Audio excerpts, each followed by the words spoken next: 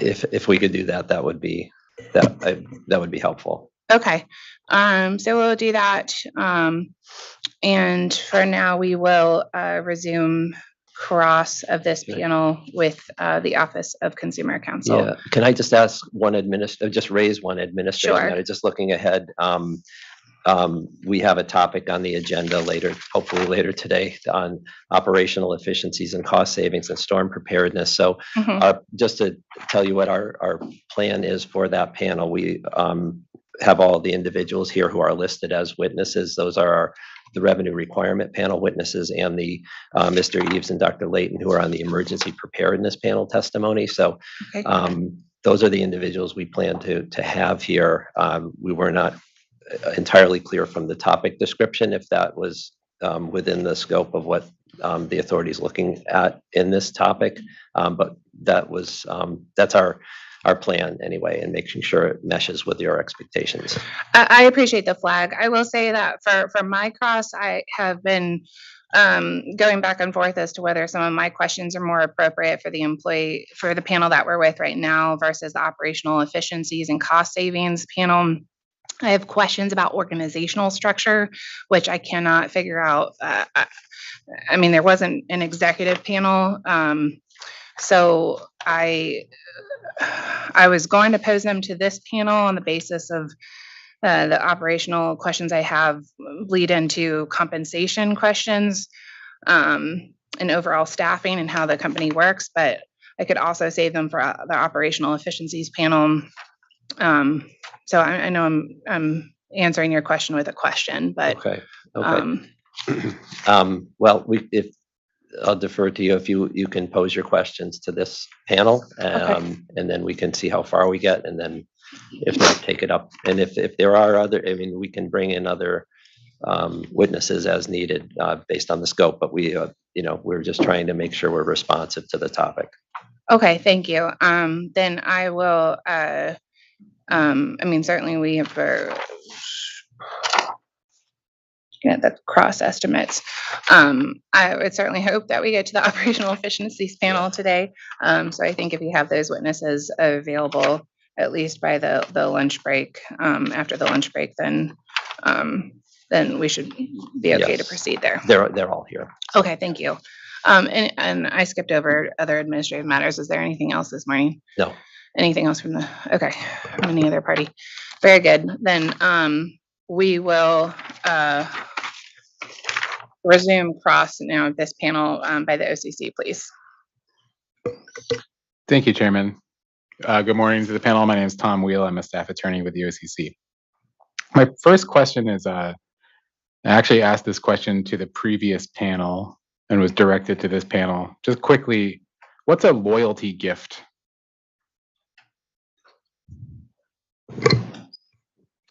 It's a recognition of work that employees have done, like supporting our customers or service anniversary related gifts. Okay, because I saw, I think in Schedule 3.24, C 3.24, I think I saw loyalty gifts and recognition awards as two separate categories. Is there a difference between a loyalty gift and a recognition award? It all falls under our broader gratitude program. Okay. Because it sounds. Sorry to interrupt. Can I just add to that? So this came up yesterday as well. So some of the terminology that's being used is global payroll templates. So things like yesterday, Mr. Will, national insurance, which is a more UK-based terminology for taxes. Loyalty gifts is a broad-ranging global terminology for some payroll costs, of which Paul's gave an example. Okay. So it sounds, is it fair to say they're somewhat interchangeable between like those specific terms, loyalty gifts versus recognition awards? Yeah, typically is where they're charged to. But what we could do is provide a breakdown of everything that's in loyalty gifts, because I think it may be just wider than the recognition. Okay, thank you.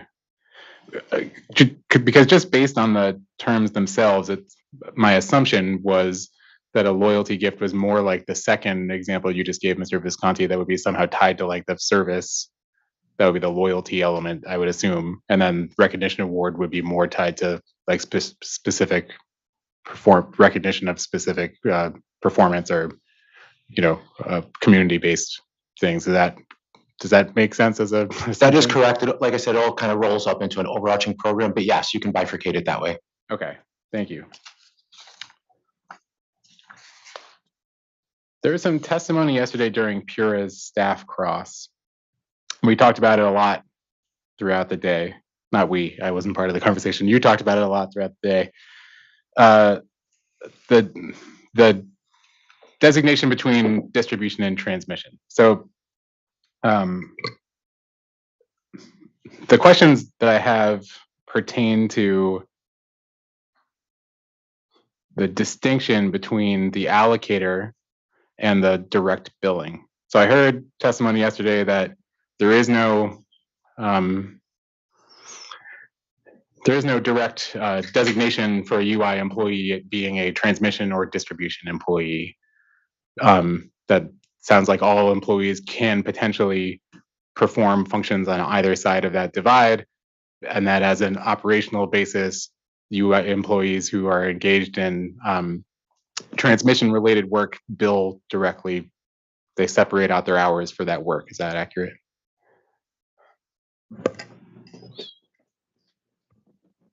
It's a fair summary. Employees of the company are employees of UI, and they may perform work based on their job duties. Our policy is that when you can direct charge, you direct charge. Okay. Meaning, like, if it's clear, could you just say more about that? What does it mean when you say can direct charge? So if something is transmission, then it should be charged to transmission. If something is distribution, it should be charged to distribution. Okay. Only things that benefit both should be charged to what we call the common and then allocated. Okay.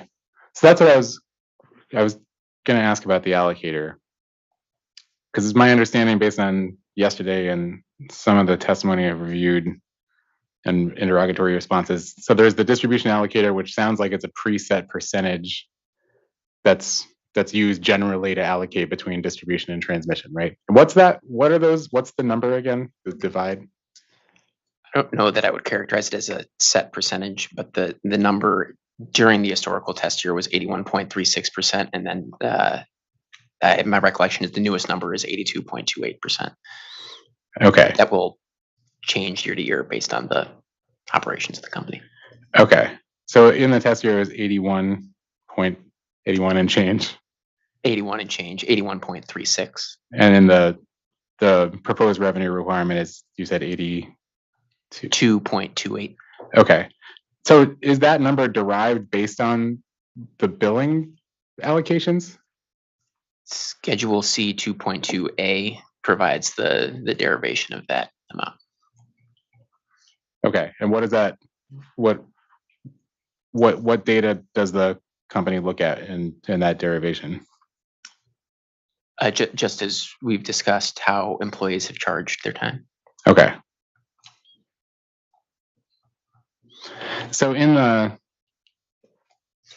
revenue requirement, the projection, why is there a difference? Although it's very small, why is there a difference between the test year and the revenue requirement? Well, there's a timing issue. The historical test year is calendar year 2021. And if you imagine the company we have to maintain our books during calendar year 2021, but then at the conclusion of calendar year 2021, we can use data from the entire year to calculate the wage allocator, which would not have been available during the historical test year. Okay, understood. So getting back to Ms. Van Luling, sorry. What you just said a minute ago, I'm a little confused because it sounds like, I think what I heard you say was that there's the direct billing element and then work that isn't obviously assignable to either side of the D&T divide goes into what was the? We call it common. Thank you, common. And then the allocator is just applied to that? Mm-hmm. Yes, correct. Okay. Well, I'm just trying to understand here's maybe the easiest way for me to get here. Mr. Hurwitz, is there any, there's the distribution allocator that we just talked about, 82.28%. Is there anything in addition to that, in the revenue requirement, that's projecting build time, or is that the entire allocation within the revenue requirement between distribution and transmission? I don't know that I would characterize the 82.28% as projecting build time, because it's based on the company's actual performance. But as we've discussed and as outlined in our cost allocation manual, there are a number of allocation factors. There's plant, there's revenue, there's Massachusetts formula. Yeah. I mean, I just mean between these. What I'm trying to understand is there's the baseline, there's the 82.28% allocator. Then is there direct billing on top of that? Is that 82.28% capturing all the direct billing? Is it all the same?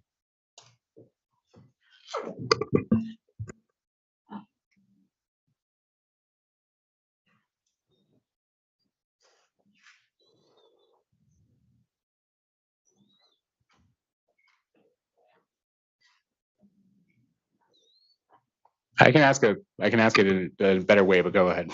So I'm gonna try, and if I don't get there, we can definitely. So the principles are, when you can direct charge, you should always direct charge. And then if you can't, because it has to benefit both distribution and transmission, then it goes to common. When we derive these percentages, we look back at the historical actuals of where everything went. So inherently that direct is in this allocating percentage. Yeah. Okay. I understand that. Here, let me ask Ms. Van Looling, I think in the context of the Massachusetts formula yesterday, I think you briefly used a $100,000 employee as a hypothetical. So if you'll indulge me, I just have a similar hypothetical question just to understand how it works. So you've got an FTE hypothetical that's $100,000 comp expense. That comp expense as a baseline from the start is already subject to the allocator. So $82,280 is in distribution. Is that right? So there's a couple different scenarios with that. With that in here, yes, we've just used the 82%, but that's based on, that 82% has been based on, because we've looked back and that employee has maybe direct charged this amount to distribution and that amount to transmission, and then he worked for common for the remaining, and then it went to common, and that's how we look at the historicals to predict what that percentage is going to be. Yeah, thank you. I understand that. I understand where the 82.28% comes from, but I guess what I'm looking to understand. So in your hypothetical yesterday, my understanding was it was in the context of the Massachusetts formula, which I'll get to in a little while, but my understanding was you kind of start with that. So just to make the math easier, let's say it's 82%. So 82,000 of that compensation expense is going to distribution, with the remainder 18, right? I'm not a math guy. Yes. 18 is on transmission. But let's say that employee throughout the year devotes 50% direct bills 50% of their time to transmission. Does that have any impact, or does that have any impact on the revenue requirement? Or is it? So if we had a shift in the employee mix going forward, there would be theoretically a mismatch between the revenue requirement and then where the time was going.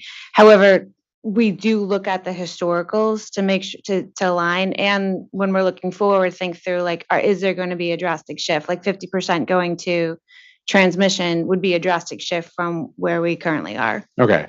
And if hypothetically you saw a drastic shift like that, would that adjustment be made in the allocator? It would go in. That would go into the next year's allocator. Okay, thank you. I finally understand. I was just trying to understand whether there was an accounting, whether there was an allocator based on historical, but then there was an accounting based on projected, if there was any changes to that, and whether that affected the allocator. But I get it now. Thank you.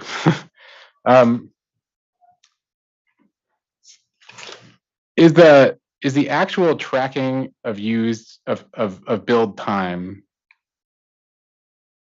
Let me start over. Mr. Hurwitz, when the company calculates net income for the purpose of calculating its return filings, does it measure compensation based on actual build time or based on the allocator? That's going to be based on what came through in the actual financial records. And so that's the same kind of principle that we just walked through. Yep. Where it would have the directs first, and then anything that went to the commons would have been allocated. Okay. But it's based on what was actually recorded and people actually charged. Okay. Gotcha. And Mr. Hurwitz, I think I heard you mention yesterday that you weren't sure whether that practice is the same for the Massachusetts formula, whether for the purpose of calculating net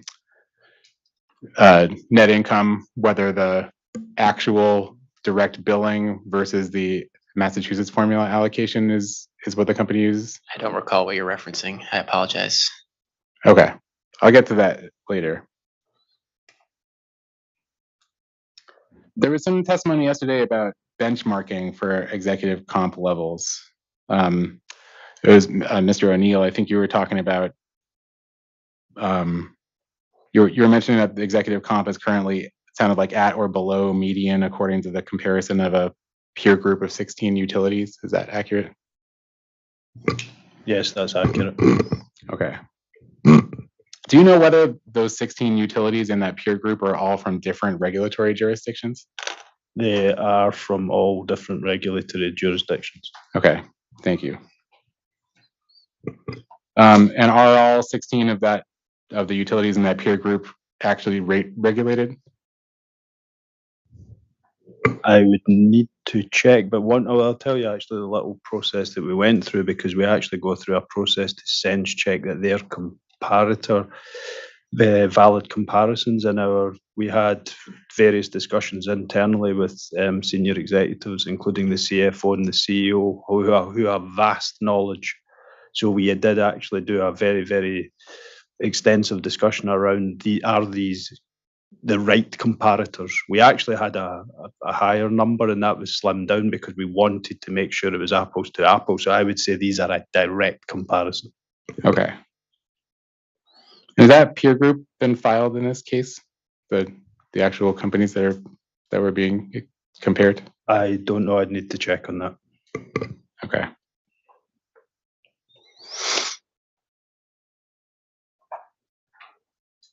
Does the company ever benchmark compensation against non-utility companies?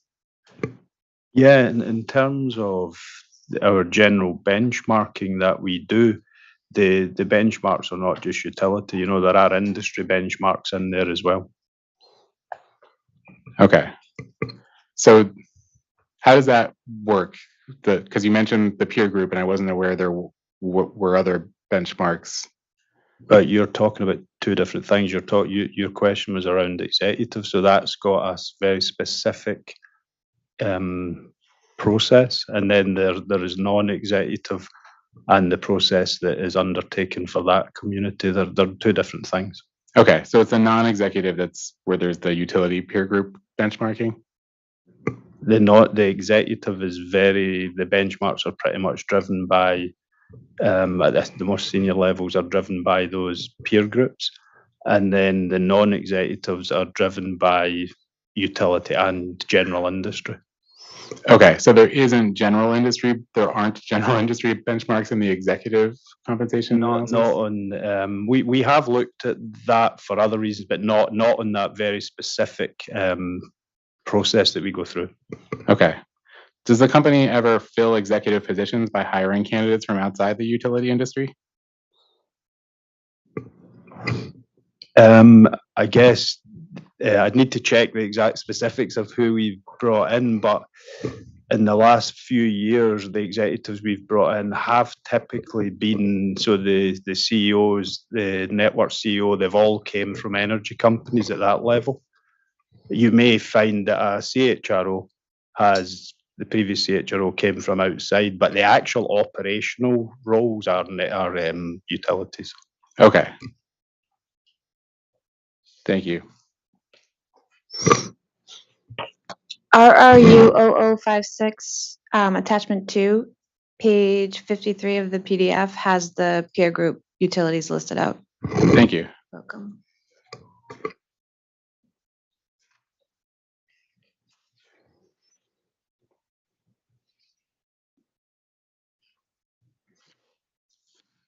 Can I just add to Andrea's comment? So that, obviously that went back into 21, I think. So as part of our review this year, we looked at some of those companies and we felt that some of them weren't a good fit because of the scale of them or the geography. They were smaller, they were based in certain parts of the US, and we felt they weren't comparable. So we actually have a smaller group now. It was 21, it's now 16. Okay. Did something change in UI that affected that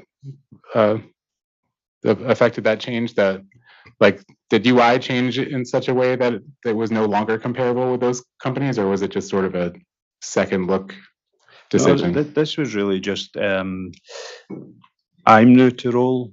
We have a new CEO. The CFO took over last February. So actually, just as part of good governance and best practice, we would revisit these peer groups. Okay. How often does that happen? I'd like to think it would be annually. I think the previous peer group had maybe been a couple of years there. We could check that, but that's certainly something we would look at now and again. And now that we've got that peer group, these companies we know that they're a good comparison. So, but I would have thought annually we would take a look, just in case, because you may have someone that divests, you may have someone that acquires. So it's based on like revenue and market capitalization. So there's criteria, and the external consultant guides you on the criteria. Okay, thank you. I'm gonna ask a few questions about the Massachusetts formula. Ms. Van Leuling, I heard you mention yesterday that the formula is derived from 3 factors, right?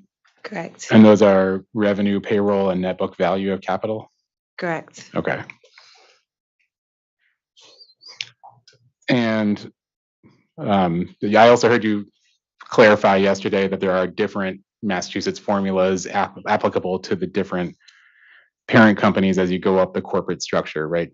Correct. And is that difference in the Massachusetts formulas because of those the differences in those 3 factors among the companies?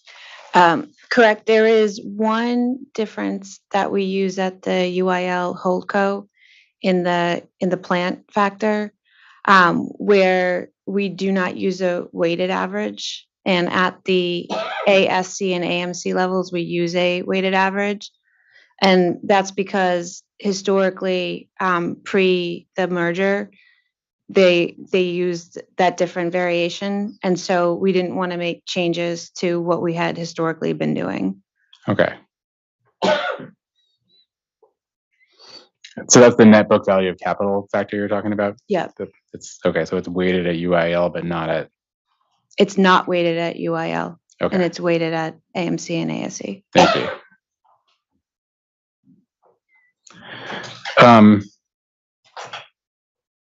So at the risk of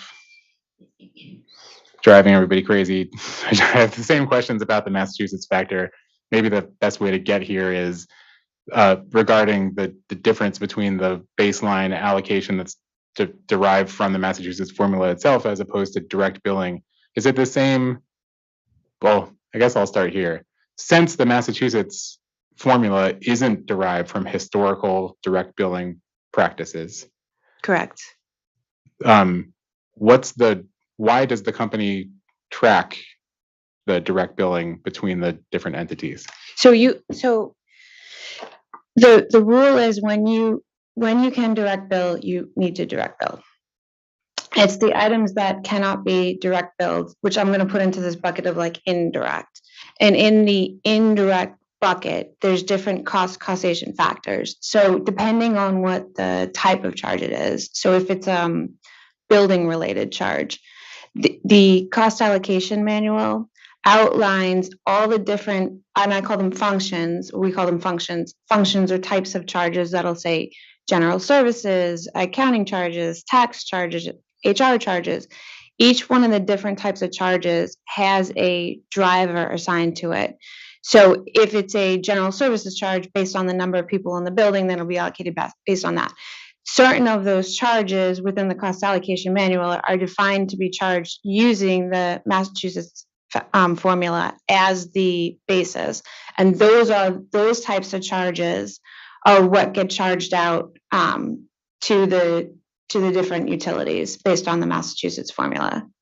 Okay, thank you. So same question about the revenue requirement. Is the revenue requirement in this case the allocation expense, the expenses associated with allocations of compensation expenses from the parent companies down to the operating company, are those just based on the applicable Massachusetts formulas, or do those account for or expect direct charges also? Those account for and expect direct charges as well. Okay. And are those accountings, are those projections based on the observations of the direct charges?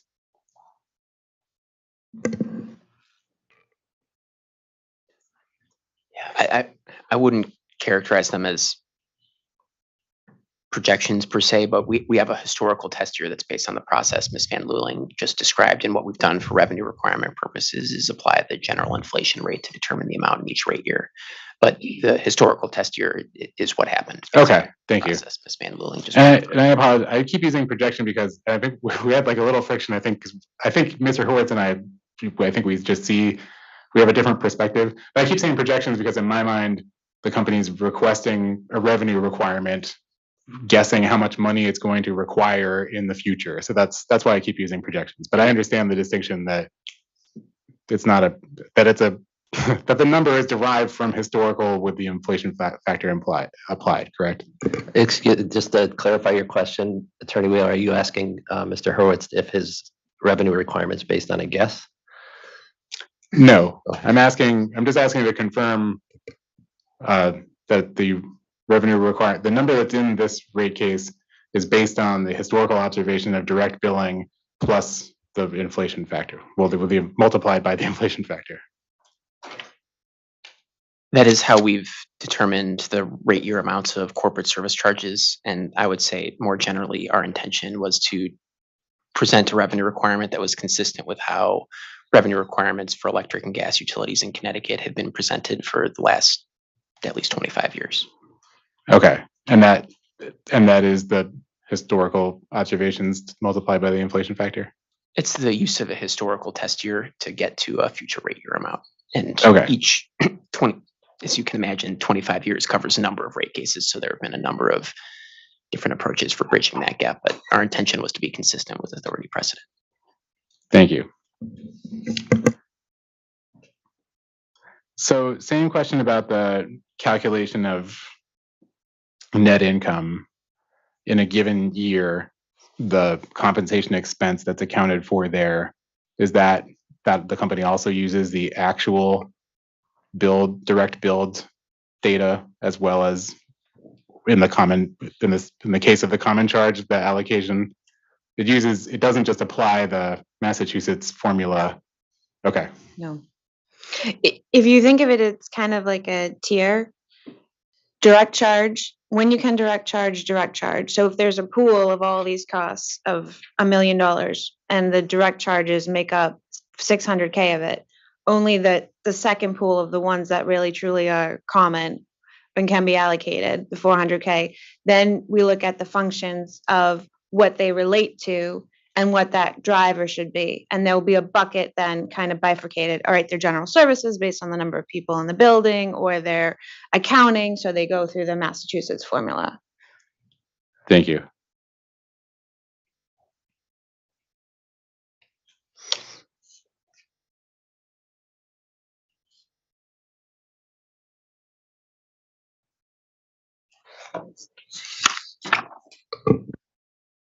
I have some questions about incentive compensation. Has the company performed any analysis of its incentive compensation plan that demonstrates benefits to ratepayers?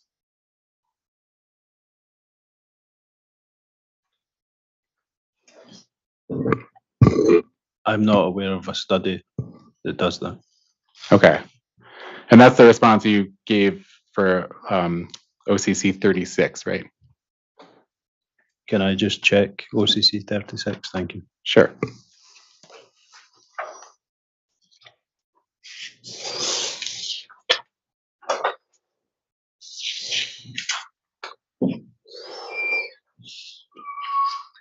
I guess I should have asked. That's the response Diane Byron provided for OCC 36, correct? Yes, it is. Okay.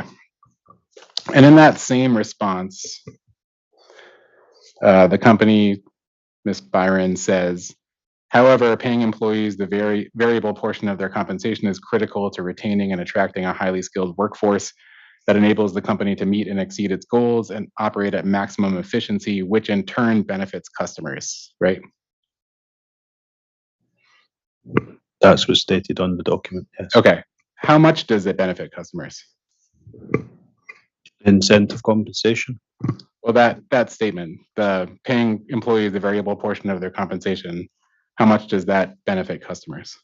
I think for me, it is a critical part of the pay structure we have. The pay structure for most of the employees, including UIL, is based on, as we spoke about yesterday, base pay and variable. So the variable is actually at risk. And as we went through yesterday, there are objectives that are related very specifically to customer. Actually, I use the word societal objectives. They're wider than just customer.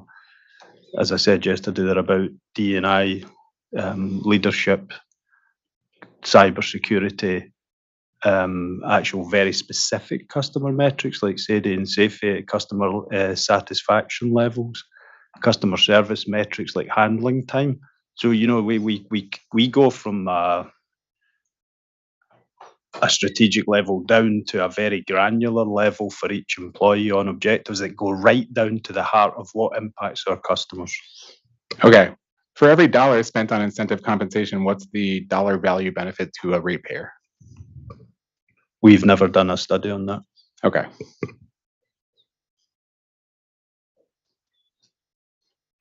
So when you say in this response that there's a benefit to customers, how do you know?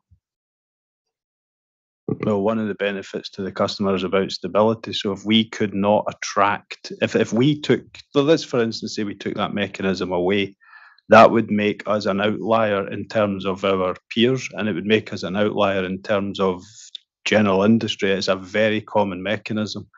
If we didn't have that, people are effectively paid less.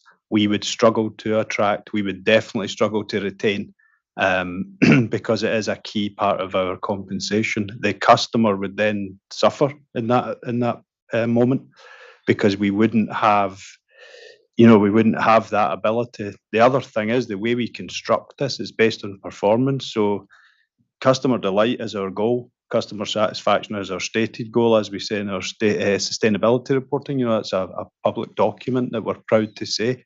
So customer satisfaction and delight, that is turned into these objectives that are cascade down through objectives right down to everyone. And if you excel, there's more incentive. If you fail to excel, there's less incentive. So there's something at risk. So our driver is to make sure we incentivize our employees to satisfy the customer. That's why we're here. Okay.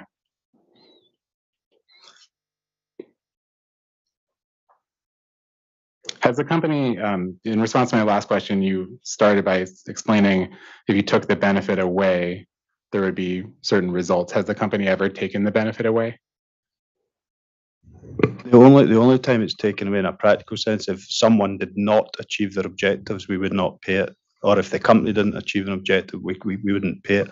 So it's taken away by default based on performance. But it is a critical part of. It would be very unusual to see that out in the market, that you don't have that. As your own consultant said, they've seen it. It's everywhere. It's in all the utilities. It's out in the outside industry. Okay. It's what we're trying to do, though. What I guess my challenge back to them is, how is that done elsewhere? Because what we do, we relate it to performance. So if I am a customer service manager and I have objectives around average handling time, if I don't hit the average handling time, which is absolutely related to the customer, I do not get that incentive, or that incentive could be impacted. So I feel that having grid and UIL's structure around this is actually a really good structure for making sure that we we incentivize our employees to do the best for the customer. We didn't set it up to disincentivize, because if it's not paid, we've failed. Yeah, well, that's kind of what I'm getting at, is that you've said a couple of times that if you didn't have this program, there would be certain results. But it doesn't sound like there's been a time where the company hasn't had the program and has measured the results of not having the program. Well, a lot of that measurement is around the hitting the metrics. It's metrics based. It's not like it's just paid. So you actually have to have an average handling time of X. You have to answer calls 70% of times within 30 seconds. You have to have a SAIDI rate that is a benchmark rate. You have to have a SAFE rate as a benchmark rate. So these are very metric driven. So I would challenge your point about measurement, because it's all measured. Okay, but as you testified earlier, one of those metrics is not the measurable dollar value benefit to customers. That's not a study we've done. Okay. How many employees received incentive pay from 2017 through 2021?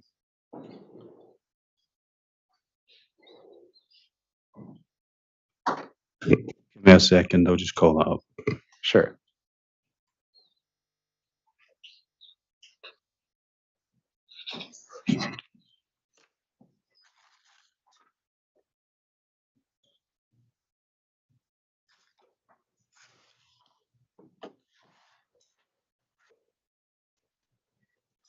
So all of the eligible non-union, union staff received an incentive payment.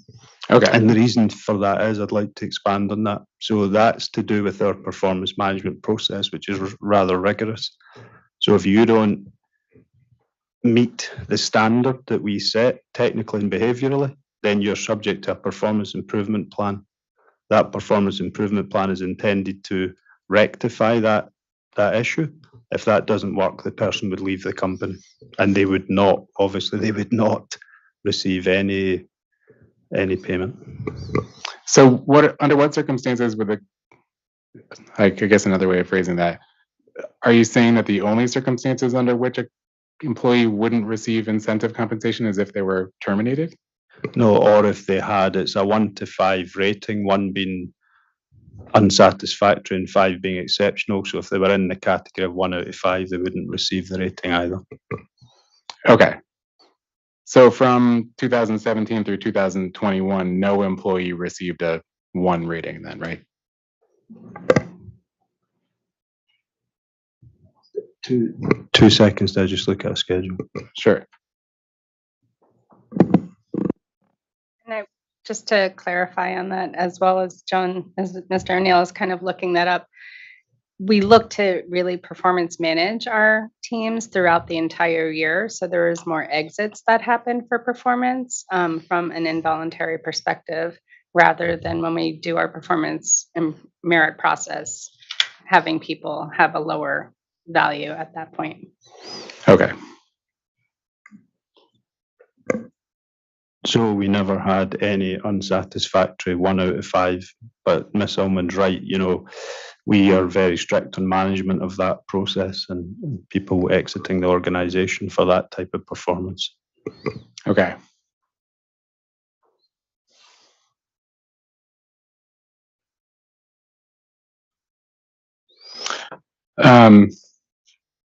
I saw in the rebuttal testimony that union incentive metrics are the same as they were in 2021. Is that accurate?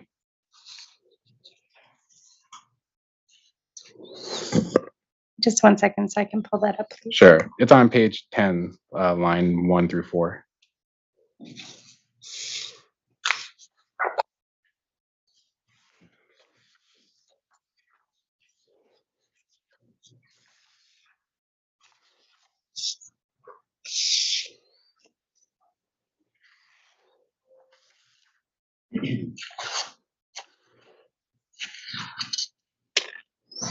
Okay, I have that. So there hasn't been any change to the incentive metrics, the union incentive metrics then, right? No, there has not. Okay. Were the union metrics achieved in 2021?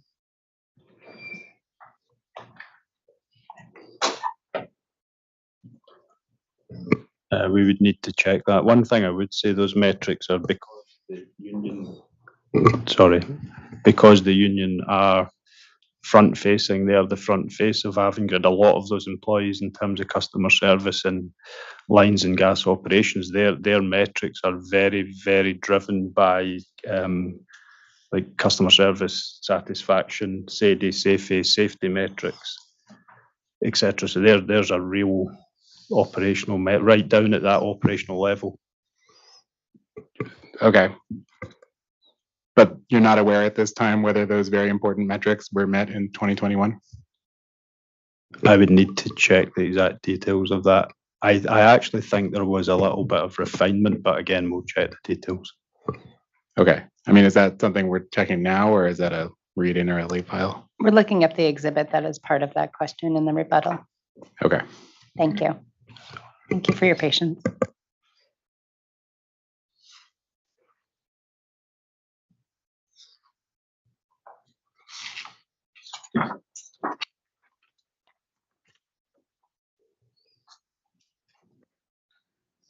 Based upon the attachment in the rebuttal, it looks as if it's just the 68% that of the metrics that are there. It doesn't state the balance of what was met or what was not met. That is part of their overall objectives within their performance management process, but it's not necessarily in the attachment here. Okay. And can anyone on the panel testify as to what percentage was met versus not met in 2021?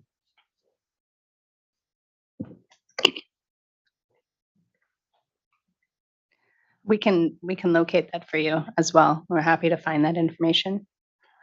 That's okay. I'll move on.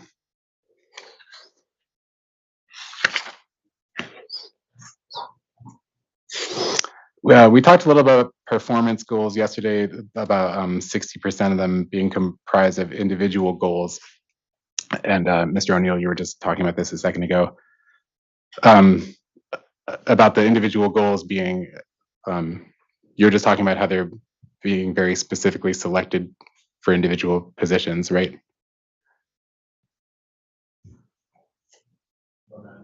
I don't understand your question.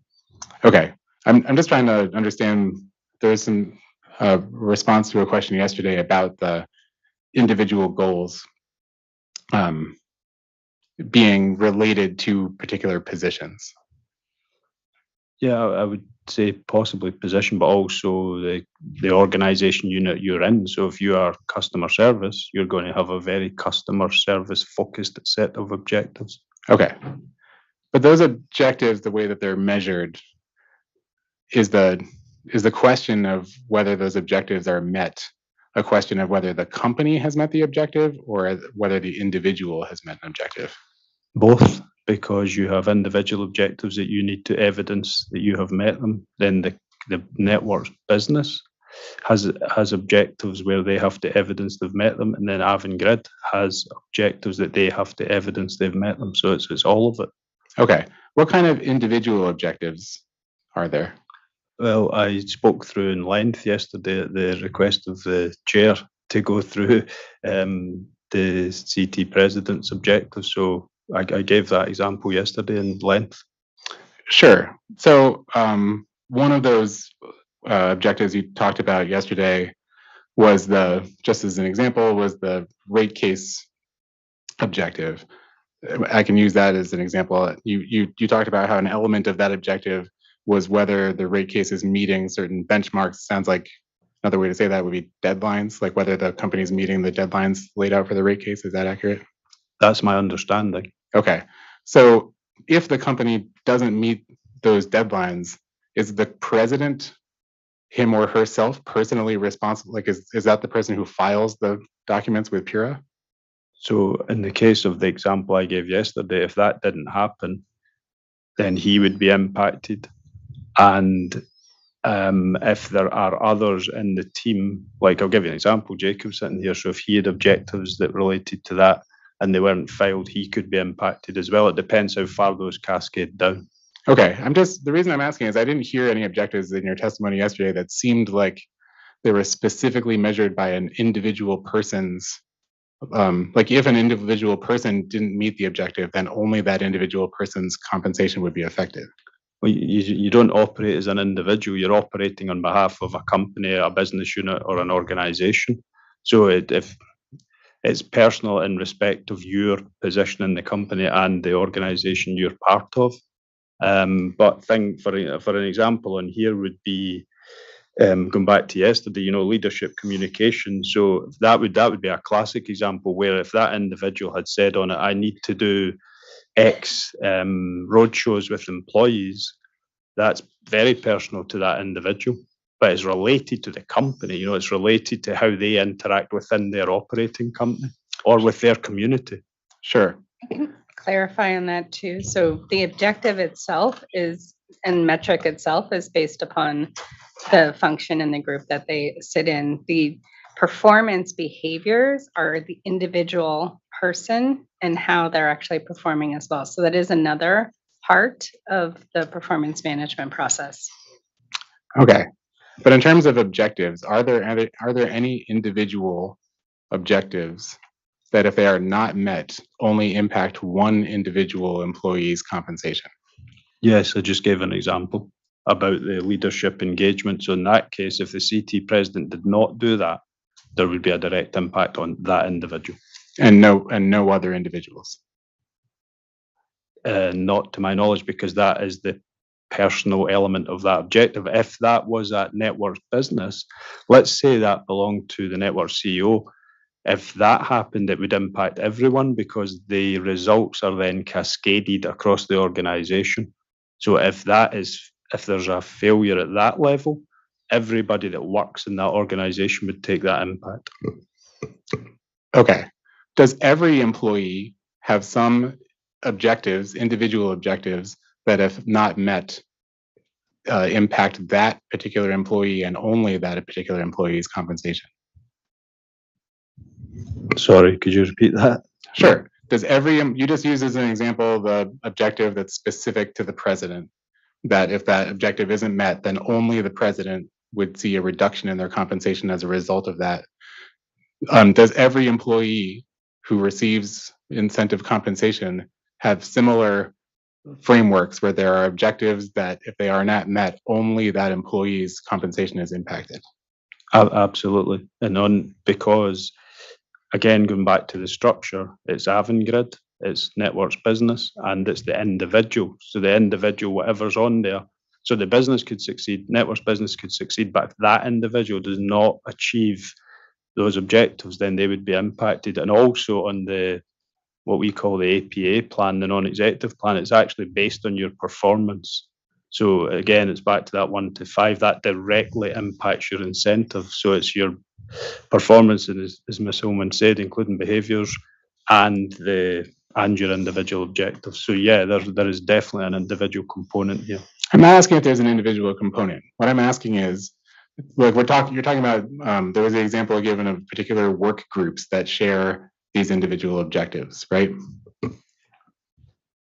Correct? Yeah, so could I give you an example? So I've got one that says, this is a customer relations manager, so that the customer relations manager has to complete 6 listen and learn meetings with employees.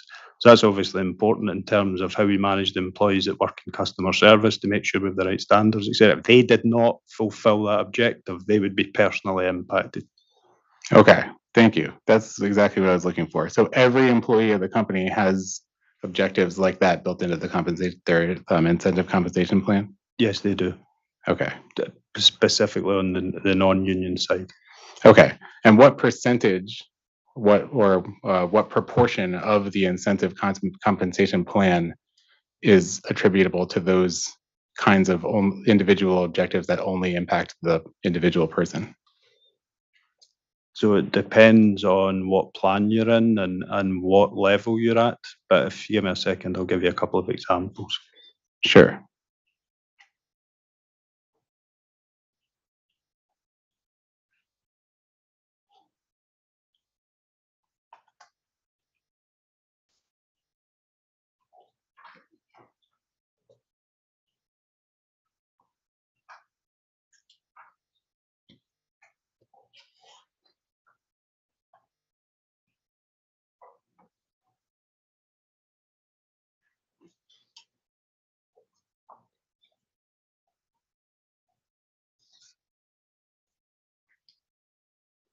Yeah, so if you took the annual performance plan, which is non-VP level, and below the general population of non-union, they would have, if this is a non-union director as an example, so they would have 250 points on Avangrid, 350 points on the networks business, and 400 or 40% for self. If you took a VP reporting to a management committee member, that's as per we discussed yesterday with the 60% or 600 points, the 200 business and the 200 AGR. Okay. And that last category that I think you just called self, every goal in that category is, as we just discussed, is a goal that only impacts the individual. Yes, that's very much about the individual. So I have to prove that I have delivered my individual goals. I can't turn to Miss Ullman or Mr. Visconti and I have to do that. I have to prove that I have delivered the goal set for me. It may be it's functional goals, obviously, but I have to do that. Okay. Thank you. Going back to the discussion about specifically the president role scorecard, I heard yesterday among the examples that you offered that plant additions and rate base are two of those metrics. Is that accurate? That's correct. How are those metrics measured? Is it like, how would you measure success as to plant additions?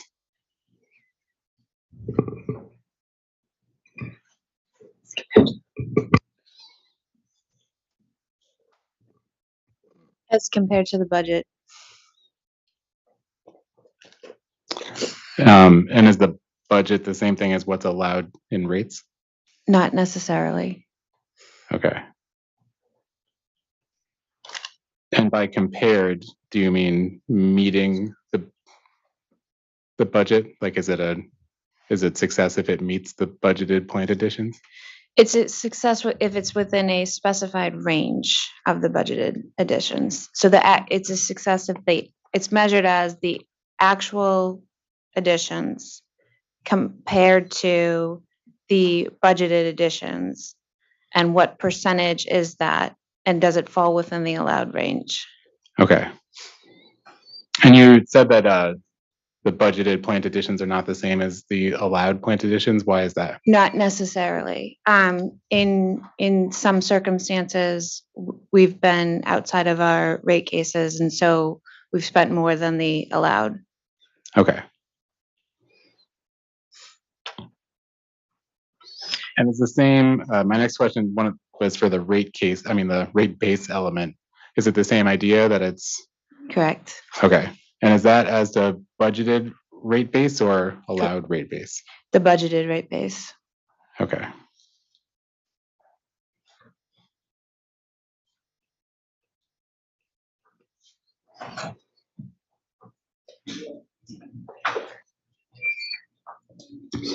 And is that, just out of curiosity, the company maintains a budget for the overall size of rate base at a given time? Is that like? We budget rate base annually.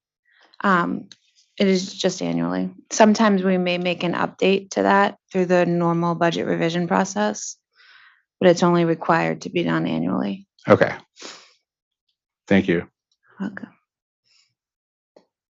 And back to we were just talking about the rate case scorecard and Mr. O'Neill's testimony about the individual benchmarks within the rate case, like meeting deadlines.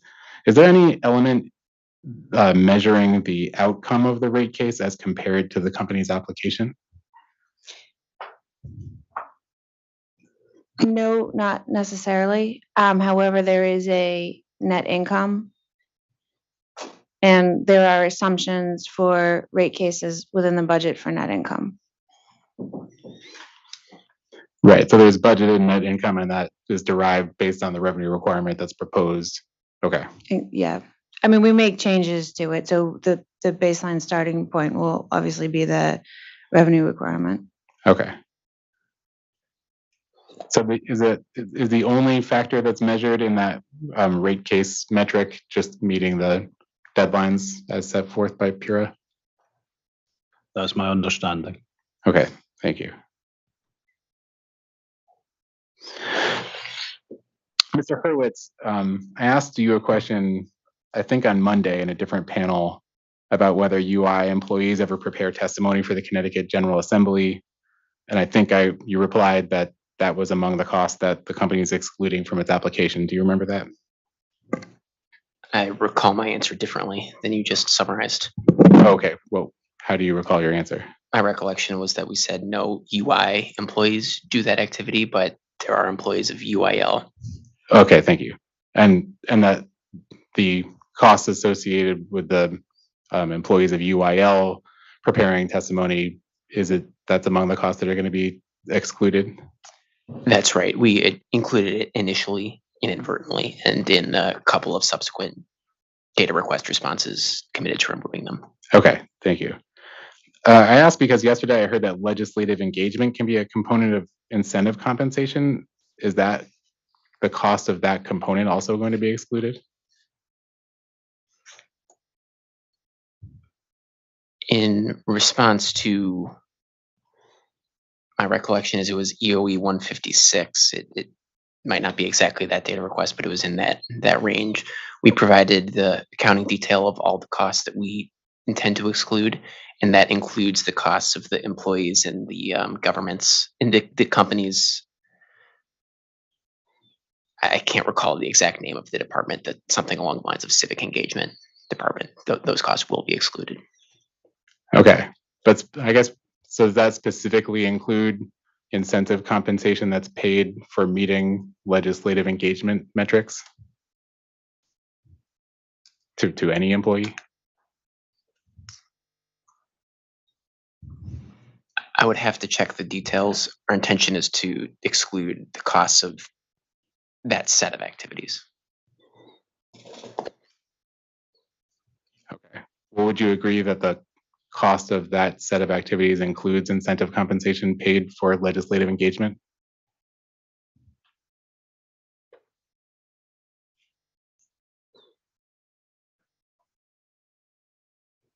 If I could just confer for one moment. Sure.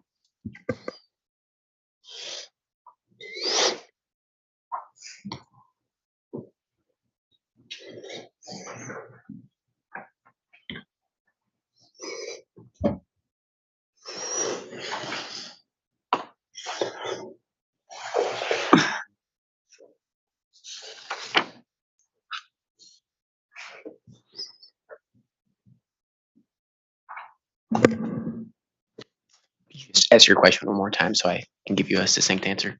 Sure. I think you had responded that the intent was to remove that, I think you said set of activities. And my question was, would you agree that the costs associated with incentive compensation for legislative engagement should be included in that set of activities? I think that I would. Okay. And is that particular cost accounted for in the company's response to EOE 156? The cost of the small handful of employees who do that primarily certainly is included. We'd have to check if there are other employees. I wouldn't expect it to be many, but. Okay. And was the company planning to check that before I just asked that question? Yeah, as I said, our intention is not to seek recovery of those types of costs. Okay. I guess my question is just, had the company already identified that particular cost, the cost of incentive compensation for legislative engagement? Had the company already identified that as a cost to make sure is excluded prior to today? Yes, because as I just described, the cost of those employees who do that is their primary job focus. We've already agreed to exclude. Okay. But it sounds like you're not sure whether there might be other employees that could be incurring that same cost? My expectation is that would be very few, but we will ensure that they're captured. Okay. Applicable. I have some questions that are responsive to some testimony offered by Mr. Eves yesterday. It's specific to the line of questioning about certain FTEs being hired to replace retiring FTEs. So I'm not sure whether Mr. Eves is needed. He's here if needed, so. Thank you. I'll just pose the question and whoever can answer it. So in response to that line of questioning, I was curious how long a workforce training period typically takes. For our craft workforce, it can take approximately 5 years to be fully qualified, but there will be work done along the way in that learning process and apprenticeship process. Okay. So that 5-year workforce training period, is it necessary to have, I mean, just to break it down, we're talking about the company currently has an FTE. It's seeking to take on incremental FTEs, as we discussed yesterday, some of whom the reason for that is that we're taking on an incremental FTE because the FTE that's currently on the books is going to retire at some point in the near future. That retiring FTE is the idea that they stay there for that whole 5-year workplace training period? So we're incrementally having schools, and I'll use our line workers as an example. We try to keep our workforce around 100 line workers, so we will fluctuate up to about 105, 106. Attrition will occur. We'll get down to 99, 98. We'll bring in a line school, and it will fluctuate over time with that. And the periodicity of our line schools will be based upon the retirement risk we see coming based upon the workforce demographics. Okay. Because the reason I'm asking, which I'm sure is of no surprise, is as of proposed rate year 1, ratepayers will be paying the compensation, contributing towards the compensation expense for, in this narrow example, 2 FTEs, 1 incremental and 1 current FTE, the one that's already counted on the books. But that number doesn't ever reduce back down to 1, right? Like that's it will. So if you look at how the workforce evolves over a number of years, there will be retirements every year based upon our demographics. And right now, 50% of our workforce is in a position where within the next 5 years they could retire. So there's that doesn't mean they will, right? There's economic things occurring in the country right now that may delay some of that, but we're trying to prepare, to be proactive in ensuring that we have the workforce necessary to meet our obligations. Yeah, and I fully understand that at an operational level, and it all makes sense. But I'm just, as a matter of rate making, I'm just confused because it sounds like, so if you have 100 employees currently who are projected to retire in the next 5 years, I understand you need to hire 100 incremental employees to eventually replace those people. But ratepayers are paying the compensation expense for 200 employees, correct? So we're not doing it at that pace. So as I said, if you look at our line worker population, about 50% of them, of our 100 line workers, in that range, could be eligible within the next 5 years. We're bringing in 10 or 11 line workers in this line school in this period. So we are staggering out. We understand they won't all go at the same time. We are staggering out that impact. Those individuals we're bringing in, although they are in apprenticeship programs, they are providing some valuable work as well. So it's not a doubling up of the FTEs. And as they get closer to being fully qualified, they're more and more productive along the way. Okay. So it sounds like the incremental FTE calculation accounts for that churn. Is that accurate? Correct. Okay. Thank you. And trying to maintain a stable workforce that is capable of responding when we need to. And there was a lot of discussion about that in ESIS investigation and our ability to ensure that we have that workforce ready to go when called upon. Certainly. Okay. Thank you.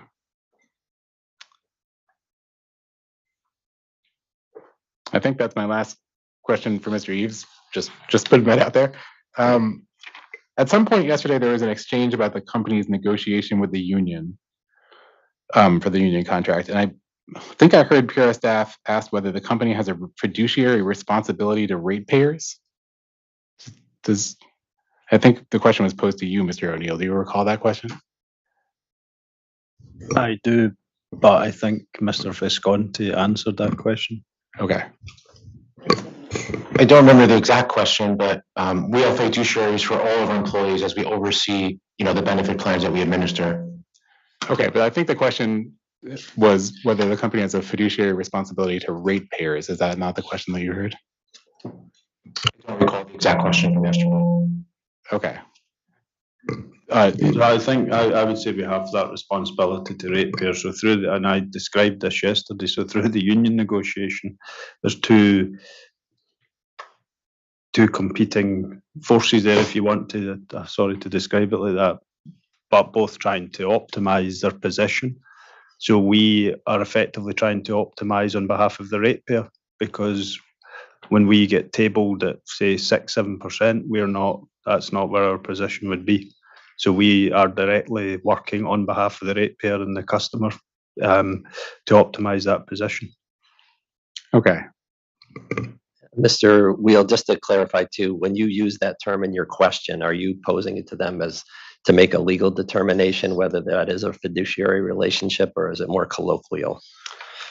I'm posing it. The question was based on the question that was asked yesterday. So the question as I heard it yesterday was, does the company have a fiduciary responsibility to ratepayers? And the response I heard was yes. So my question was just asking whether that was accurate, whether the testimony offered yesterday was accurate. But based on Mr. O'Neill, your testimony just now, you would characterize the company's responsibility to ratepayers as fiduciary? I think that's a word that you're using. I'm saying we have a responsibility to ratepayers in those negotiations. Okay. And what recourse do ratepayers have if the company fails to meet that responsibility? In specific response to a union negotiation? Yes. I'm not aware of what recourse a customer would have for a union negotiation. You'd have to define. In fact, actually, could you give an example of something that's maybe you've got in mind for that question? Well, you were just saying that the company has a responsibility to look out for ratepayers in the competing process of a union negotiation contract. So my question is just, if the company fails to meet its responsibility, what can customers do about that? I can't answer that. Okay, thank you. All right, that's my last question. And we're gonna have some more questions from attorney Jessica Gobea. Hi, good morning. My name is Jessica and I'm with the Office of Consumer Counsel. I'm a staff attorney here. So I just have a few questions about caregiver program, the employee recognition awards, and the incentive compensation programs offered. So starting with the caregiver program, could you please refer to OCC 7? I have it up. Thanks. So it expounds upon the caregiver program and specifically states that employees will have access to backup care for their pets, including cats, dogs, and domestic caged animals. Is that fair to say? That's a new part of the backup dependent care benefit that we've already had. It was an extra little part of the benefit that we added. Okay, thank you. So it does include care for employees' pets, including cats, dogs, and domesticated caged animals, right? In the spirit of diversity, equity, and inclusion, it does, because not everybody has kids. Yes. Okay, thank you. So could you please explain what pets are considered domestic caged animals? Cats, dogs, not a hippopotamus, for example. So is there an actual standard that your company has to define domestic caged animals? It's a standard set by the vendor, Bright Horizons. I can get clarity on exactly where the line in the sand is if you need it.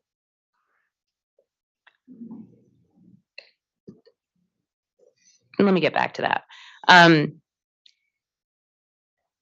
What services are provided for the pets that are included in the program?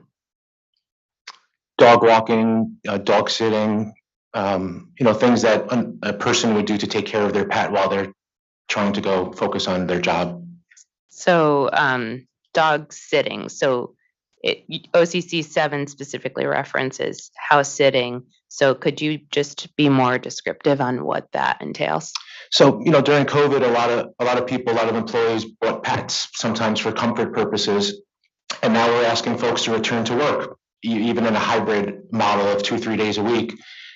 They're struggling to what to do with their pets now that they have them, they have to come back to work. This service helps to alleviate that, to ensure we don't have increased absenteeism at our jobs. So house sitting, what specifically do you know what that would look like in practice? I've never used the service, but I imagine somebody would call up. They would say, I have to show up to work today. I have a dog. This dog needs to be watched for this period of time and walked this many times during the day, and whatever that arrangement is between the employee and the representative that comes there.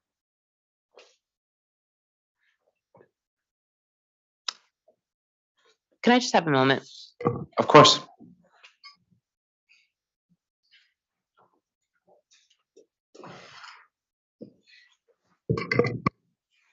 Mr. Visconti, you said that you would be able to provide the specific agreement between Bright Horizons and the company?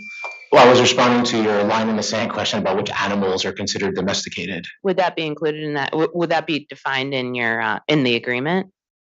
I don't know off the top of my head. I can check.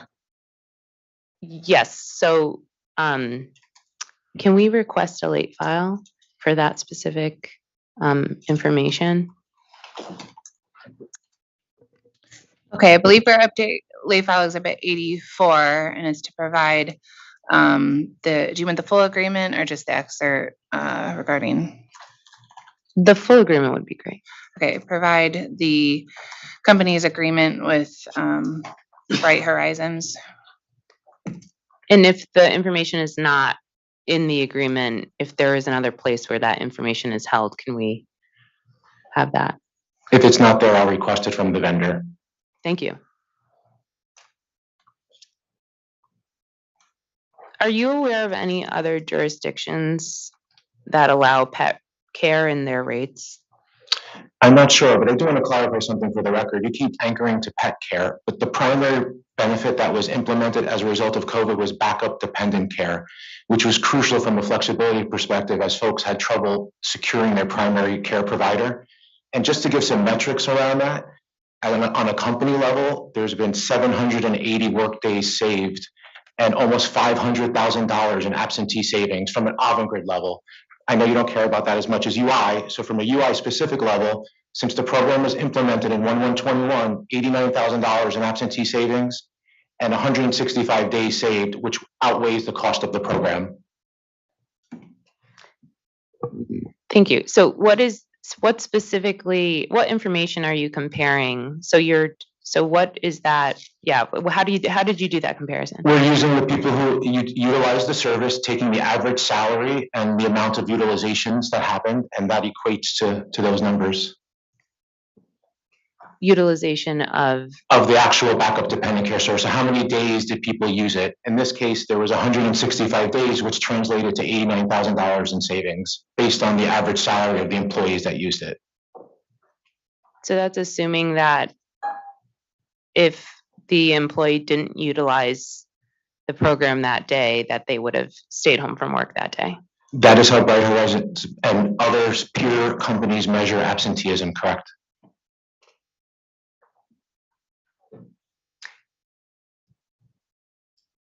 Has the company compared absenteeism of employees prior to the implementation of that program? I'm not aware of that. Thanks. Can I refer you to exhibit UI-CBP/rebuttal-1? It's the rebuttal testimony to the with respect to the compensation plan. Are you there? Page 11.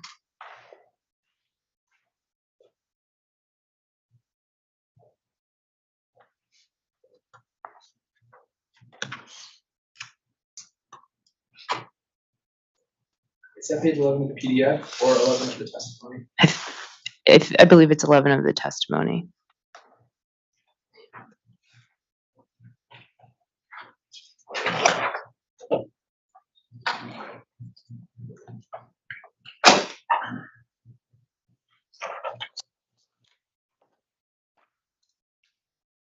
Yeah.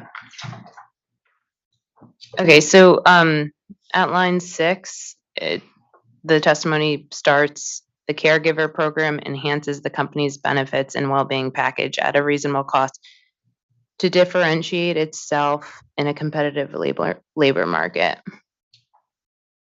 Is that fair? Yes, that is accurate. So the follow-up is, how specifically does this program help differentiate UI from other employers? We try to look at benefits from a holistic standpoint, and we try to be as flexible as we can, because we firmly believe that if we can get employees at their jobs, they'll be productive, and the more productive they are, the better customers are served. So we think this is a differentiator from a flexibility standpoint, especially in times that demand flexibility. Do you know whether other employers, especially in Connecticut, offer a caregiver program that includes care for pets? It's my understanding that there are, I don't know if they're regulated companies or not, but there are definitely other companies that use Bright Horizons for the same services. Do you know, you wouldn't be able to give us a percentage of how many employers in Connecticut? I cannot. Then how do you know that, how do you know that UI is, how do you know that UI needs to implement this in order to differentiate themselves from other employers?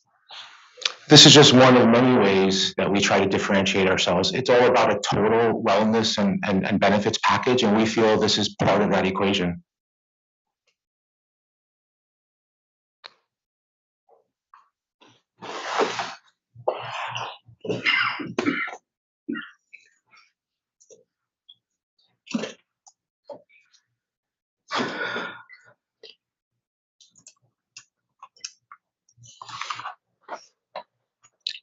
Okay, thank you. Moving on to employee recognition awards. Okay. Could you please refer to OCC 554?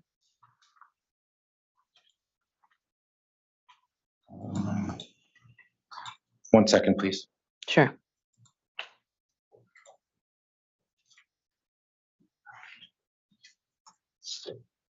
I have it. Okay, thank you. Actually, can I have just one moment, please? Of course.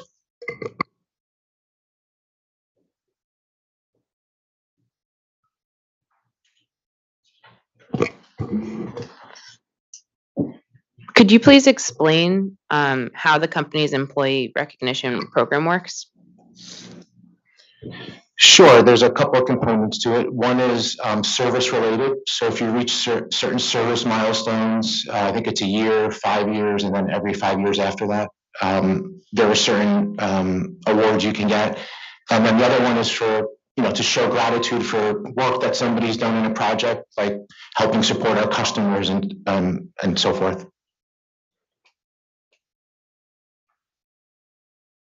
Would you say that there are typical awards that are granted pursuant to that program? I don't know the breakdown of how many of each type of the award is given, if that's what you're asking. That is kind of what I was asking. But I'll move on. So could you please refer to OCC 25? 1 second, please. Sure.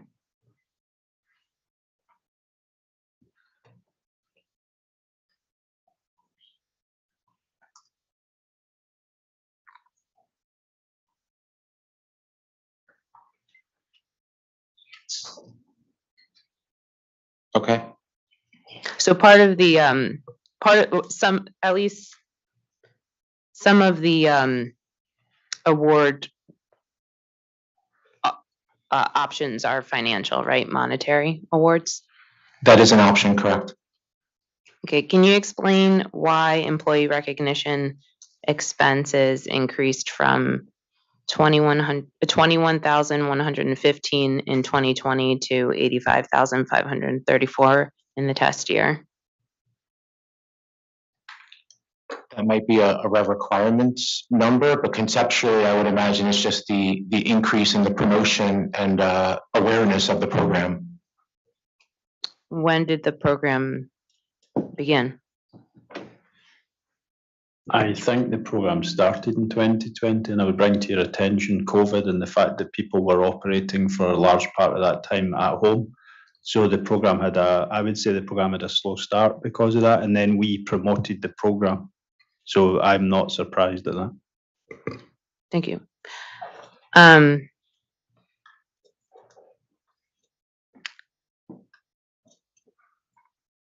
employees making the decision to work for the company based on the rewards that are offered through this program? I think that's an impossible question to answer. I have no idea what the employee is thinking. How do you measure the effective, or what is the point of the program? To increase engagement, to have people feel better about the work that they're doing. There's been peripheral research out there that shows that people tend to feel more connected to their company when they're praised and rewarded for stuff like that. So it's engagement. And how do you measure the outcome of the goals that you've set forth? How do you measure that? This is not really my area, but one of the ways is through surveys we do from a company level. We have a loop survey, and our engagement scores have increased over time. And I think it's fair to say that this is partially the reason for that increase. Okay. When did your loops? When I understand that's just one way that you measure the success of this program, but when did you start doing your loop survey? It's an annual survey that predates, I think, when I started with the company. When is that? I do not know. When you start. When I started with the company. Sorry, I started in 2018. I apologize. Thank you.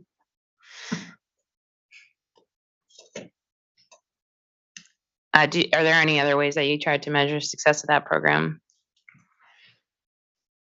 Not that I can think of. Retention would be one way, but that's more of a longer term measurement. And when you say that in your surveys you see more engagement, what specifically in your survey is telling you that? I don't want to overspeak on the granularity of the survey since it's not my area, but conceptually, I know that the engagement scores have gone up. Okay.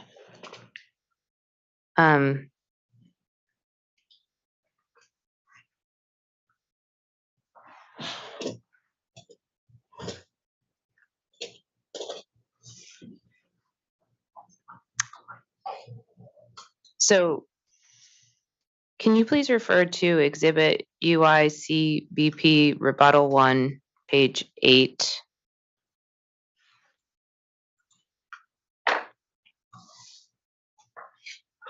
Same exhibit.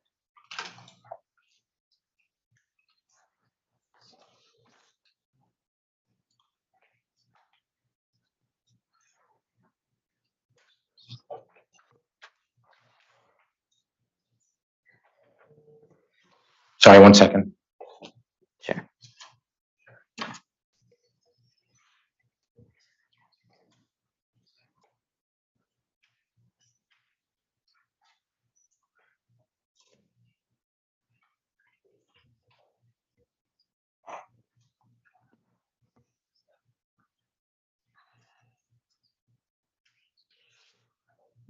Sorry, is it a page number? Is it page 8? Yes.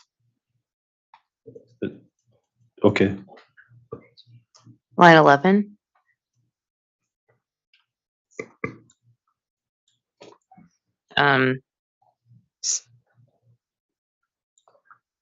Just checking that I have the information correct. Is it a fact that union employees, for union employees, either all employees receive payment or none of them receive payment when it comes to incentive compensation? So I think we spoke to your colleague about that. So there's a non-union plan and a union plan. Yeah. And we gave the numbers for what was the numbers achieving those or not? Sorry, I'm maybe not picking up on the exact question here. If you could repeat that. Sure. Is it the case that for union employee compensation or incentive compensation, either all the employees receive payment or none of them receive payment when there is an incentive compensation amount paid? Yeah, they would get all of the union population would get a proportion of that payment depending on the achievement. So I think I know the answer to my next question, but I'll just ask it anyway. So the way that program is structured, is there potential that a worker not deserving of the incentive compensation in the union could receive the benefit of the compensation pay or incentive payment because the group goal was met, as opposed, do you understand the question? Yes, I do. Could you give us a second, Sure. please?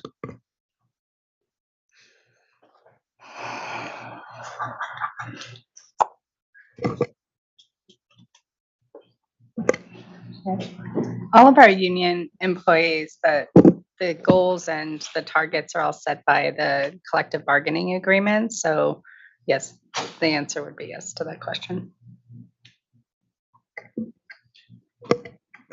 So in other words, the way that the incentive compensation is structured, there could be union workers who are receiving incentive compensation just because the goal of the union was met, as opposed to the individual accomplishing a goal.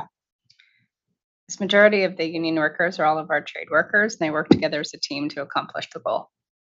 But they're not measured on an individual basis.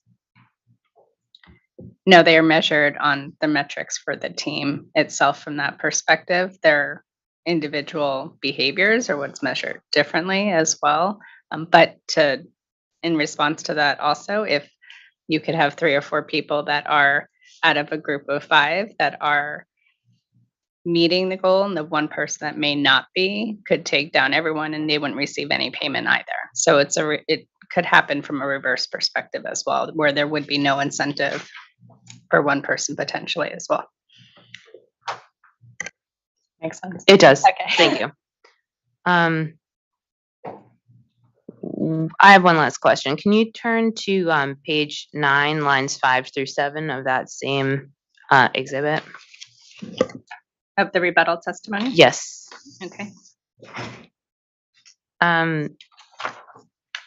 Yeah, it basic. So I'll just read it into the record so we're all on the same page. It says, in essence, the financial. Oh, it's got to do with the non-union Avangrid union annual performance award, and the testimony states, in essence, the financial metrics operate as a threshold for the plan, in that each component of the non-union Avangrid annual performance award incentive metrics must be met in order for a payment to be made.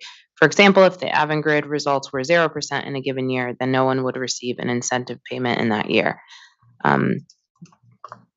Would you, given that pre-filed testimony, which has now been adopted, would you agree that unless there are certain financial goals met, that no incentive payments would be made under the annual performance award? So I think it's talking about the overall Avangrid results, which are, as we've said, based on the scorecard approach. So if those achieved 0 and Avangrid got 0, that would default to non-payment. Or if the network's business got 0, that would default to non-payment. Or if the person didn't get satisfactory performance, that would default to non-payment. So if any one of those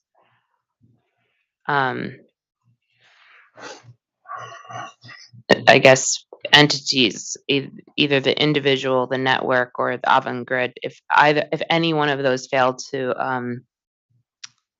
or if any one of those had 0%, then all of them would receive 0%. Is that how it works?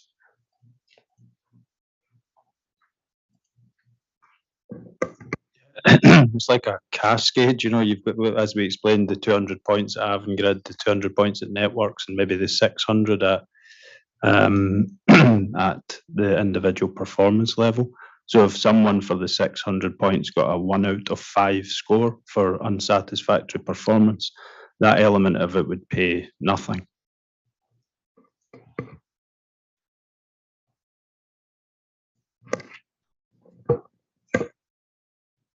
In Okay. fact, the overall would pay nothing. Okay. Thank you.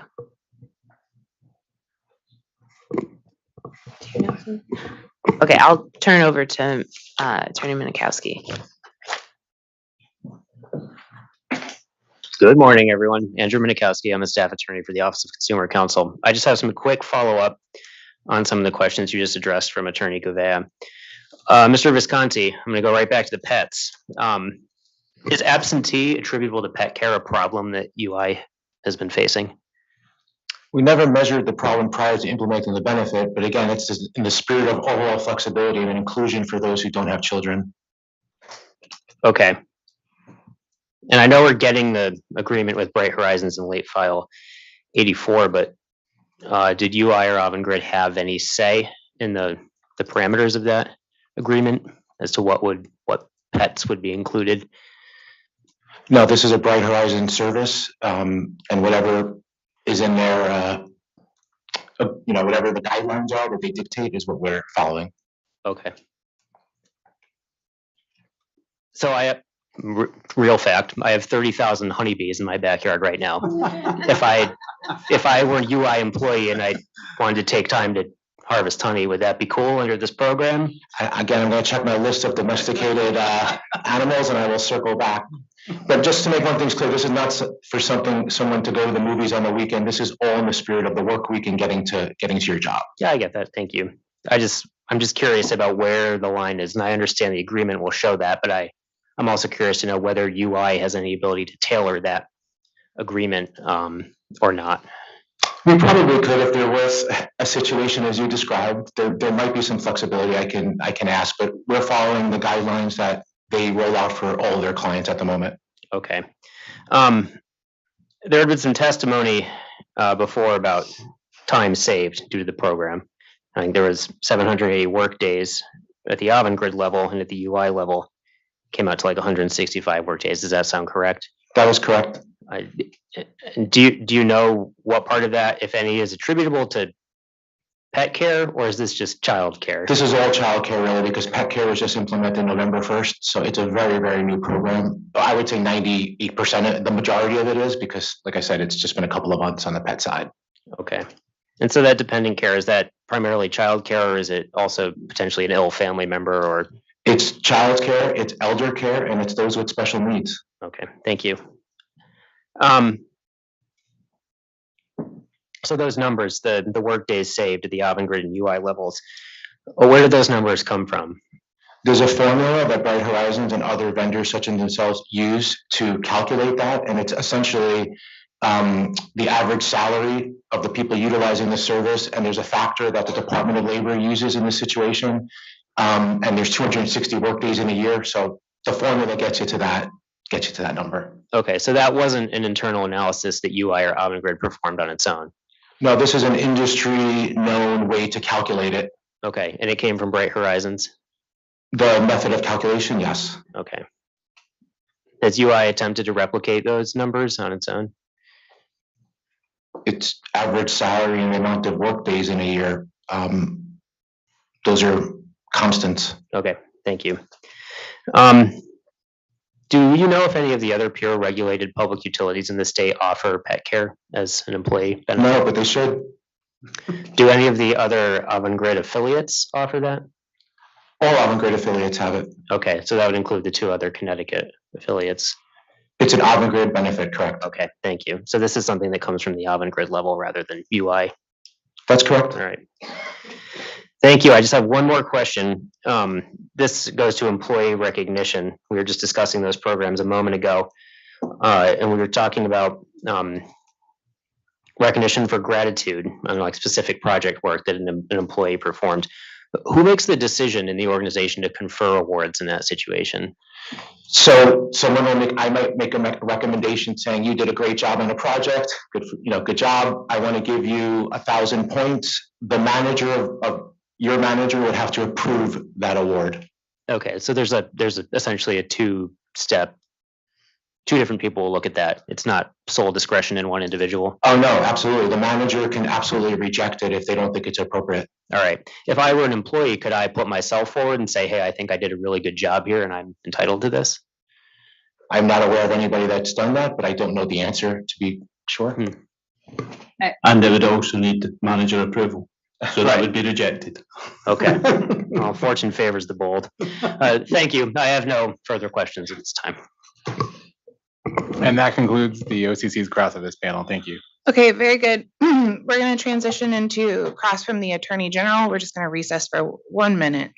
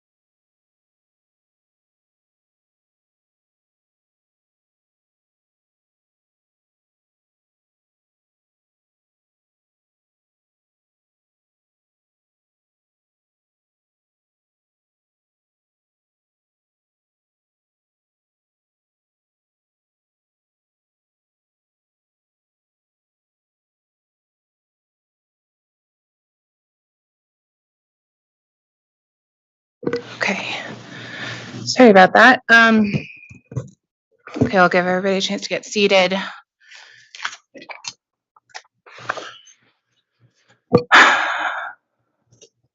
Okay, very good. Then, thank you. We're going to resume with cross from the Attorney General, please. Thank you, Chairman. Good morning, Council. Good morning to the panel. Lauren Bidra from the Attorney General's office. The good news is I do not have many questions this morning, so I think we can move along, and I will touch on topics that have been touched upon before. Let's start with incentive compensation, please. Do you agree that since at least 2006, in each of the company's rate cases, the DPUC or PURA has held that incentive compensation expenses should not be borne solely by ratepayers?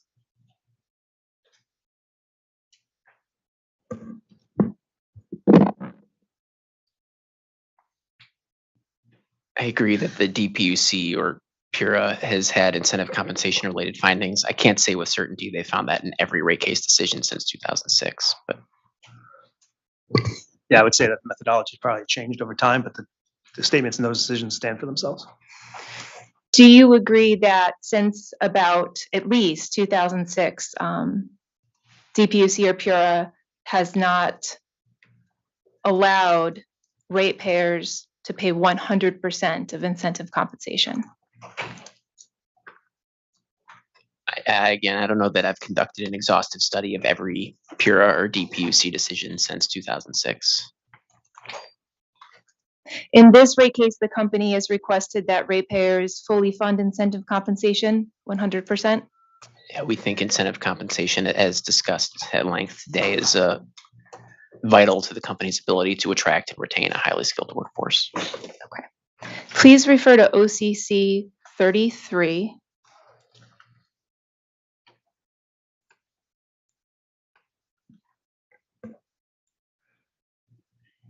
For 2021, do you agree that 564 UI employees were eligible for and received incentive compensation?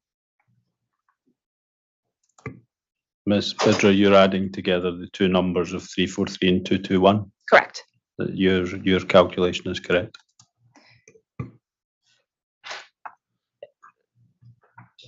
Under the non-union category of 221 eligible employees, please categorize what types of employees are eligible for incentive compensation. So that's talking about what we call the APA plan. So that could be customer service agents, customer service managers, government relations staff, engineers, accountants, analysts. I can keep going if you want, just to give you a sense of who's in there. How about this? Which UI employees are excluded from eligibility for incentive compensation? I don't believe any are excluded because they're either in the union or in the non-union, who are covered either by the APA plan or the EVP plan, depending on their seniority. Okay, so then would it be correct that in 2021, UI had 564 employees? I don't have those numbers in front of me, so I can't answer that straight off, but there are also clauses in those plans that say if you have been retirement eligible, or you have had, mainly retirement eligible, or if the company's, if you've left for certain reasons, you would still be paid. So there may be a mismatch between numbers because of the clauses in the plans. Yes, our actual headcount in 2021 was 631, but you're also not eligible for our plans if you're hired at a certain point of time during the year from when it's actually paid out.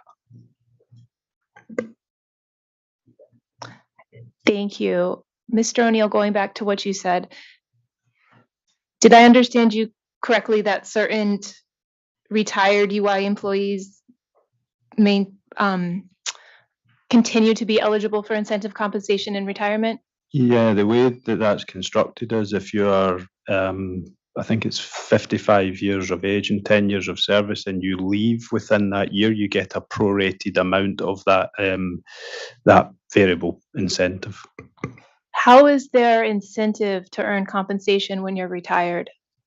Remember, it's prorated, so you have to be working to get it. You do not get it for the period you've left. So if you were there for 6 months, you'll get it for the 6 months, and the 6 months you've left, you don't get anything, you've retired. Thank you.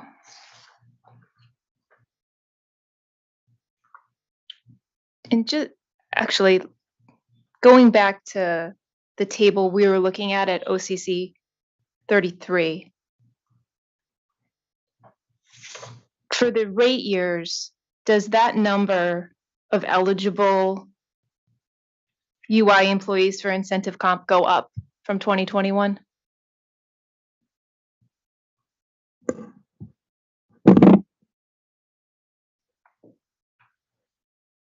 The company did not project incentive compensation at that level of detail. Rather, we began with the amounts reflected in the historical test year and then grew that based on certain escalators.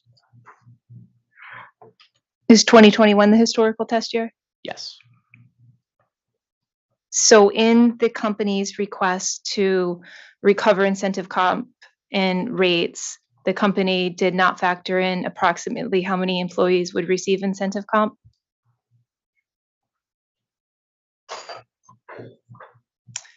I would say again that our revenue requirement was not developed at that level of detail. What we did was we took the amount of incentive compensation expense reflected in the historical test year and then grew that based on certain escalators.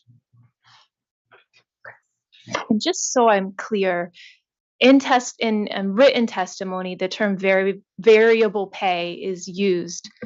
Is that synonymous with incentive compensation? Yeah, it's variable on performance. So if you don't perform, it varies. It could go from 25% to 100%. That's the variability of it. It's the incentive is to overachieve and get customer satisfaction. If you do that, then you get more. If you don't, you don't get it. Okay. So there's not a separate category of compensation called variable pay. I think it's just words that's being used there. They're interchangeable. Thank you. Has the company's 401k plan changed since the 2016 rate case? It has, the match formulas have changed as when we froze the pension plans. How have the match formulas changed, please? They've increased over time. So non-union employees now get 150% on 8. And per the negotiation with the unions, there's a couple of different formulas, 150 on 6 and 150 on 7, in exchange for freezing pension benefits. Is the company seeking to recover 100% of its 401k expenses in this rate case?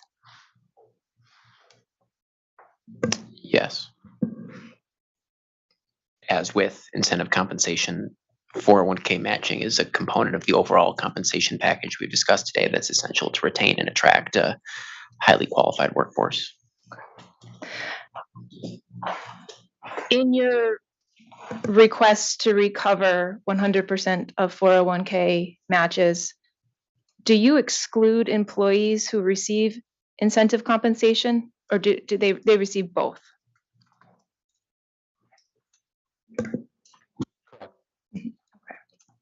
Is there currently a management compensation plan? When you say management, the distinction is executive. So basically, vice presidents reporting to MC members, and MC members are covered by the executive plan, they called the EVP, and everyone else in the non-union is covered by a plan called the Annual Performance Plan, APA.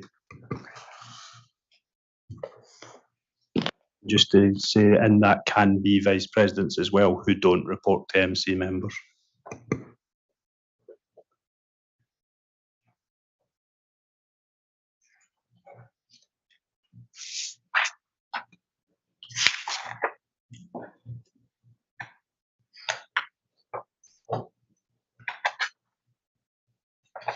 Okay, just to make sure I'm clear on how compensation is categorized and labeled, is there a bonus category in addition to everything we've talked about? No, we don't pay bonuses, we pay variable incentives. Okay. I believe your testimony has been that employee recognition awards can be cash awards. That is an option. Okay. About what percentage of employee recognition awards are cash awards? I do not know that answer. I've actually looked at that from a governance perspective. I would hazard a good estimate about 10%. They are subject to a rigorous approval process. Rigorous. Sorry. Somebody from the US can translate for the Scottish guy. Thank you. So for the other 90% of employee recognition awards, what types of awards are there?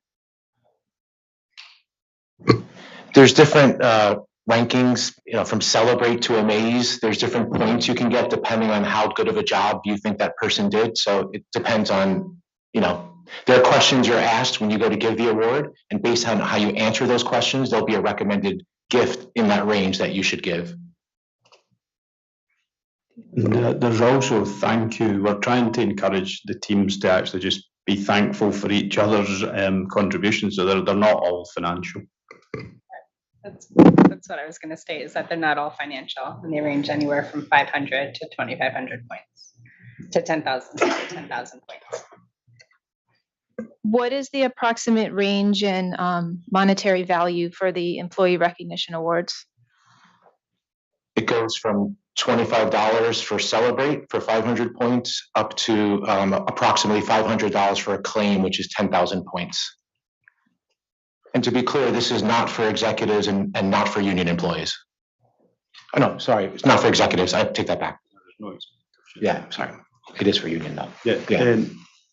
It's for union. Yes. No, I don't think it is. It's not for union? It's not union. Sorry, not for executives, not for union. I apologize for the confusion. Okay, and so the record's clear.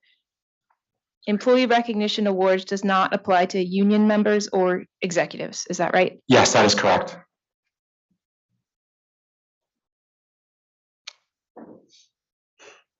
Is it correct that loyalty awards also include cash awards? It's all part of the same program. Is there a different, I know this I have her testimony on this. I want to make sure I'm clear. I understand the employee recognition awards and loyalty awards are part of the gratitude program. Is that correct? That is correct. I'd like to learn more about how an employee recognition award differs from a loyalty award. So I'm just going to ask some more questions about the loyalty awards. So loyalty awards include cash awards? It might just be semantics that are tripping us up here. I mean, we're making that distinguishing between those two words, but to us, it's all just really part of, it's either service-based or it's recognition-based. So you either here for a certain amount of time or you want to recognize for a certain task that was done. Those are really the two distinguishing buckets. Can I just add, I think you may be referring to our accounting, because I've seen on an earlier filing that it mentioned loyalty gifts. So that's back to that thing where we have this global category.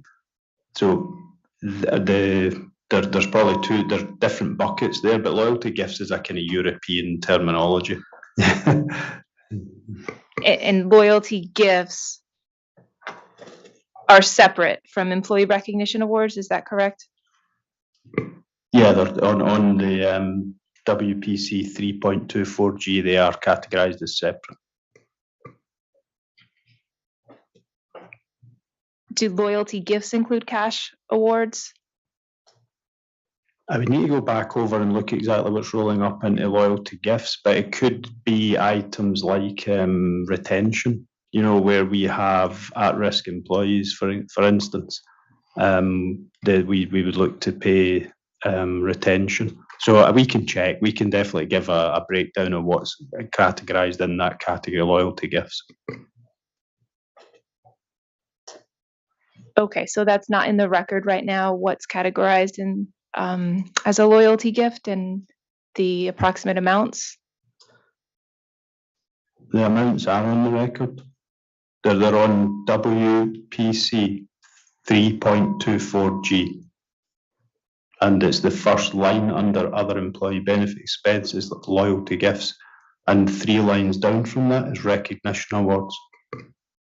Okay, so what's not in the record is what types of things or amounts of money are included in loyalty gifts? I don't believe it gives a split unless Jacob's got it there. Yeah, can you give me just one moment? We've answered many data requests. One may have covered this.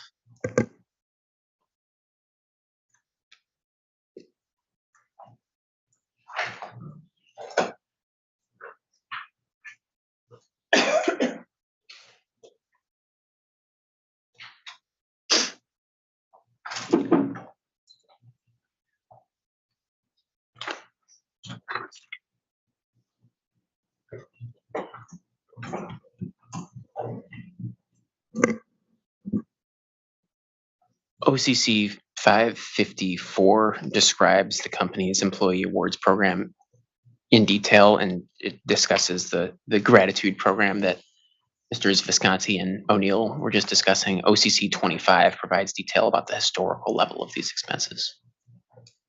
And if there's further breakdown we can provide, we would be happy to do so. Okay. Depending on the ease at which the company may get this information, I'd like to please request either a read-in or a late file listing the amounts of cash awards included in loyalty gifts and the types of gifts awarded.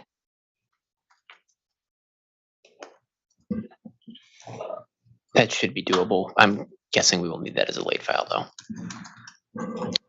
Okay, that would be late file exhibit 85 is to provide the breakdown of the employee gift categories. I'm sorry. I believe it's labeled loyalty gifts. Is that correct to the company? Yeah, that's correct. Thank you. Thank you. Is the company seeking recovery of supplemental employee retirement plan benefits in this rate case? No. About what percentage of UI employees work from home?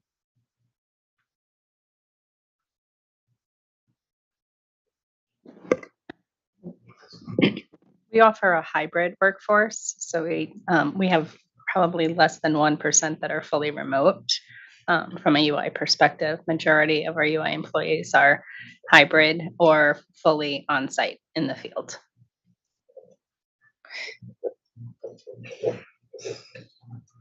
For your hybrid program, approximately how many days are employees in the office versus working from home? Our hybrid policy speaks to 3 days a week in the office, 2 days remote. And approximately how many of your employees does the hybrid program, let me rephrase. Approximately how many of your employees are eligible for the hybrid work program? From the UI perspective specifically, anyone that is not categorized as a field workforce, being within our electric operations teams, if they're categorized as field, then they would not be eligible to be hybrid.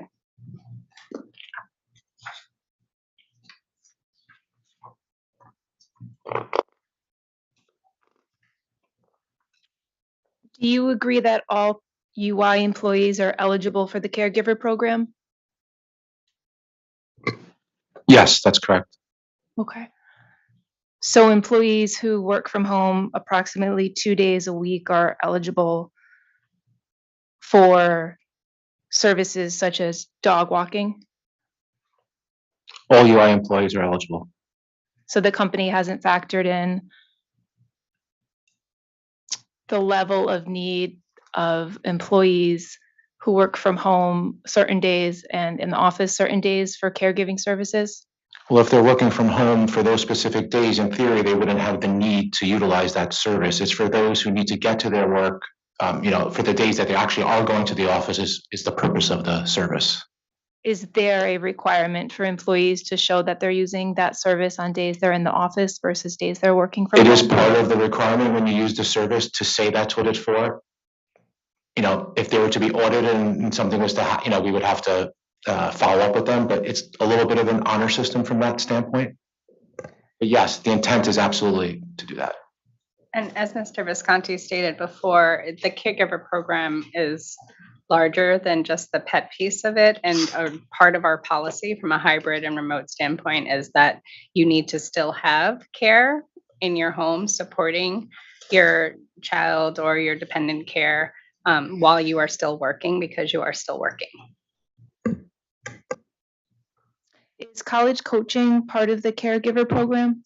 It's another service that's part of the Bright Horizons platform, but has nothing to do with backup dependent care.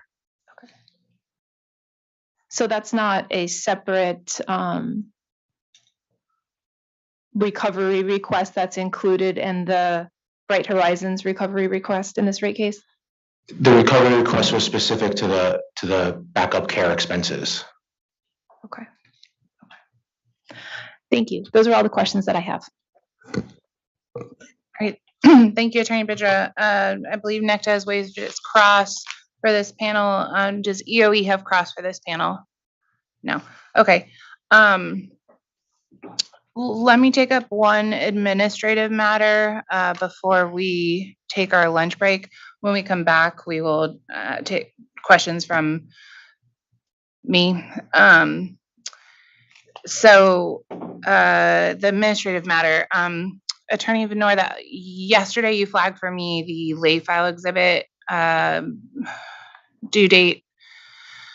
So having looked at the schedule, I guess this affects the OCC too. I think we've issued 1 or 2 late file exhibit requests. any lay file exhibits that were requested through the 24th, so last Friday. Initially, we had not proposed a rolling deadline like we had used for Aquarian, but we're going to have to do that here given the extension of hearing dates. So any lay file exhibits that were requested through the close of hearing on 2/24, which I believe were late file exhibits 1 through 49, those would be due by the original due date. The late file exhibits that are requested this week, 2/27 through today, yes. So any requested this week will be due by March 13th, which is a Monday.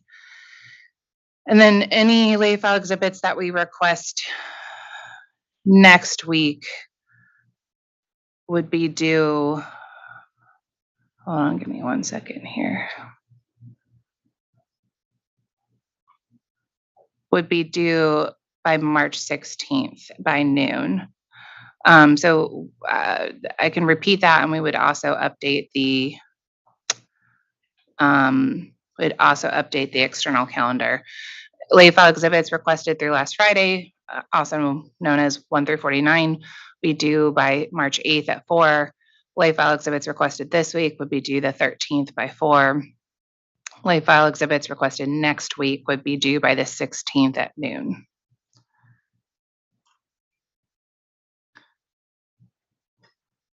Sorry, Chair, I'm just looking at the calendar. So I'm off a week. So those through the end of this week would be due on the third. Okay, so due the 13th.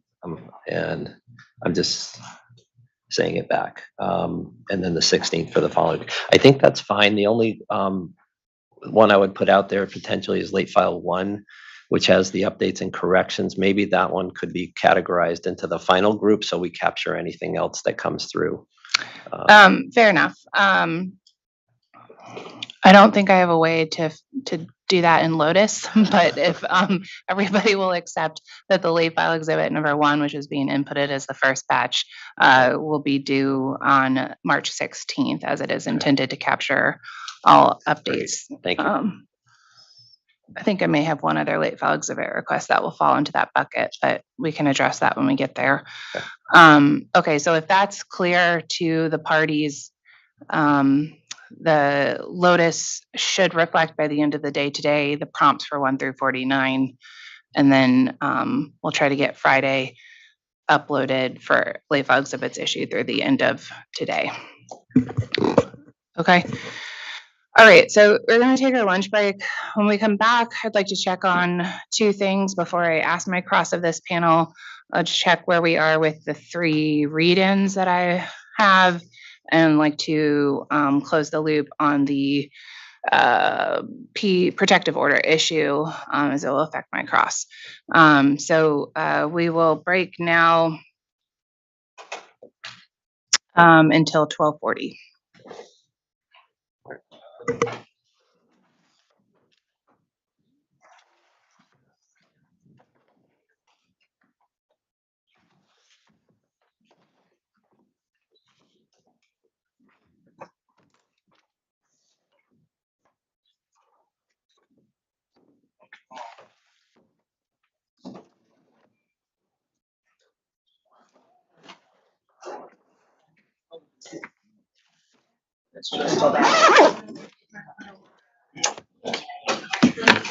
And we'll see you back. Oh, yep, I'm on my way.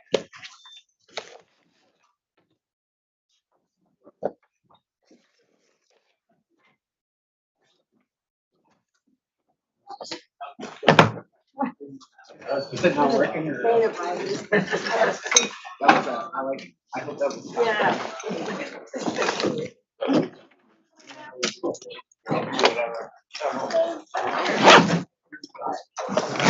You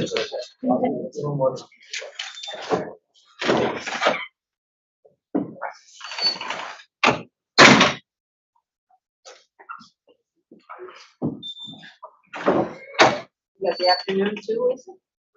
No. Oh.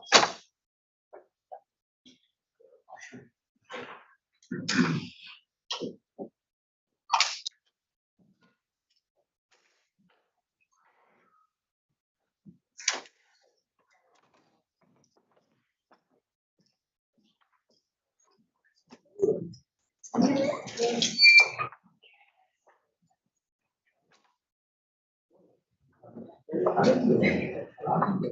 here. No.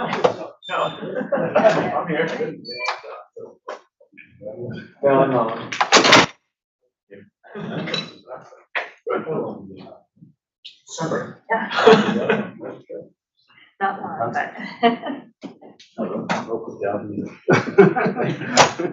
You get all your prep for it. I know, but I still.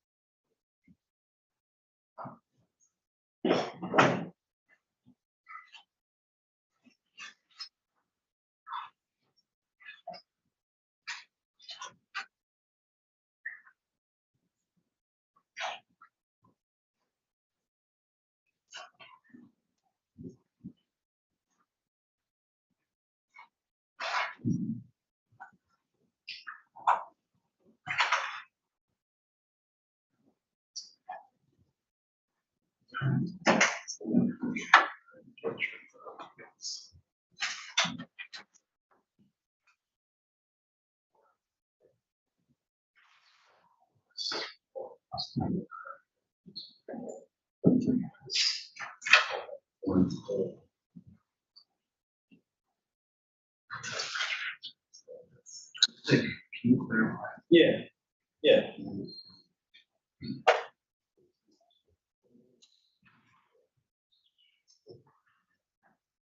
Yeah. How you doing? Hey, Steve, how are you? All right. Good to see you. Steve, Mark Cook. I don't think we've that person. Seen you online quite a bit. Yeah. How you doing? Yeah, nice to meet you. Thank you.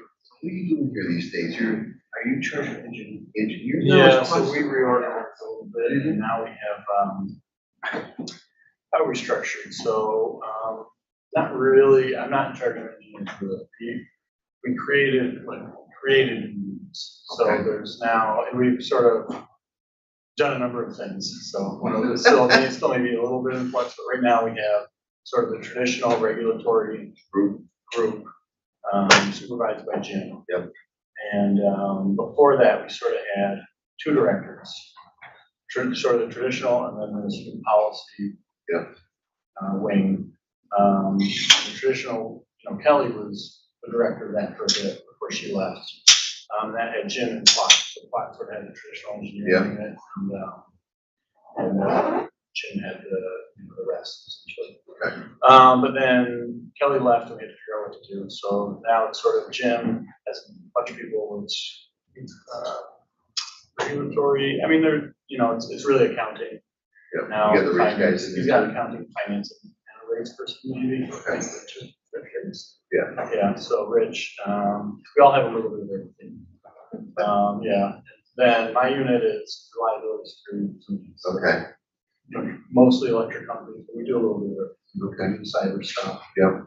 So the report. Yeah, and then Stephanie Cohen Jr. is in Portable Energy. Yep. And we got a couple other policy. So, where's Quack these days? So Quack's doing, he was supervising Linda King Corbin before she retired. Now he's not supervising anybody. Really? But he's doing, he's working, I think, with Steve Ken Waller and doing some site council stuff.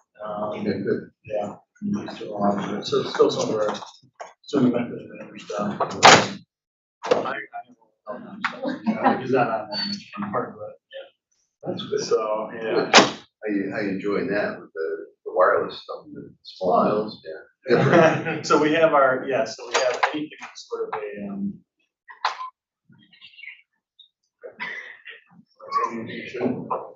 I saying anything I shouldn't?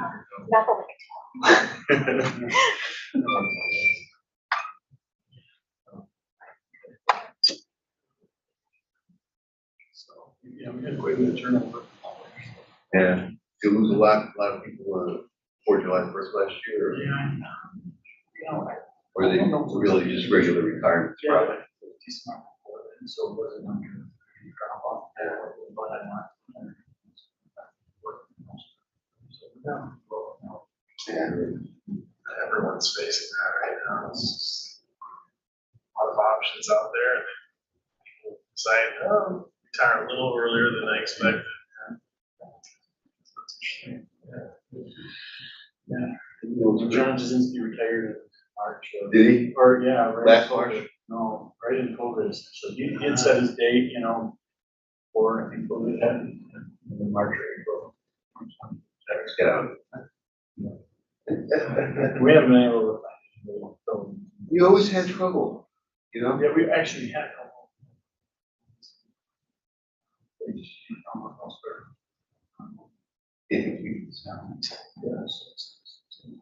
Yeah, I saw the chair, I think it was neck bump. Mystic. She was telling me then, who was building it. Yeah, almost across the board, right? Things will change.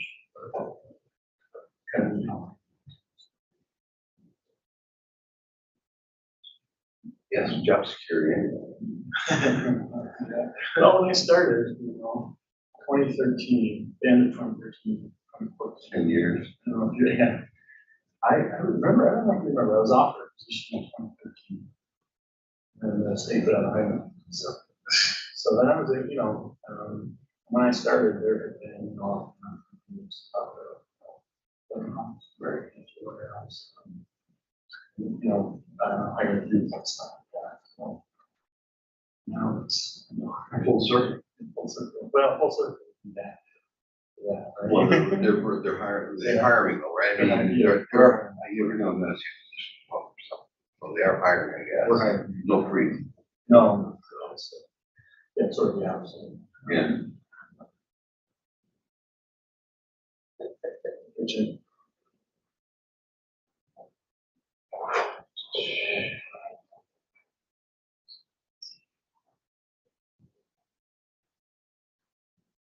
Okay.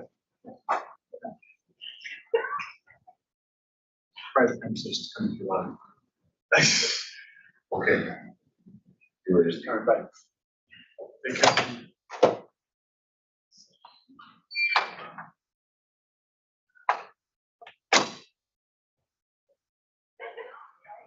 I'm gonna grab something out of my car. Yeah, okay. Are you going to talk about this? Okay. I don't know. Discuss. Grab this thing. So.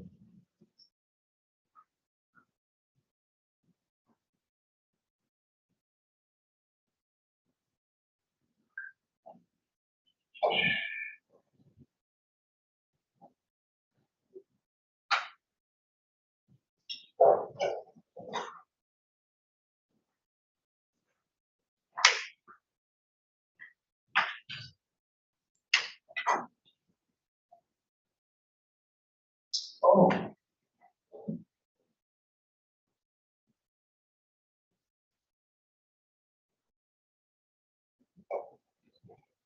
Great.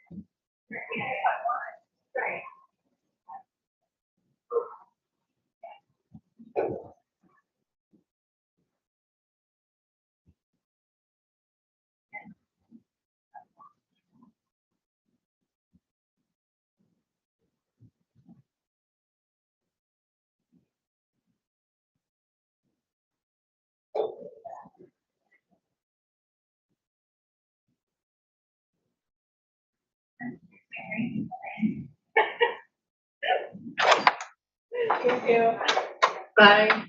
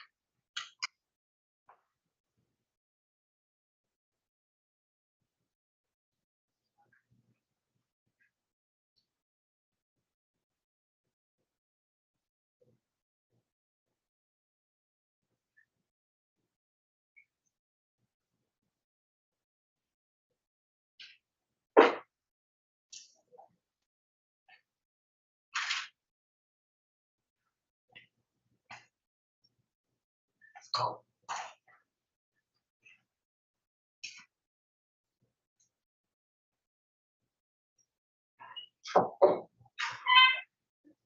Jorge.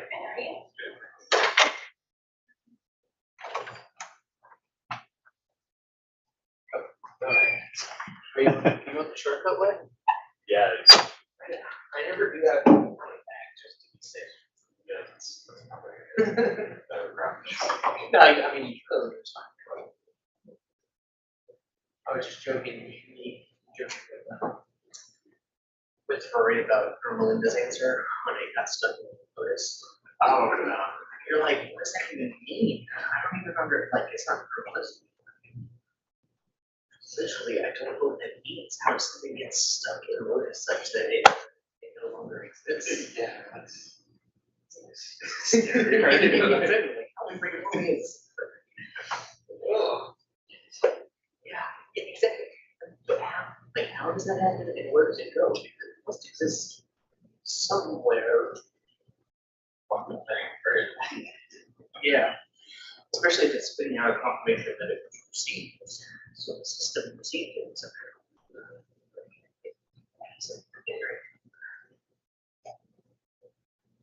very scary bunch. I was telling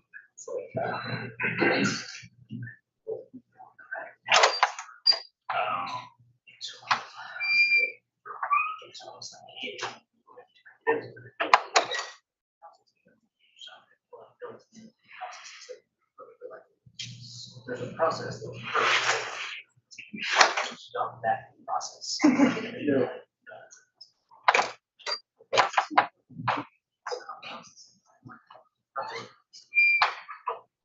Doesn't make any sense.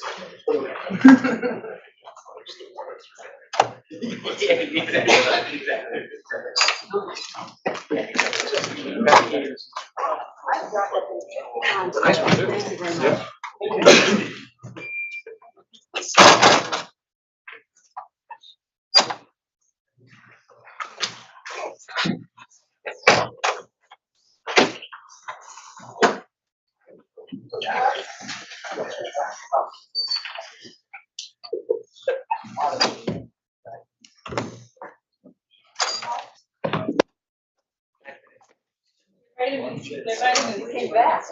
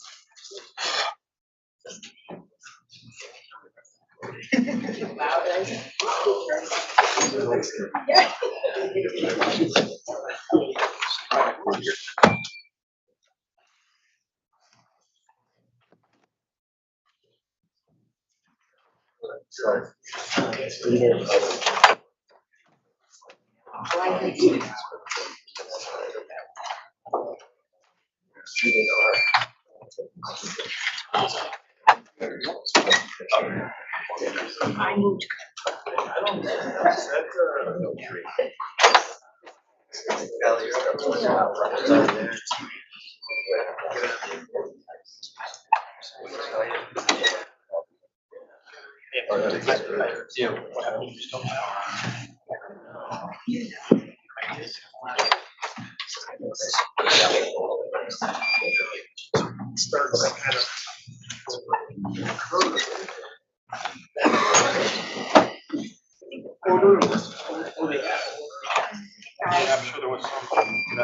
So I'm sorry, I blew up on you.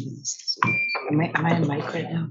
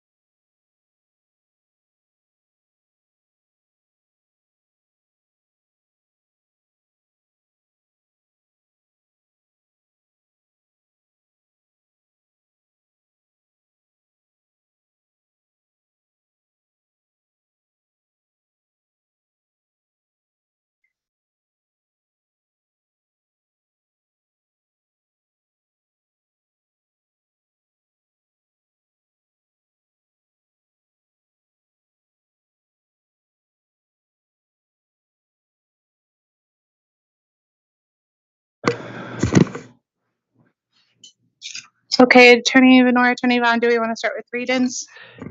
Yes, Chair Gillette. So on two of the three read-ins I have outstanding is Q, R, and S. We'd like to request that for read-ins Q and S, that those be converted to late filed exhibits. They're taking a bit more time to put together, to track down and put together the information that to respond to those. And then read-in R, we're still working on that. We think we can do that one as a read-in, but just need a little bit more time. Okay, understood. I'm just gonna need a little bit of help converting these to a late file exhibit. Yeah. So late file exhibit 86 will make read-in Q, which I have as to provide the range referenced in Schedule C dash 3.24E, as well as the basis for the 4% escalator. Correct, related to workers' comp.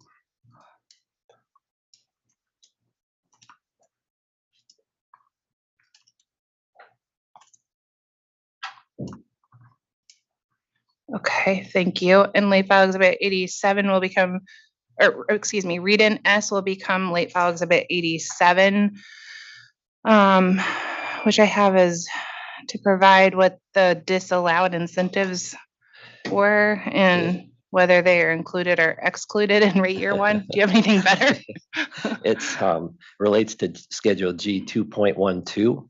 And it's a footnote 3 in Schedule. It's to provide an explanation of footnote 3 in Schedule G 2.12, which references the 2013 rate case and some disallowed costs. We're verifying whether that was simply a stale footnote or whether there's other information that we need to verify. Very good. So I'll just say reference Schedule G-2.12, provide an explanation regarding footnote 3.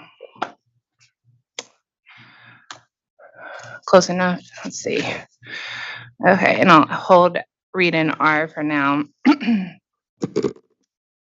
Okay, so do we want to revisit the company's position on General Statute 16-44A? Yes, thank you, Chair Gillette. So we've had a chance to look at that over the break and have a response and a proposal with respect to, I think this ties specifically to attachments 1 to RRU 250 and RRU 251. So just starting from the statute itself, 1644A is specific to information of a public service company and also to salaries. So there's kind of two limiting factors there in that, UI is the public service company and, whereas the holding company is not, but the information in those exact attachments, includes holding company information and comp information beyond salaries.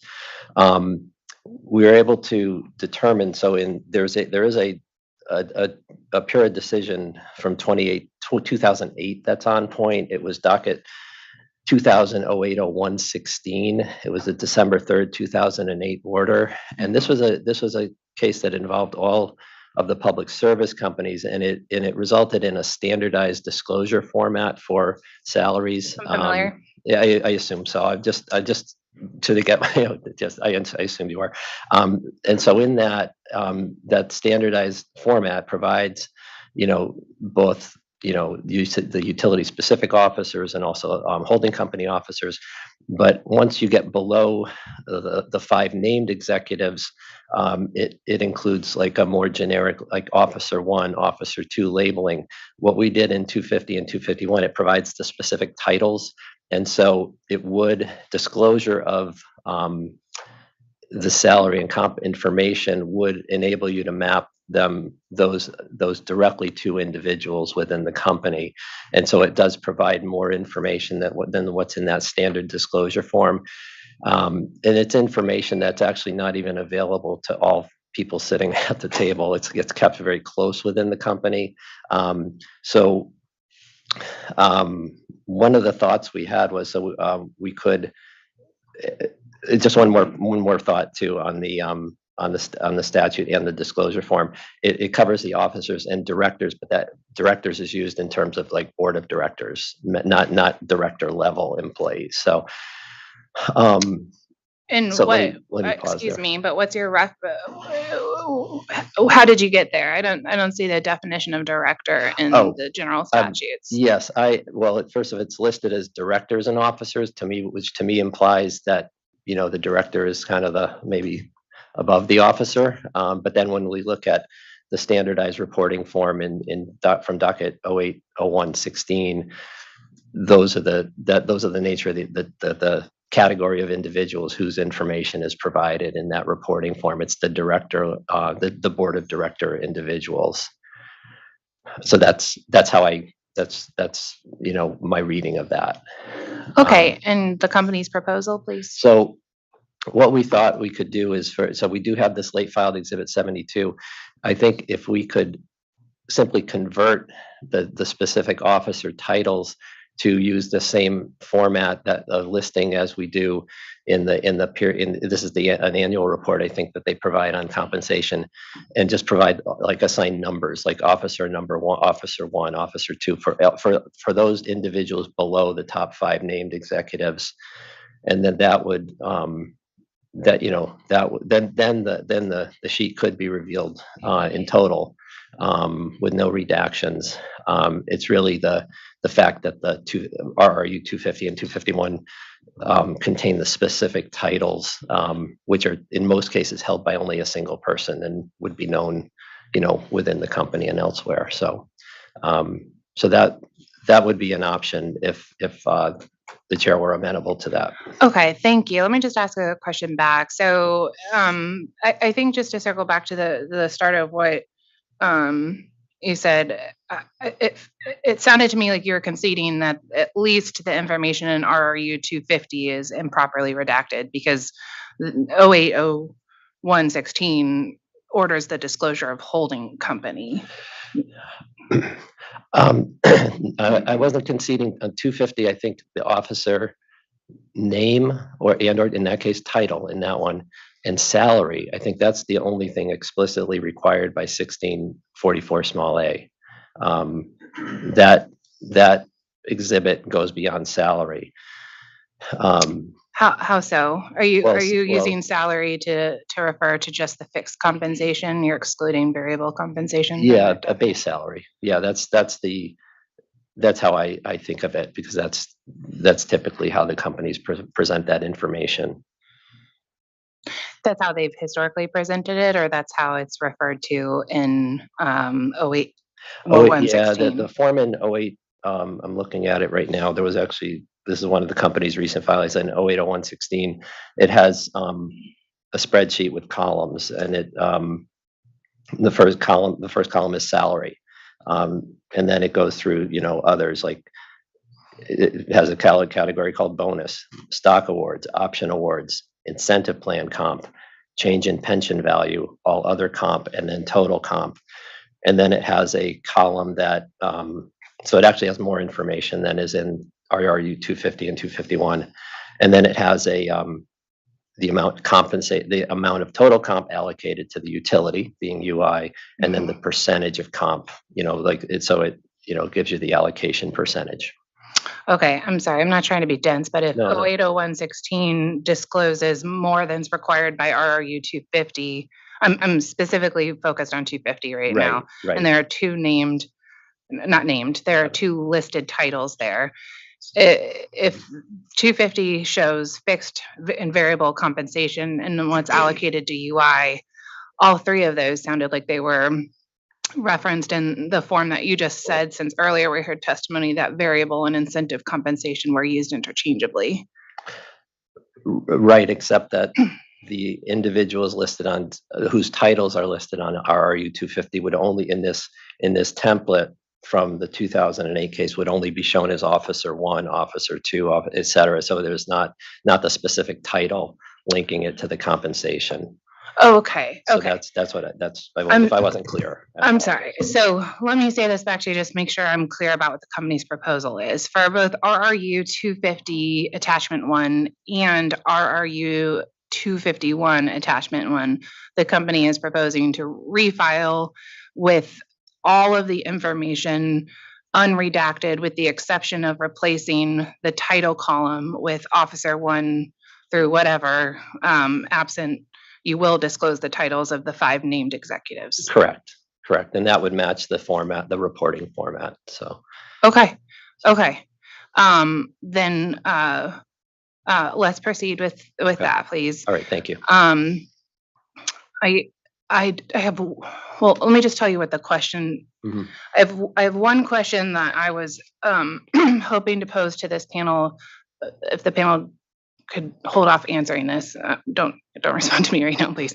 The question I was hoping to pose to the panel was if any of them on the panel are one of the officers listed here, not to get into what their specific compensation is, but Right. to understand if they are one of. And I think that's a perfectly appropriate question, and I think I know what the answer will be. It'll be because, yes, because on RRU 250 and 251, the titles are shown there. So that's, Already? that's Okay. it. That's in the public record. That's perfectly fine. Okay, very good. Then I think I think I'm comfortable with the rest of my cross wouldn't venture into confidential, even knowing what the company's revised proposal is. So let's do this. If I can ask the company to, I know late file exhibit 72, I think you said it was, implicates these 2 interrogatory responses, but I think that's was for a different purpose. So if you can still respond to 72, but for these interrogatories, I would be looking for you to refile them in the public record pursuant to the proposal. Okay. And then I guess you'd have to file a matching redacted to indicate what the officers 1 through whatever were. I'm not sure we would need a redacted version if we're using that, if instead of using the titles, if we're just using officer 1, using the, more generic officer 1, 2, and 3. Okay. I don't think we need a redacted version for that. Okay. We might have to, I'm thinking, just so you can't take the current version to the new version and line up the line items, we might randomize the officers 1 through 3, so they might appear in different, In different orders. Yeah, Okay. it'll total up to the same amount. But I think that will be a way to get it into the public record. Okay, understood. So in terms of randomizing the order after the 5 named executives, Yeah. I would just ask that the numbers not change. So if we have to, Right. if we have to later map them to the Yes. original confidential, I could do that. Yes. So I could Yeah. figure out who the officers were. You could. Okay. Yep. Okay. All right. I'm gonna stop there because I think we understand each other. So I'm not gonna try to restate that for fear of messing that up. So we understand each other. I think we do. Okay. I think we do. Oh, excuse me one second.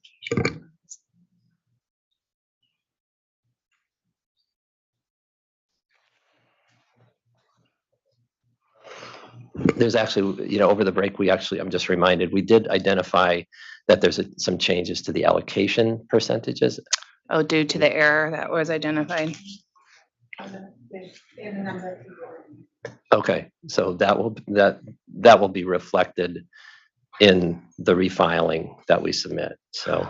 Okay, fair enough, which means that I do need a redacted version so I can decipher which officer is which. Okay. Okay.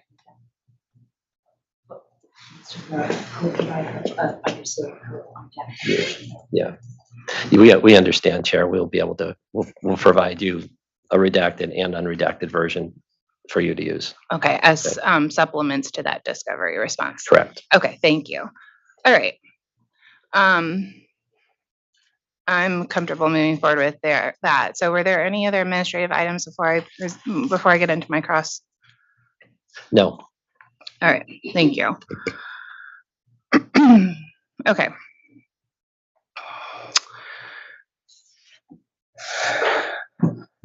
Okay, I have a couple of cleanup questions from making sure I understood some of the cross that happened, particularly with the OCC and the AG recently. So there was an exchange about Ms. Van Lilling, I think you were responding to this. The question was about for the rates, not sure what to call it, factor in the officers' incentive compensation evaluation factors. There's a response that the budget was not necessarily what was allowed in rates when it came to rate base. Do you recall what I'm Correct, yep. Okay. Yep, that's correct. Okay, so my question was, you referenced an acceptable range in the response, and I just was hoping you could further clarify what you meant by acceptable range. Sure, so it's. It was 5.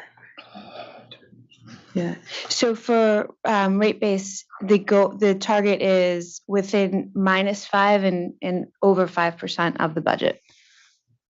So if, as long as you're within the -5 to the over 5, you achieve some of that Okay. incentive comp. Okay. What happens if the executive is above or below the target rate base, if they're outside of that acceptable range? They don't get any incentive comp for that particular item. Okay. Is the acceptable range plus or minus 5% for each factor? No, it changes by each factor. Okay. Can you talk to me a little bit about how and who determines the acceptable range per factor? And Sure. kind of like why they would change per factor? Sure. So each year, if we start with like the Avangrid level, they'll go first in setting their goals. So let's use rate base, right? So they'll take a look at, in the setting for rate base, what is the budgeted rate base and what are the risk factors associated with that. And so they'll look at the total dollar value of rate base. I'm making these numbers up. Say it's $1 billion. 5% on $1 billion is X amount, or 10% might be that.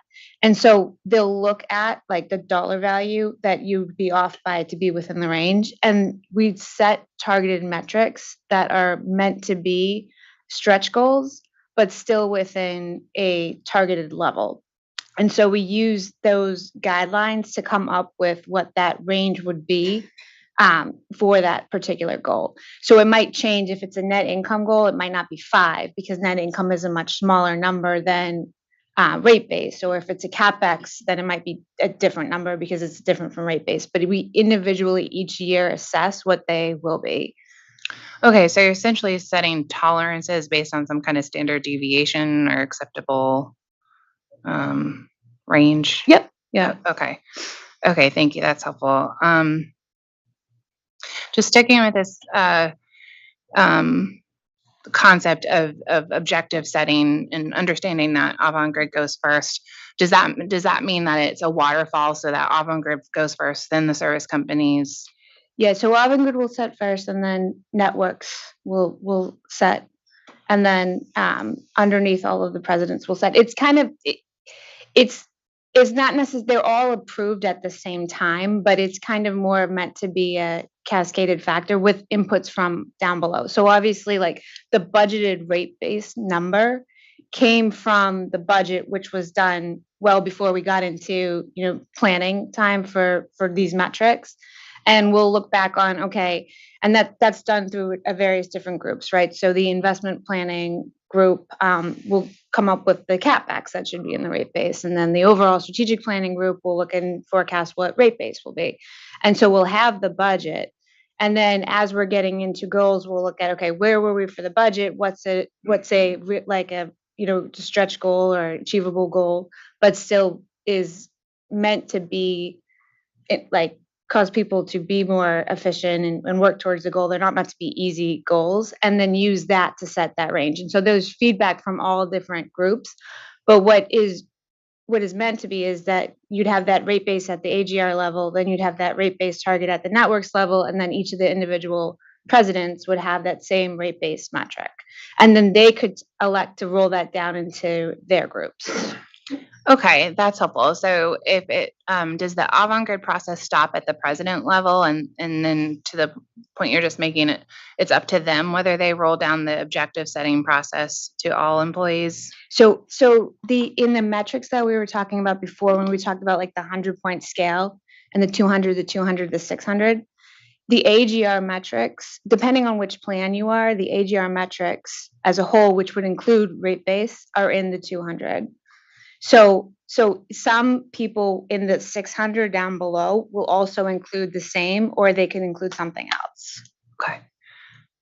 I'm sorry, did you want to add something, Ms. Holman? So just to add to that, in terms of the objective setting process, that goes down through all non-union employees are required to complete objectives that are part of their annual performance metric. All non-union employees. So union employees are not required to participate in the annual objective setting process. They have their own objectives that are set through the collective bargaining agreements, but not part of our performance management process. Okay, so, and I think that's what I was understanding from your costs earlier, but just to clarify, that means that well, let me back up. How often is the collective bargaining agreement renegotiated? I think it's roughly every 4 to 5 years, typically. Okay, thank you. So in the CBAs, is there some kind of escalator or stretch goals for the union employees that differs year to year, or is there objectives that are set? They're essentially set in time at the time of the CBA, and then they remain static for the 4 to 5 years. I would need a minute I could do that as a read-in potentially. I would have to pull up the CBA specific to the 2 union agreements. Okay, yeah, I think it's like that. I don't, are we at T? No, U? Read Yeah, read in you. you. Yeah. Okay, thank you. So, just come back to that and.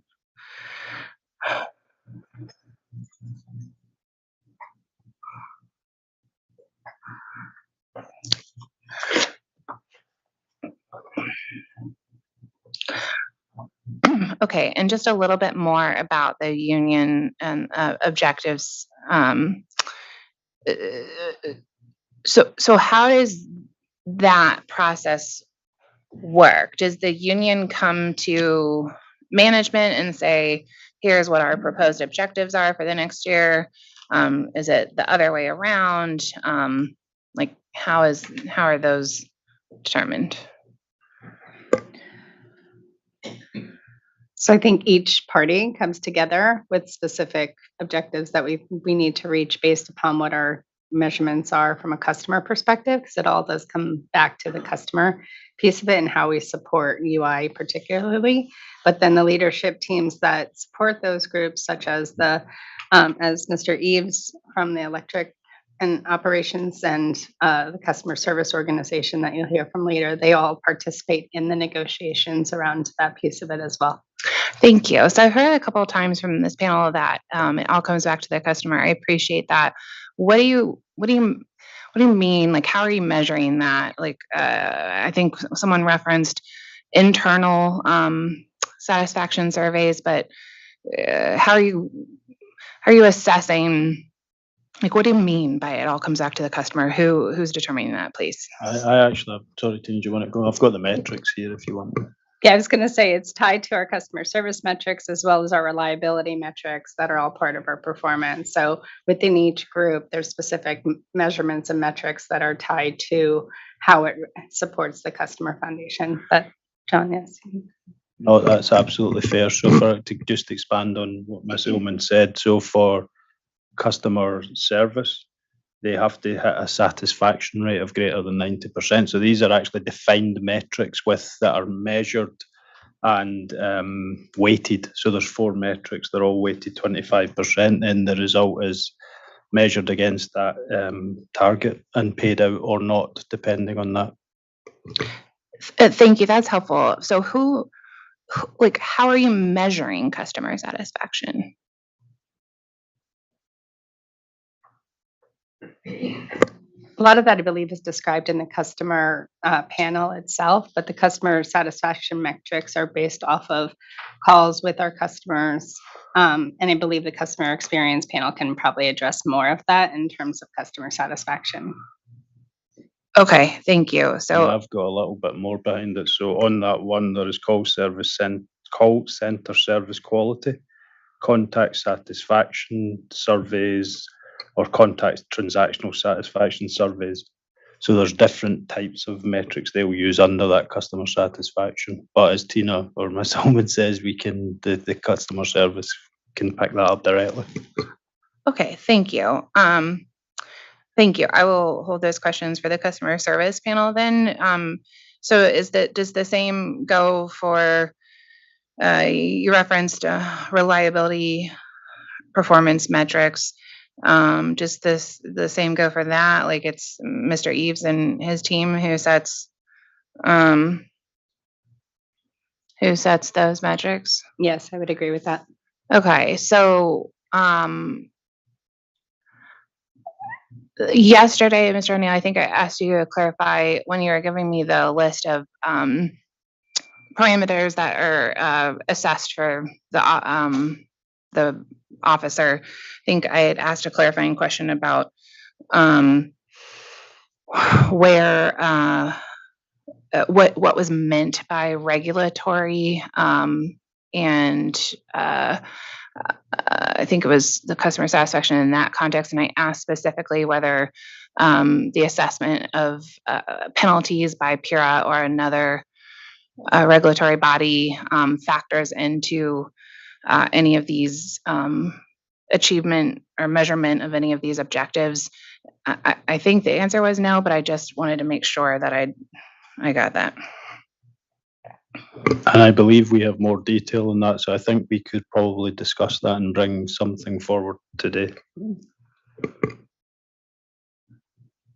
I'm sorry, Mr. O'Neill, not to be dense, but what do you mean? You need to check and tell me.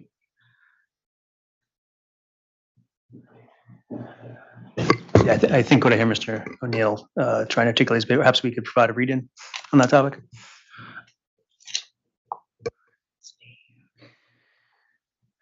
Thank you, Mr. Campion. So read in V would be whether PURA issued or state agency, or I don't know if UI would ever be subject to.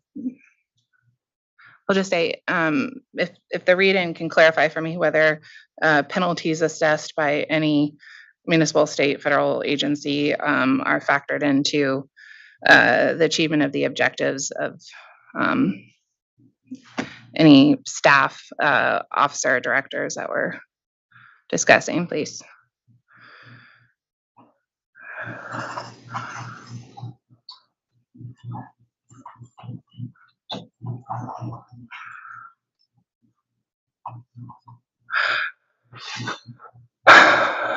Okay. I know we've talked a lot about incentive compensation, but I wasn't sure I understood how incentive compensation is funded. Can we back up a second, please, and articulate to me how the pool of dollars that's used to fund incentive compensation is populated? Is that? Are you asking for like how we come up with the budget for it, or how we do the accounting and when we recognize the expense? The budget, please. How do we determine what the budget is? Yeah, so I'm familiar with other companies who, separate and apart from what they're asking for, to be part of their revenue requirement, whatever. There's sometimes a formula based on the achievement of the holding company or the parent company, et cetera, and on an annual basis, and then that populates the pool of money that is then split. So I'm asking for that explanation of how that's done here. Sure. So we initially come up with the budget for what we expect to be the payout for the year. And then as we go through each month, we need to take a look at what we actually think we're going to be achieving. Is it 60%? Is it 100%? And we'll make sure that we've accrued or expensed equivalent to what that percentage payout is that we expect. So we'll monitor each of those different factors, the net income goal, the rate base goal, and we'll look at, are we trending like we're going to make it? And if so, what percentage are we trending at? And so we need to have expensed that portion by the time we get to the end of the year. And then when in that budget, the the allocations to the different entities will follow how individuals their time is flowing. Okay, so thank you. So when you're coming up on the other end, when you're coming up with the number that you're requesting through this application, do you assume 100% achievement of objectives?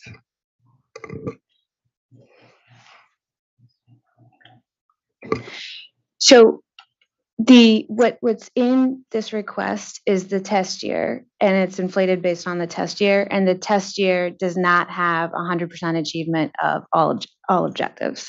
Okay. So it's based on whatever the actual payout was from 2021. Okay. Which is different sorry, I didn't mean to interrupt you. No, I was interrupting you. So it's going to be different from 100%, ranging between 0 to 100. Okay, so like I think if I recall correctly from CAE 47, customer satisfaction was only 89% in 2021. So if the metric was 90%, then what I should see when I look at the 2021 is that no payout was made for anyone who had a customer satisfaction component because they did not achieve 90% or higher.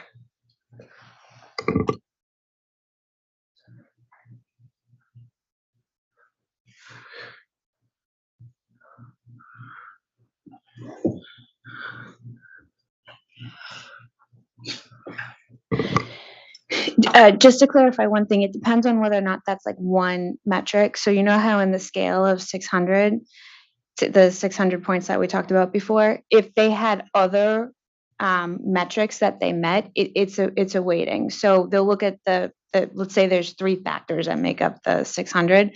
You might have the first factors were 200 and you didn't achieve that all. That was maybe the customer service. So that's 0. So they would take your targeted bonus payout and multiply it by 1/3 times 0, you get 0 for that. But you may have gotten the 2 other pieces. So maybe you got 100% of part 2 and you got 50% of part 3. So then you'd still get a payout, but nothing related to that one metric.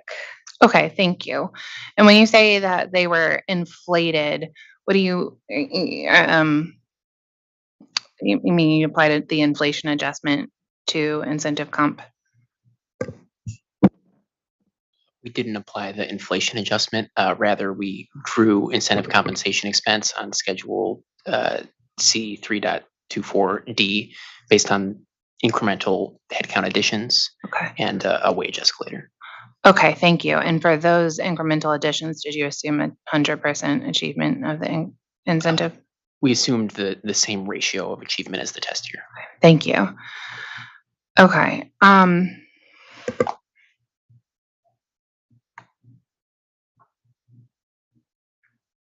All right.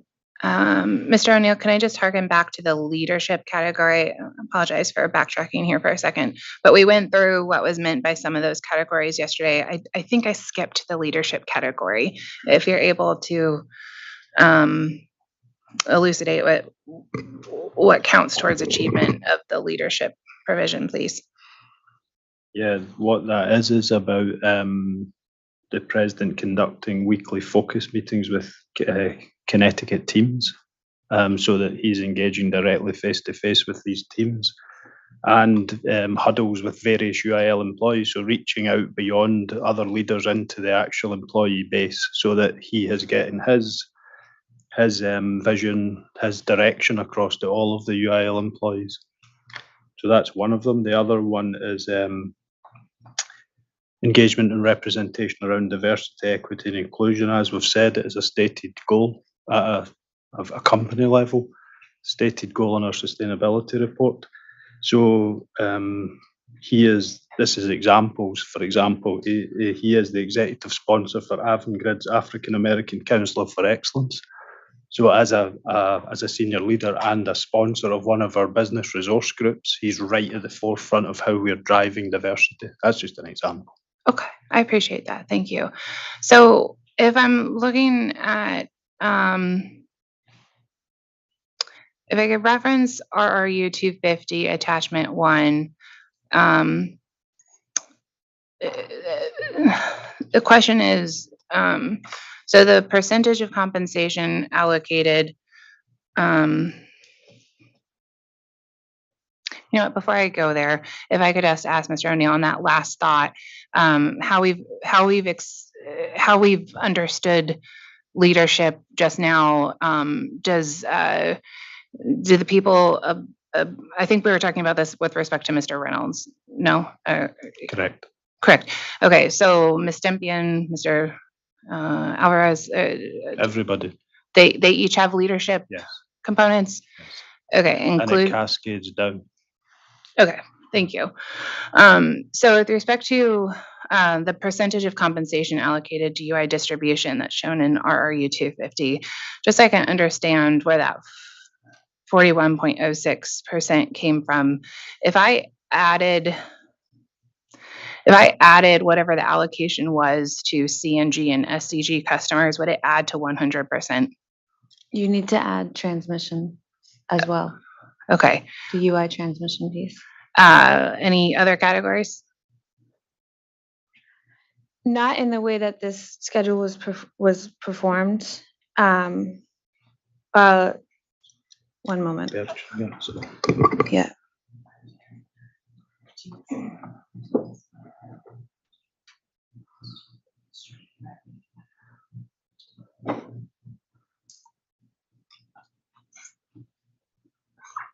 Yeah, just CNG, SEG, and the UI transmission. Okay, so how do you account for, though, when the individuals on this chart are spending time on unregulated businesses? Because certainly off the top of my head, I can think of several times I've seen him in an unregulated capacity. Yeah, so he's also the president of Gen Con. And so this is where, if we could maybe add to the request of 47 for 251 that redoes this based on where the actual time went, which is what's in the test year, we can redo this one. So theoretically, what happens on this is he will direct charge his time to Gen Con, and let's just say he makes $100,000 just so life is easy. When he direct charges his time to Gen Con, if that direct charge is $5,000, then the $95,000 is what's distributed at this 41.06%. So when we recast 251, we're going to show you the actuals that went to all of the entities, and we could recast this as well. I appreciate that, but I think the genesis of the request for the actuals was because I wanted to see how different this was from what's actually occurring. Because what I'm seeing in RRU 250 and 251 is what the company is asking for. No? No, this was just what the company is asking for is what's in the test year, which is what it takes out the direct amounts before it gets to the allocations. So that's why I want to align this to what's in what the company is asking for, and then the actual percentages, so that this aligns with everything. Okay. And where can I see what the company's asking for?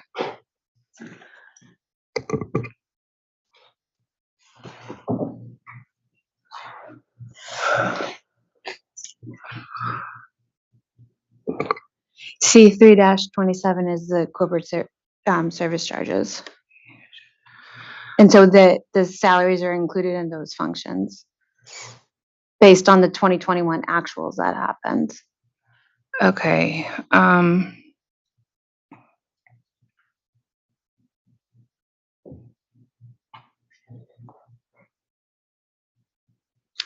So I'm looking for the interrogatory response, because I thought we were clear that what we were looking for in 250 was what was being charged to rate. So I'm just have a whole series of questions that made an assumption.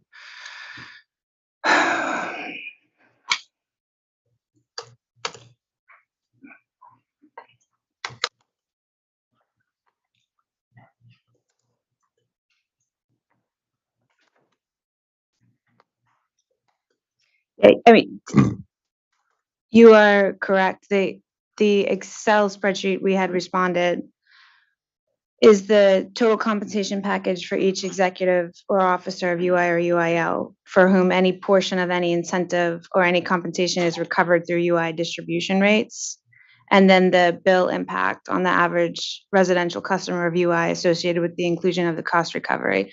And so the way that the schedule was done doesn't necessarily, I understand what you're asking, and now we completely understand what you're asking, and we'd like to revise this for how we should have shown it.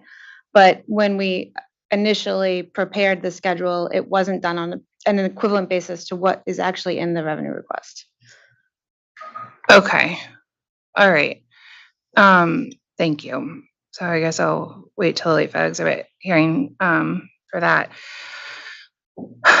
So when I'm looking at RRU 251, so I think the CEO of Avangrid is a named executive. I'm going to refer to his salary. He is just, this is from 2021, and so there was a different CEO at that time.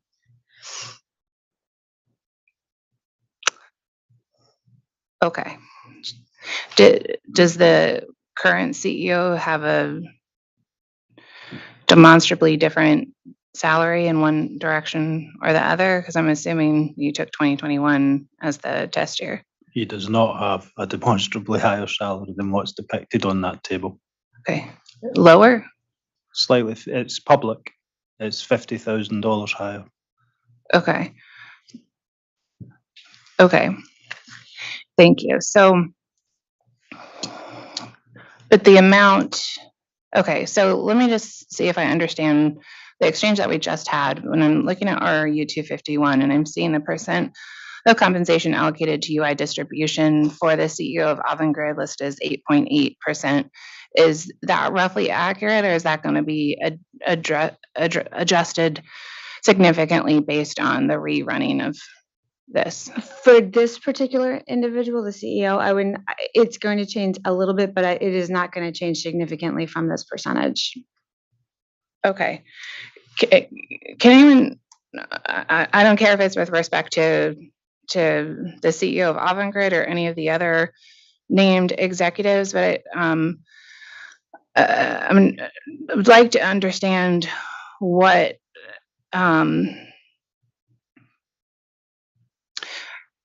if compensation is being allocated to UI distribution. I think I understood from previous testimony, the expectation is that any percentage allocated to UI distribution is based on the time that they are spending to the benefit of UI customers.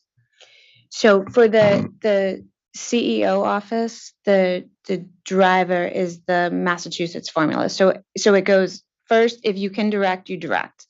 So if he was working on something that does have direct charges, the direct charges will go first. And then after that, whatever is left in the pool, it's going to go through the Massachusetts formula. Okay, so thank you. What standard is applied to what can be direct charged? Like, what is it to the benefit of UI customers? So I'm not like, I guess what I'm looking for an example is he direct allocating anytime he's on an investor call and he references UI? Does that get direct billed? No. Like today, right now, me sitting here only working on UI, I'm direct, and we put it below the line as we're required to in the statute, but I have a separate code I'm going to charge to UI that's going to go below the line at UI because I am working right now just on UI. Okay, that's helpful. So if I'm looking at this though, 8.8% translates into roughly 3 hours a week. So is it testimony or not that these individuals are spending 3 hours a week to the benefit of UI customers? It is. And so he is the CEO of Avangrid, but has direct reports, including like purchasing and general services. And so the purchasing department and general services report directly into him. He provides guidance. He oversees the purchasing in the general services department, as well as human resources, the CFO office. Okay, and all those individuals you just named are employees of UI? No, but they provide services on behalf of UI. So purchasing is a consolidated group that's a corporate shared service that is governed by the CEO, and it provides services directly to UI, but also has allocation. So purchasing's allocation factor is the number of POs broken out by the individual utilities. So they'll go at the end of each year and calculate, okay, we had 8% of POs came in directly to UI. And so 8% of that department, I'm making these numbers up, 8% of those department charges is what goes to UI. And so the CEO oversees all of those departments providing policy, oversight, as well as for accounting. And all of those departments, because they're in the corporate services model, do provide direct benefits to UI. Okay, thank you. So my next questions kind of get more into the organizational structure, which is the question I had earlier about whether they're appropriate here or elsewhere. But I think like my immediate follow-up question for that is why those individuals that you just named don't report to Ms. Stempien or Mr. Reynolds. So one of the things that's really important to us is making sure that we don't have duplicative functions. And so if it is something that can be an AGR function across the board, that it will report to the respective correct person. So Catherine has all of the network specific items that are not corporate services. So she's responsible for overseeing like the investment planning for networks. She's responsible for overseeing the operations for networks and anything that services just networks and not AGR as a whole.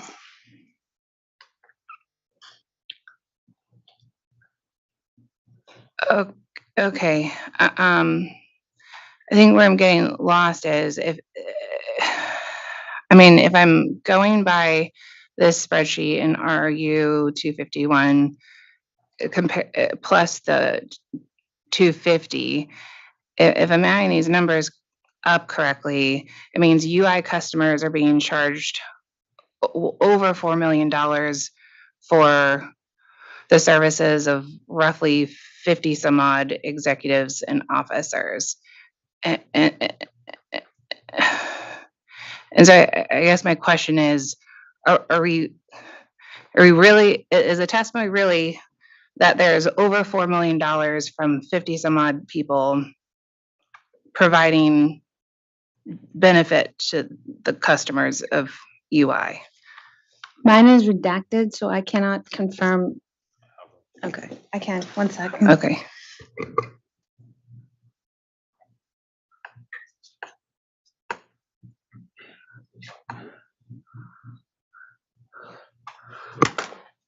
At 3.62 million. Plus RRU 250.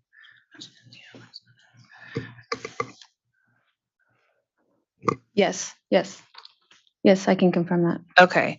So what in the record confirms that if you have over 50 executives and officers providing support theoretically, what in the record suggests or demonstrates that there are no duplicative services being paid for here? So I refer you back to the cost allocation manual with all of the different services that are provided from the corporate services function, and that's going to include all of your AMC and your ASC employees, and runs through what high level what the responsibilities are for each of the groups. It's by function, not by executive, but all of the executives on this list roll up into one of those functions. Okay. Do you need the reference for that cost? Okay. No, thank you.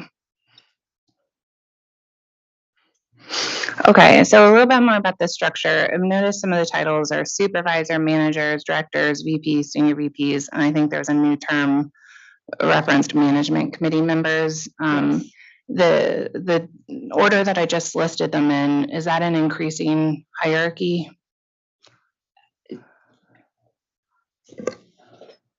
From supervisor to manager, there's a director, VP, and then SVP management company. Yes, correct. That is the hierarchy.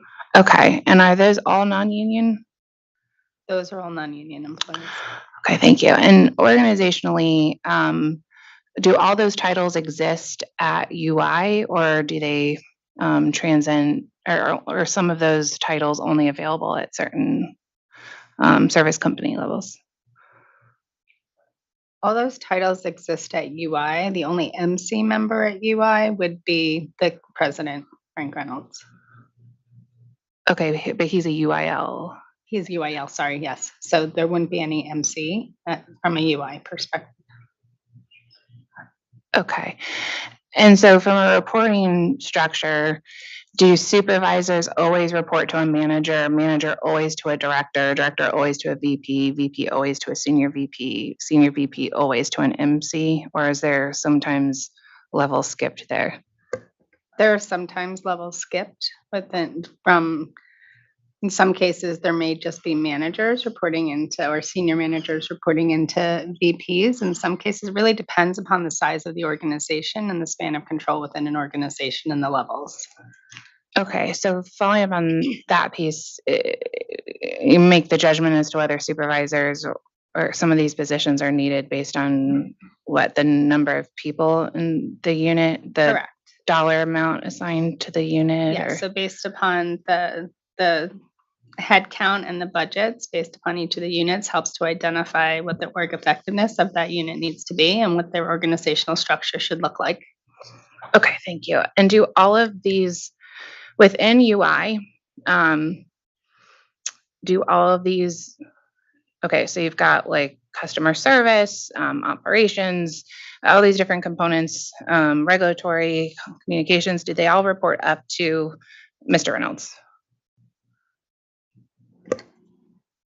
They don't all report up through Mr. Reynolds. They report up through our CEO, Catherine Stempian, from a networks perspective.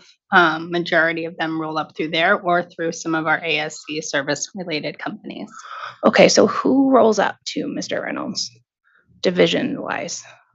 So underneath Mr. Reynolds is our community and government relations teams, our pause 1 second so I can pull up his organizational chart real fast.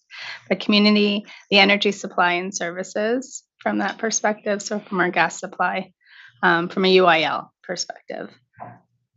And 1 second.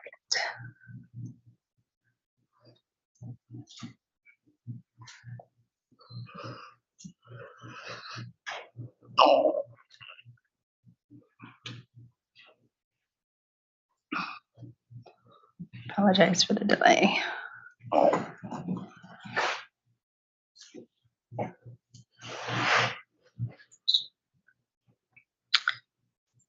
And then our president of our Berkshire, because it is a UIL related company. Thank you. Do you think that's an exhaustive list of responsibilities that report up to him or functions? These are the direct reports to Mr. Reynolds. However, there's the relationship with our networks operational teams that have dotted line accountability are the electric ops and the customer service teams and our process and technology from a UI perspective.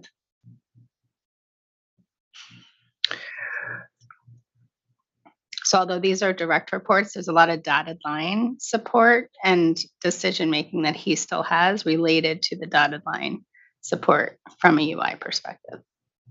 So he has decision-making, but not the authority to require those people to perform the actions if they don't, I mean, we're saying they don't report to him. They don't report directly to him, but it's dotted line matrixed relationships where there needs to be that authority as well. Yes. Okay. And so I think just a second ago, you said a lot of these functions, if they're going around him, they go up to Ms. Stempian. So I'm trying to reconcile that response with Ms. Van Looying's response a moment ago, saying that a lot of those functions actually roll up to the operations functions for network operations roll up through Ms. Stempian. So, and then we have service related companies like human resources where I sit rolls up through the chief human resource officer who is on the MC. So that is a service company and I support UI and I support all of the networks operations as well and the other operating companies that we have. Okay. As an example. Okay, thank you. So if Ms. Tempian's responsible for some, your CEO of Avangrid is responsible for others, and then Mr. Reynolds is responsible for, sounded like community engagement and Berkshire. Is my question is, who is ultimately responsible for the performance of UI? The person ultimately responsible for the performance and for helping to drive that is Mr. Reynolds, but through the relationships and through the engagement, he reports into Catherine Stempian from a network's perspective to ensure that he gets all the operational support that's needed to drive UI, as well as the relationships with the other MC members to ensure that we are supporting UI the way we need to from a service company perspective. Okay, thank you. So, I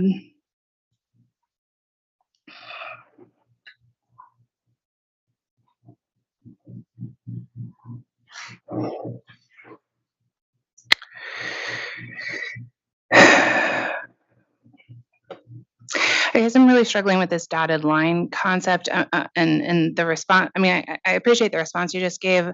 As like in my own organization, I'm trying to reconcile what you just said. Certainly, if someone had a dotted line report to me, and I thus was not able to directly control their day-to-day activities, but was held responsible for the overall achievement of the agency. I'm having trouble reconciling that in my mind, how he could ultimately be responsible for the overall achievement of UI if so many critical functions do not report up to him. It is part of an overall matrix organizational structure in which that does happen, where you have multiple teams that are working together from service companies to be able to support an organization to help drive down cost and efficiency so that you don't have the same person within each operating company doing the exact same thing. So by having these service companies sitting at one level, being able to support across all business actually helps drive down costs for UI and for our customers to be able to have that. He ultimately has the overall responsibility for UI and for the decisions in UI and works very closely with each of the different leaders that have direct and indirect responsibility with him to drive the efficiencies and to drive what's needed for UI specifically. Okay. Has there ever been an independent external audit? Strike that. Let me go back to the question I hinted at earlier. Is anyone on this panel listed, or do you know if, you don't have to tell me which line item you correspond to, but is anyone in this panel reflected in RRU 251? Yes. I am. I believe I am as well. I believe this reflects 2021, which means my predecessor is listed on. Okay. The same. My predecessor from 2021. Thank you. So 4 of the panel members. Okay, but we don't have Mr. Reynolds is not on this panel. Okay.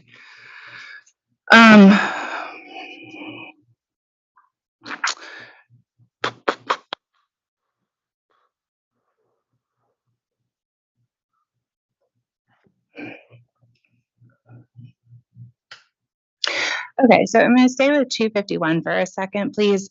I noticed that if you, I'm not sure if everyone has access to this, but if I'm doing math to understand what percentage of each officer's, sorry,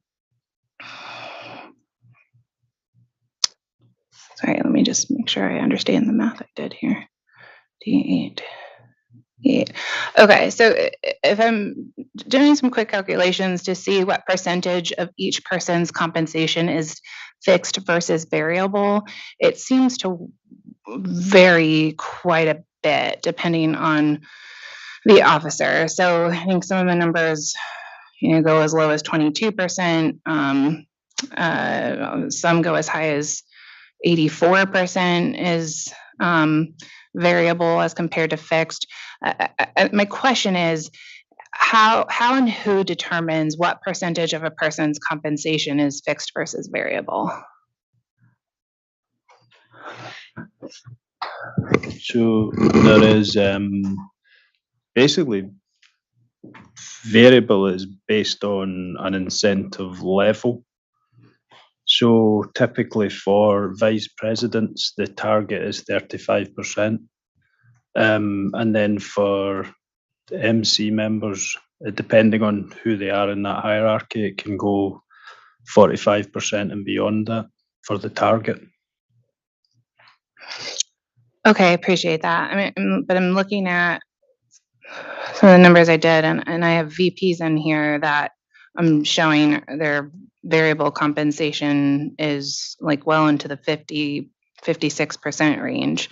So is it change over time, like based on length of service, No, or? it doesn't. No, if you refer back to the document, we can get you the number of the EVP plan is the target times 2 to give a target and a maximum. And then the actual overall performance is worked out from the points of 200, 200, 600. So I'll make this up. If the 35% times 2 is 70%, if you achieve 70%, 70% times 70% is 49%. That's why you're seeing that on there. Okay, that's helpful. I appreciate that. So what I'm looking at are, so how do you figure out what does the company just not really focus on that in terms of what you're putting forward in the revenue requirement, or excuse me, are you not really focused on the breakdown in there when you're putting forward your application? Because it sounds like based on that response, Mr. O'Neill, that could fluctuate year to year. That could fluctuate year to year, and it does, depending on, for instance, the 200 points for Avangrid, which fluctuates. It has fluctuated quite dramatically depending on how the business performs or doesn't perform. So I look at that from a gross perspective, but the team at revenue requirements would turn that into an allocation. So that, I think what they've said is that's based on a test year, but I'll let the team speak to that. Thank you. No, that's right. For revenue requirement purposes, it's about what happened in the test year. Okay. Thank you. And then can we address why the percent allocation fluctuates between 8 and 12%? I think this is where I got lost, Ms. Van Loon, in the response about the Massachusetts formula. If the preference is to direct bill and then go to Massachusetts formula, I think I was struggling to understand like how we could come up with such. I mean, the percentage allocations are only either 8.8 or 12.08. Yeah, and that's an excellent question, and that's why we asked to redo this, because this just assumed, when the schedule was prepared, it just assumed everyone used the mass formula.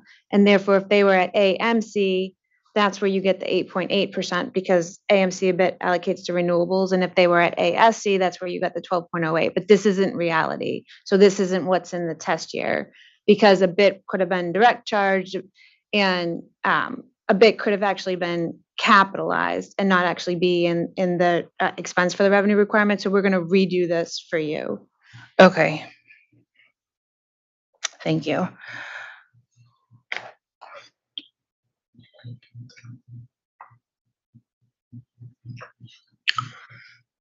Okay. Well, then I think I'll hold the rest of these questions for the late file hearing, as I think the answer might be similar. So I will close with a late file. Well, let me first ask, does someone on this panel have access to the hourly rate of all employees? I'm not asking you to give it to me, but. Yes. Yes. Okay. Thank you. Does somebody on this panel have a full list of employees of UI, UIL, any of the services companies, Avangrid, Iberdrola?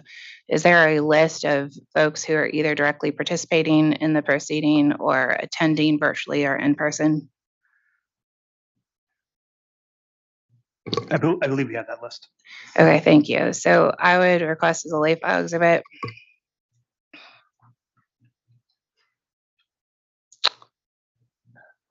That late file exhibit would be number 88. And I'd like the attendance list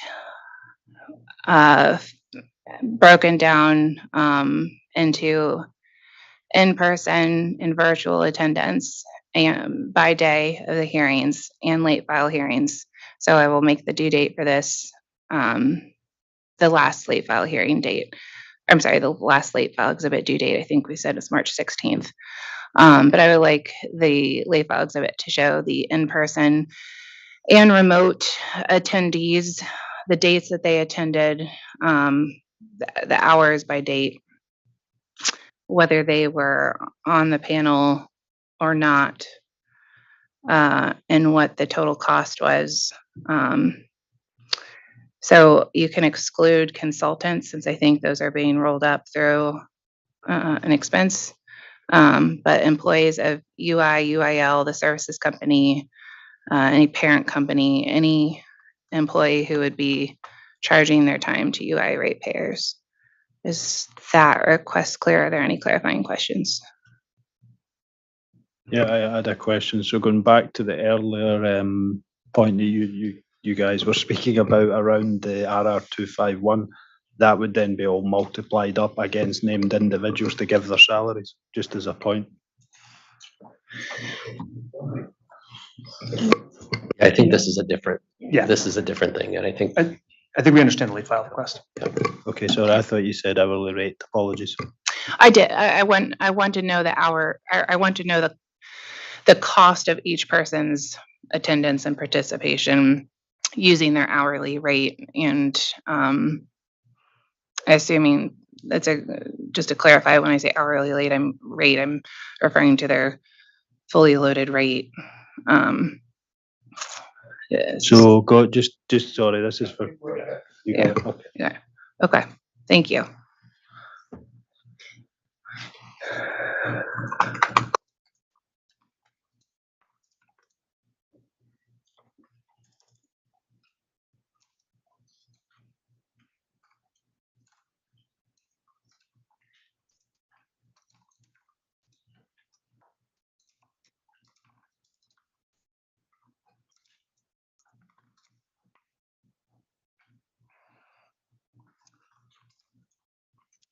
Okay.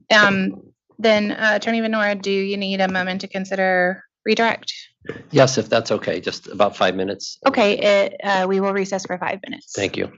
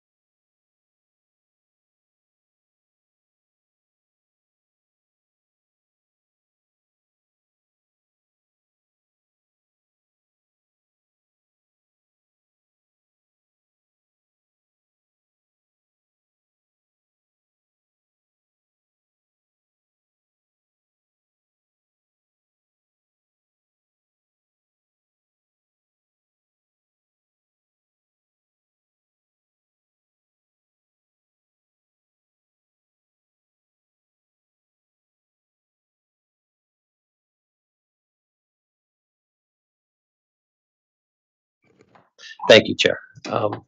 We have just a couple questions on redirect. Okay, thank you. Please proceed. Actually, I'm going to start with Ms. Bowman. I understand you. This actually is the read-in, which we could provide. I could get to it. Sorry, you or Yeah. we? Yeah, read-in you relating to union agreements. I believe that's the one you have, Ms. Ullman. Correct, relating to performance metrics and whether or not they change year over year for our union agreements for BU1 and BU2. And yes, they do change year over year. The company sets and calculates and measures the targets and levels, and then they share and communicate to the union once they're finalized. I'm sorry. Okay. So there are four metrics. safety is a customer metric, and I can pull this up. Each at 25%, but the percentages and the targets are set by the company and then communicated to the union each year. So the targets will change year over year. Okay, thank you, Ms. Ullman. My only follow-up is what the fourth category was. I heard you say safety, customer. The fourth category is safety. Safety. Okay, thank you. Okay, thank you. Thank you, Ms. Ullman. Thank you, Mr. Attorney. Thank you. So, Ms. Van Luveling, just going to you. Do you recall discussion earlier about the benefit to UI of time, in activities of the executives? Do you recall that discussion? Yes. Can you give some additional examples of how the executives provide benefit to the company? So, couple of things. There was a discussion earlier on about the Iberdrola executives that were charged down. And so the part of those services provide for international and corporate security. So physical and asset security, electronic security, data protection, international intelligence. They also have our global e-learning platform, which all employees of the company use for different learning classes and courses. They have an accounting back office that actually does accounting specific to all of the utilities, including UI. There's a treasury back office who perform bank reconciliations. They provide the SAP platform, including maintenance of users and access, planning and training, and then actual management of the system. They provide purchasing services, which include global purchasing. They prepare macroeconomic and market hypotheses that are used by UI for long-term planning and forecasting and budgeting. They assist in short and long-term bank financings. They also support the employee web portal for IT requests and for travel. They have certain centralized software licenses. They provide for all of our remote connections for all of our employees, including all of the UI employees. They provide server backup. They support the IT help desk for anytime people have problems. And then they provide internal audit services. Okay. Thank you. Mr. Visconti, can I ask you, I have a follow-up question relating to the company's 401k expense. Can you provide some clarification around the, I think you called it was an 8% match, or can you just? Correct. On the non-union side, we match 150% up to 8. The employee has to actually contribute 8% of his pay or her pay to get that match. Okay. And do you have? Okay. And also, just one last question. Do you have any data or information you can provide that demonstrates the cost savings that has resulted from the freezing of the pension? Yes, an exhibit was provided, UI CBP 8, which illustrates over a 14-year period by freezing the pension plan and giving an enhanced match and some mitigation payments that customers will see an estimated $37.6 million in savings. Thank you. That's all we have for redirect. Oh. Thank you. Sorry about I just have a quick question before we break. What was the timing on late file 88? I missed that during your. Oh, I'm gonna make that due with the last batch in the same vein as late file exhibit 1. Thank you. So it'll be due March 16th at noon, I believe. Okay. Thank you. Thank you. Okay, then I want to thank this panel for your testimony. You're excused unless you are on this next panel. So since we've already done the Office of Consumer Counsel panel, to be clear, we're moving into page 16's operational efficiencies and cost savings storm preparedness panel from the company. And authority staff will begin cross-examination. My quick look at the witness list, Attorney Vaughn, Attorney Venora, is that you have at least one new witness that needs to be sworn in, but if you can identify anybody else once they get situated. Thank you.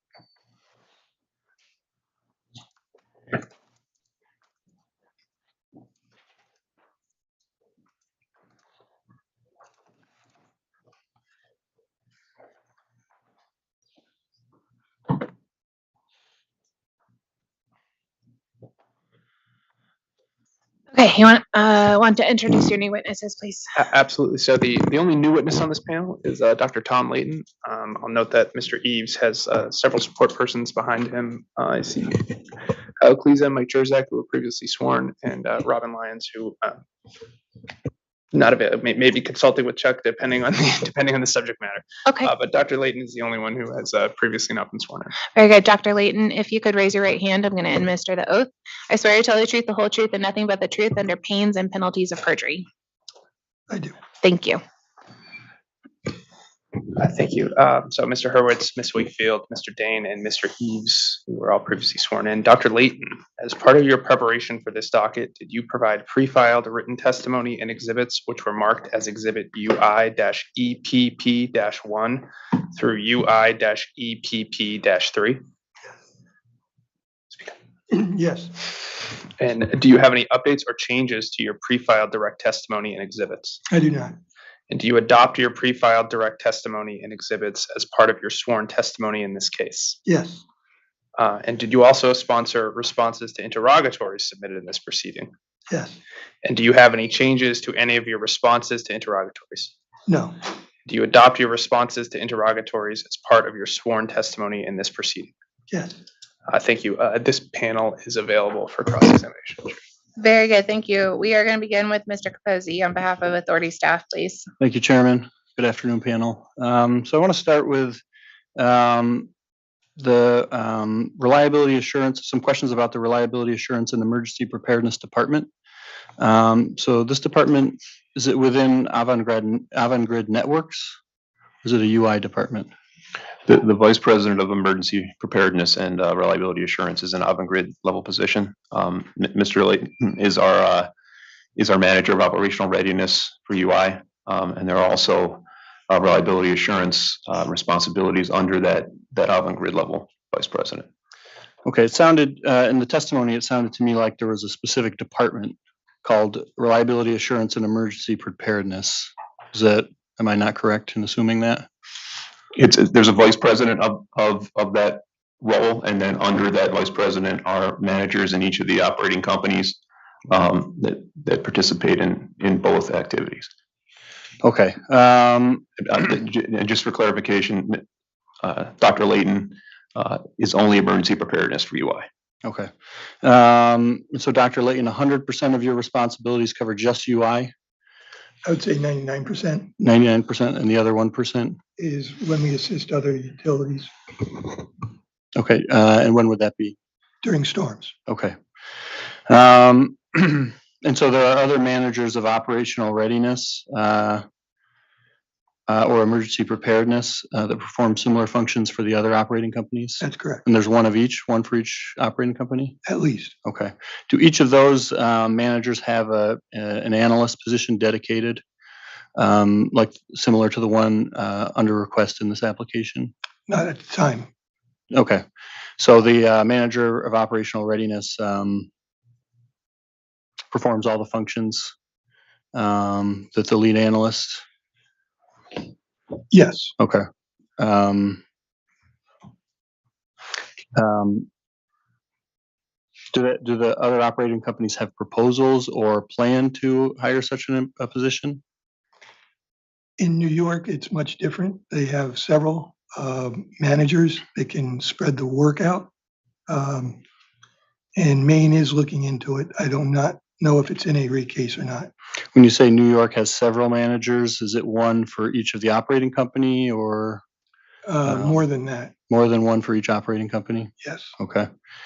Mr. Capozzi, the purpose of that position is to focus on several things. One is training. As we discussed, 50% of our workforce is eligible for retirement in the next 5 years. So there will be a significant training burden to ensure that we can keep everyone ready to respond. Work around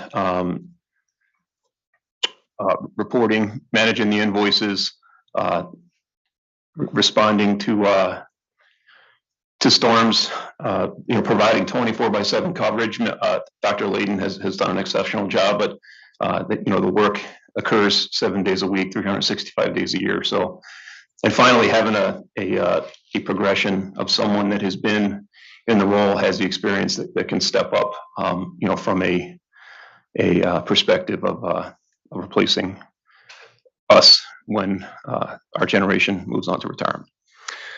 Okay, thanks. How many total managers and analysts, although it doesn't sound like there may be any other analysts, how many total managers of operational readiness and emergency preparedness are in the within all of Avangrid networks and their operating companies? Do you know? I agree.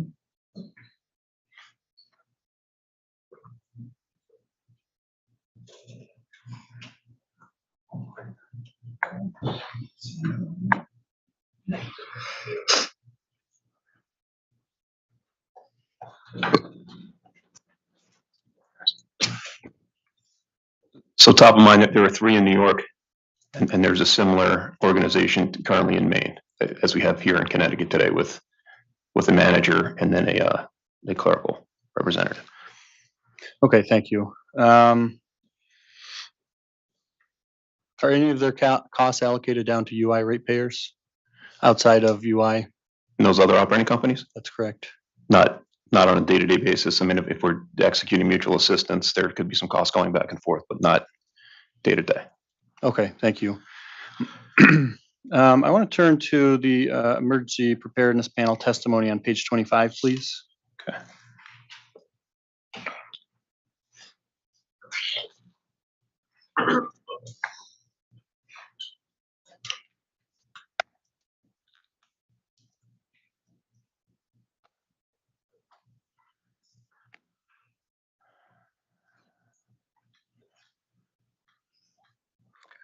Down to the weather modeling costs? Yes.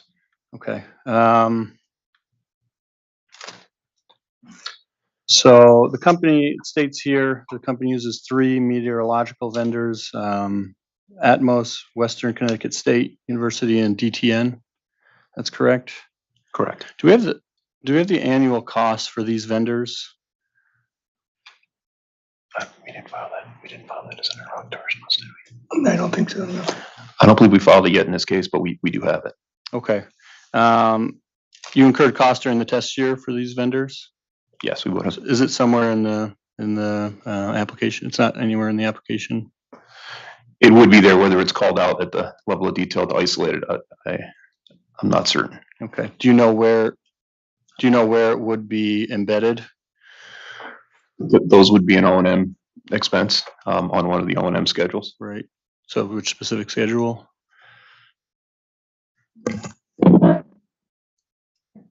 We would have to check. It'd be one of 3.05 to 3.12. I'm not sure offhand which one it would be. Okay. Do the DTN, and these are for sort of subscriptions to weather forecasts and things like of that nature? TTN is weather forecast and outage prediction. Okay. Atmos and Western Connecticut are for weather forecasting only. Okay. Do any include flooding forecasts? Any of Yes, those models? TTN and Western Connecticut do. Okay. All right. Chairman, I would like a late file of those costs for those subscriptions in the test year, the schedule that they're included in, and then forecast costs for the rate years.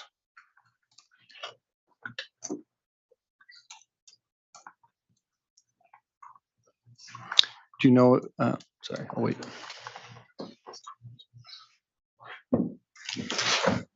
That would be late file exhibit 89. Do you know if the costs have changed substantially over the years for any of those services? No, I believe they have not changed since I've been there. Okay. All right. Thank you. So now if we turn to page 26 in the testimony, the next page, in the first subsection here, let me find it. In this first new subsection here, regarding the Eversource Weather Center and the Yukon model.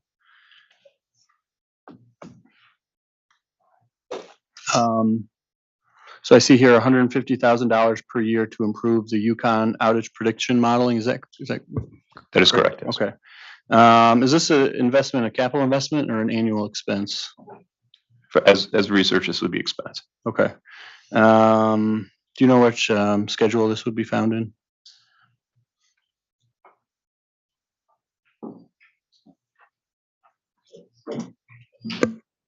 Unfortunately, I'm not sure of that either.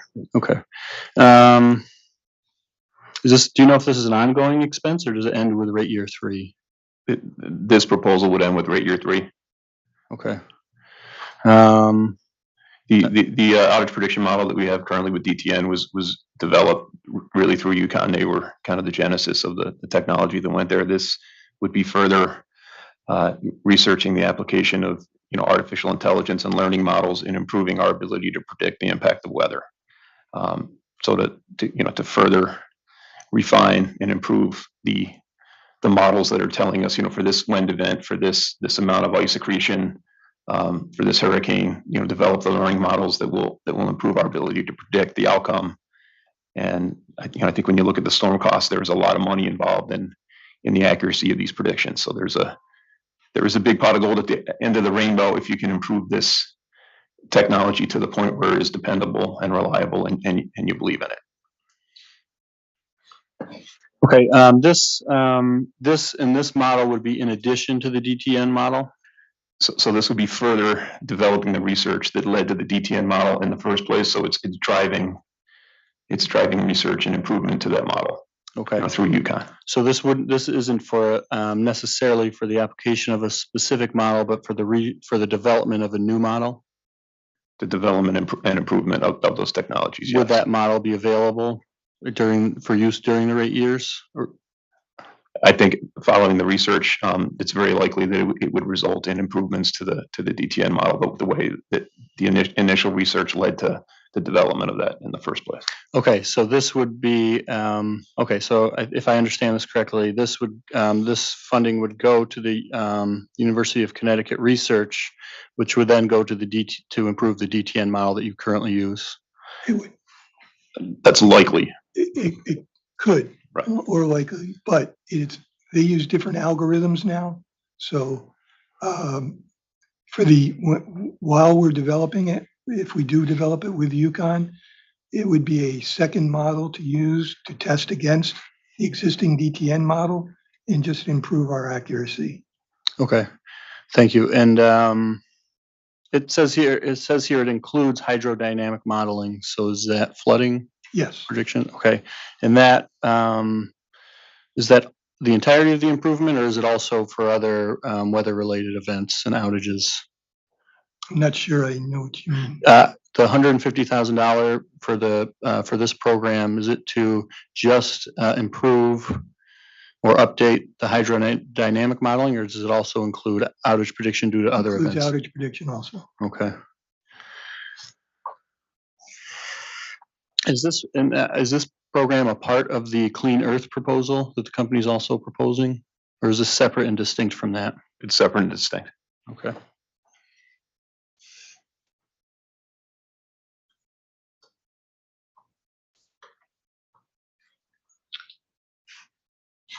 Okay, and now staying on this page, the next section of this page goes on to discuss an outage prediction model. It isn't clear to me whether this is a distinct project from the one we just discussed, or it's the same one.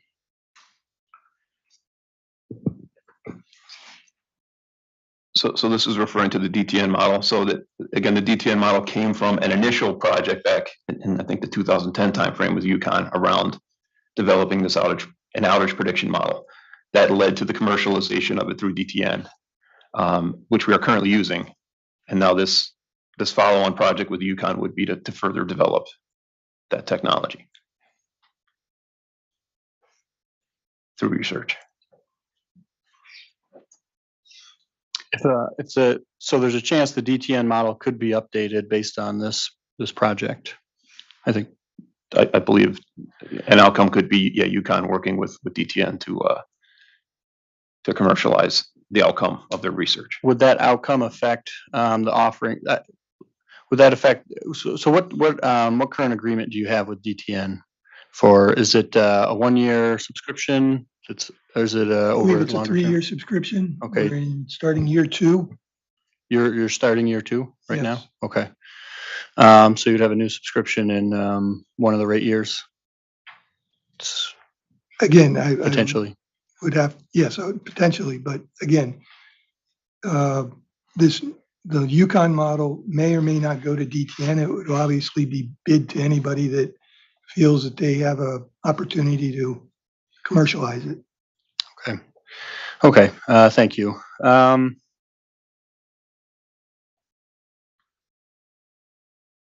want to turn to page 27 on the testimony.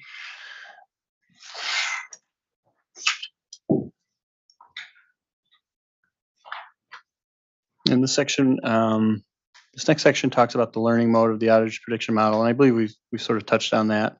My question is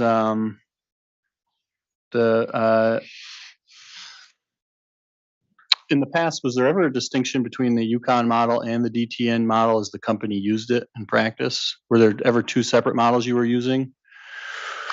Well, when I first arrived here at UI, yes, there was a difference between the UI or the UConn model and the DTN model. The UConn model has human intervention. The DTN model is completely AI dependent. And right now you're using just one model, the DTN model? That's the one we have available, yes. Okay. When did you stop using the UConn model? It would have been the beginning of 2020. Okay. They had extended their availability to UI in 2019 until DTN came online with us in 2020. Okay. Okay. And DTN was available for Tropical Storm Isaias? Yes. Okay. So on page 27, the company states that this tool has assisted the company in past storms. My recollection from our Tropical Storm Isaias investigation in docket 200803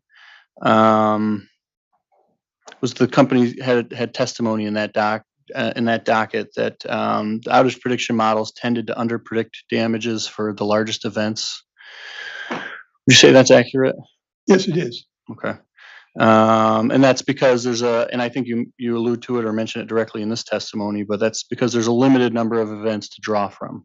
Is that Yes, correct? the more events, the better the AI.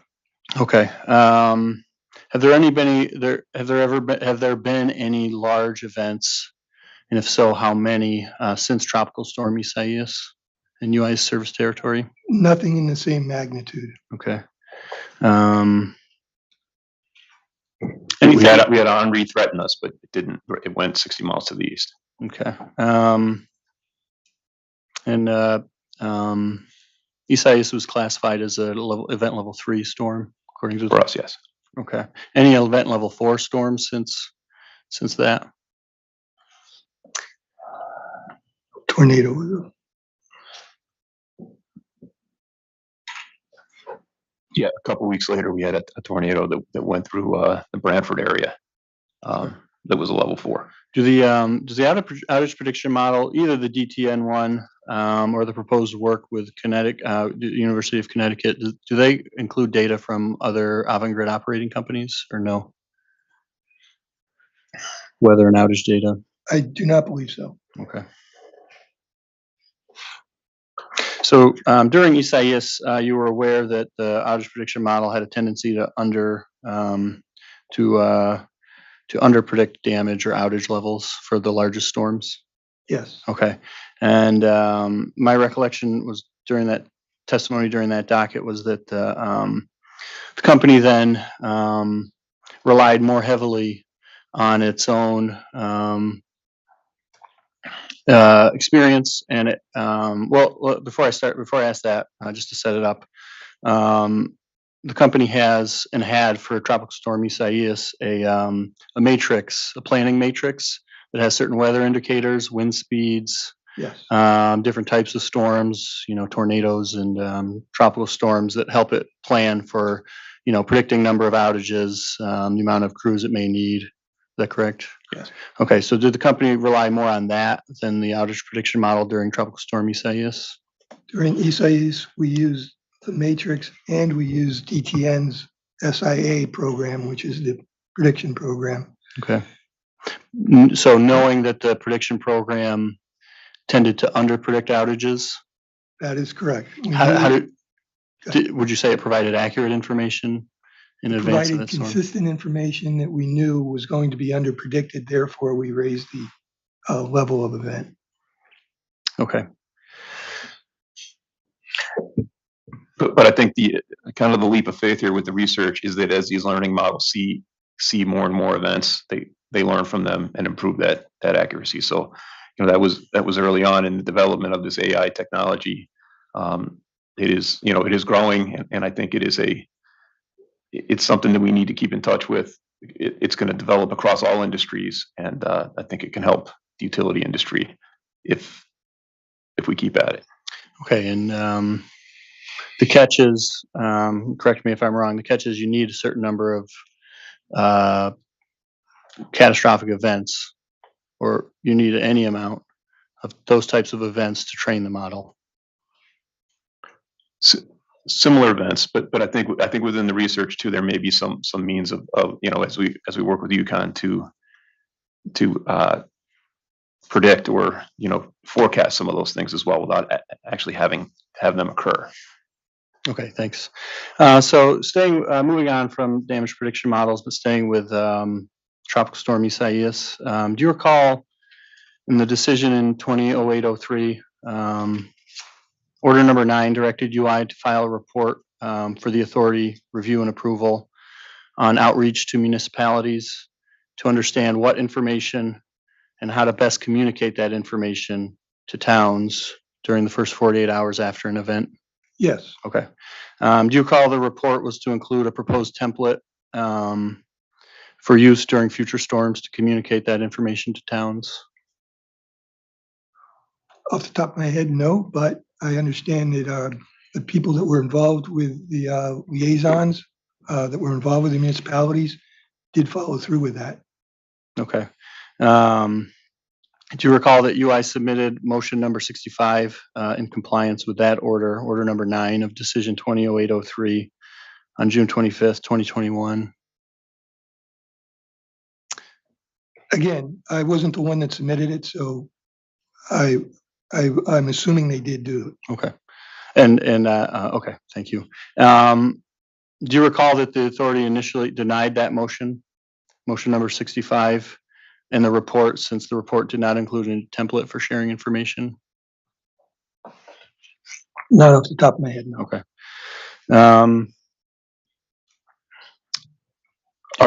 Our work on the municipal portal, I mean, through conversations with our municipalities, we've really focused on the municipal portal, being able to provide them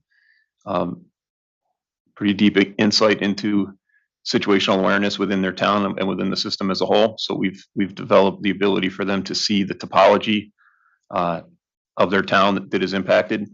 There's the ability for them to see our restoration estimates and how it impacts the topology, so they can see the individual streets that will be restored and the timeframes that they will be restored in. So I think we have focused our outreach and attention with them on those elements, which we really heard loud and clear in our discussions with them as we go in there annually and after the events.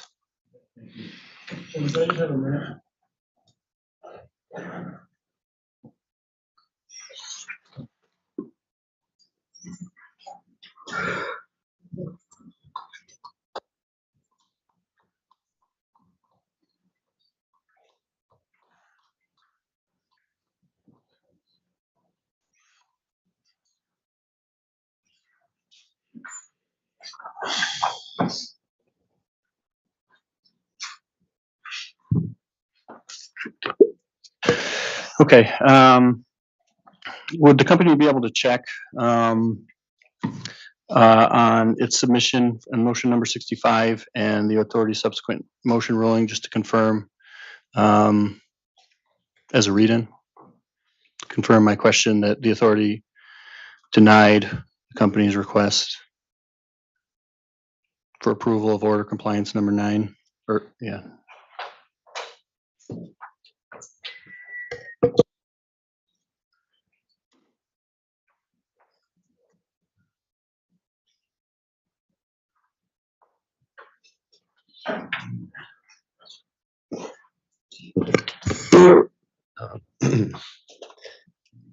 Mr. Capozzi, I mean, I'm looking at the filing. I see that the authority's ruling on motion number 65 dated August 11, 2021. We can stipulate that that was issued. Okay, thank you.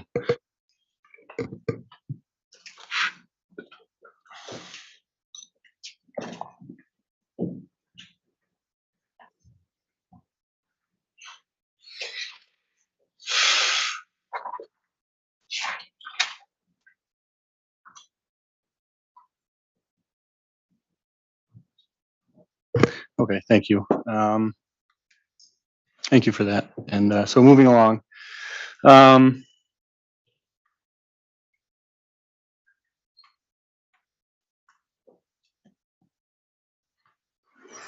want to turn to the company's response to RSR 68 attachment 1, please.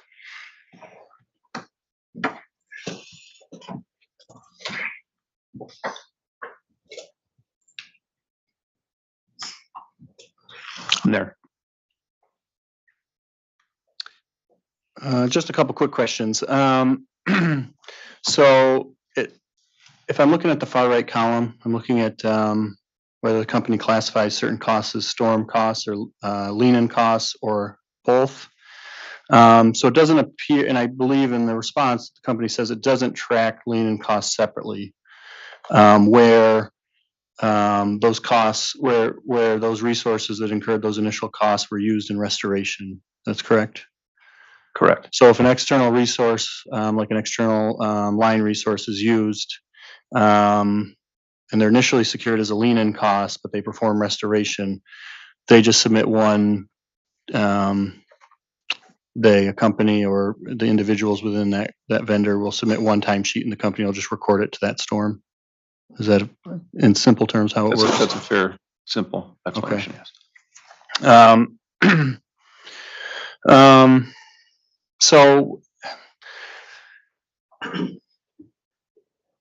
So in the events where I'm seeing the company incurred lean-in and major storm costs, There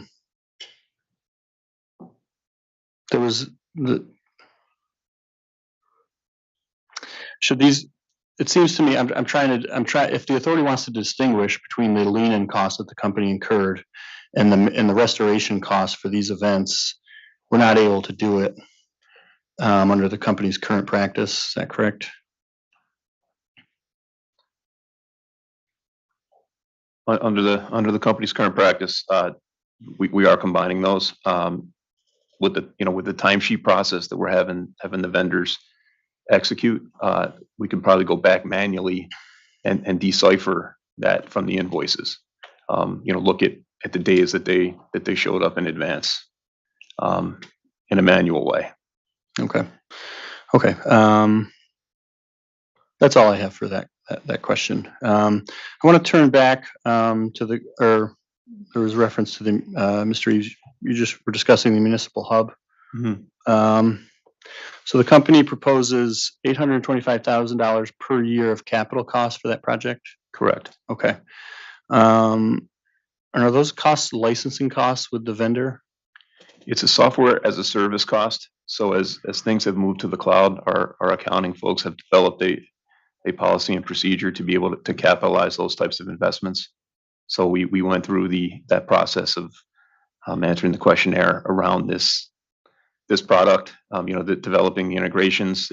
What it's doing essentially is taking an integration from our OMS system where we're sending the topology out to this third-party vendor that then hosts this GIS application in the cloud. Okay. So what's the policy? It was for capitalizing it was software provided systems? in this case in a data request. I could find that. Okay. And did that data request? In general, it requires. It essentially requires the software to be able to be brought in-house. If the third-party licensing agreement, there's other stipulations, but that was the key stipulation that it's a product that we, if the vendor was no longer able to perform the service, that we could bring it back in-house as an asset at UI. That was one of the key determining factors for how it can be classified as a capital cost? That's a Is that key what you're saying? element in the questionnaire. Okay. And you said you provided this questionnaire in a data discovery response? Okay. Do you recall some of the other elements of that questionnaire that are key for determining whether these types of costs should be capitalized? I think that it essentially would be represented as a software asset. So if we housed it on internal infrastructure at UI, this would have met our capital policy internally. So really, the only difference is it's being housed in the cloud. Okay. So if any given year is being capitalized, do you know what FERC account it's being assigned to? It would most likely be FERC account 303.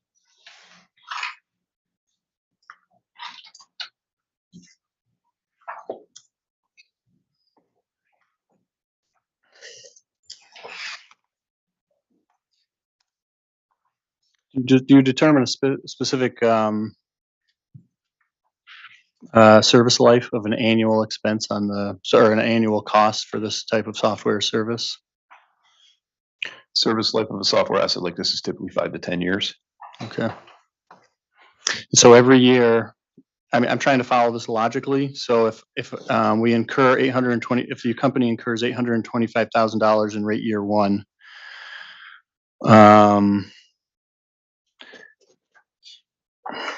understanding with that software would provide a 5-year service life, and then in rate year 2, I would get another 5-year service life for another $825,000, and then in rate year 3 for another $825,000, I'd get another 5-year service life. Trying to work through the logic there, and if there's another way to think about it, I'm open to hearing that. I think that's accurate. I think conceptually that would be how to think about it. Okay. So in rate year 2, I'm paying for the service life. The second year, theoretically, I'm paying for the second year of that municipal hub that was used in rate year 1, and I'm paying for the first year of the municipal hub in rate year 2, which is now total, which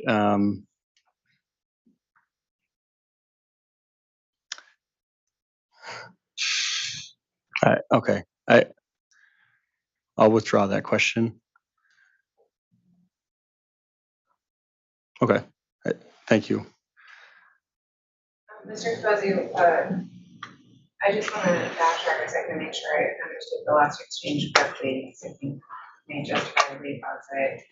Mr. Eze, were you referring just now to an internal, did I hear correctly that there's an internal policy document about when and how things like this are capitalized? Yes, Do you know if that's in the record? it is. I can.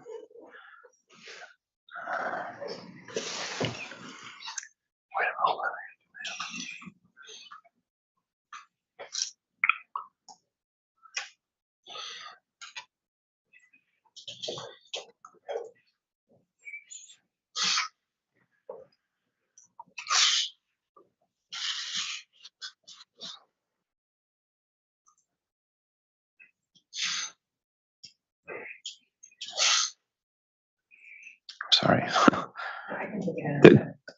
There were a lot of data requests with policy in the Word. It's there somewhere.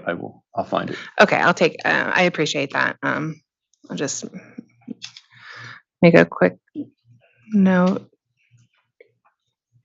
I'll just mark it as W, read in W, so we don't lose track here. All right, sorry, Mr. Fuzzy, Mr. East. I'm sorry. It was EOE 191. Oh, okay. Thank you very much. EOE-0191.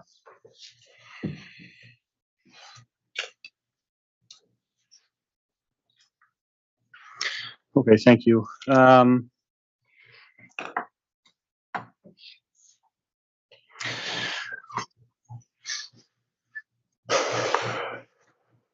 So I want to move on to some questions about distributed automation. So this would sort of changing gears a little bit. I hope this is the right panel. This seemed appropriate since I think, so I guess my first question, when we talk about distributed automation, I recall in the company's testimony, one of the key driving factors on that was operational efficiency, grid flexibility, and things of that nature. Is that correct? The distribution automation proposal that we put in place was to improve the reliability performance of the 80 circuits on our system that are worse than the 0.64 SAFE performance threshold set by Pura. Mm-hmm.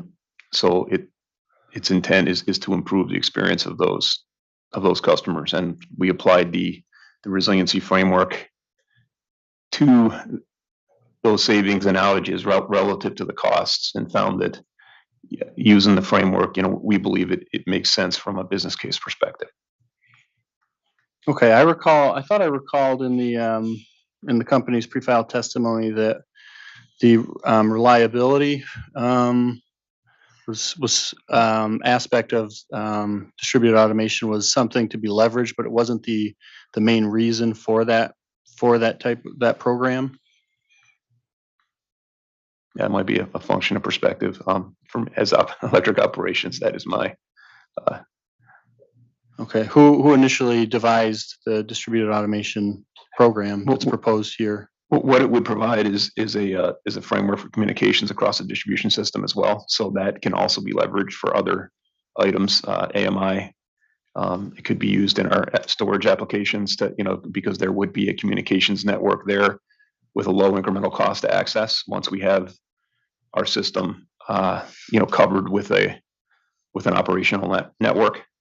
So once you've established the foundation for this item, and we include in our business case analysis, we included the cost to establish the foundation, the incremental leveraging of that foundation, can be used for voltage control or storage or DER applications Okay. at a lower incremental cost. Okay, can we turn to, Ms. Reeves, your capital and operations testimony on page 36?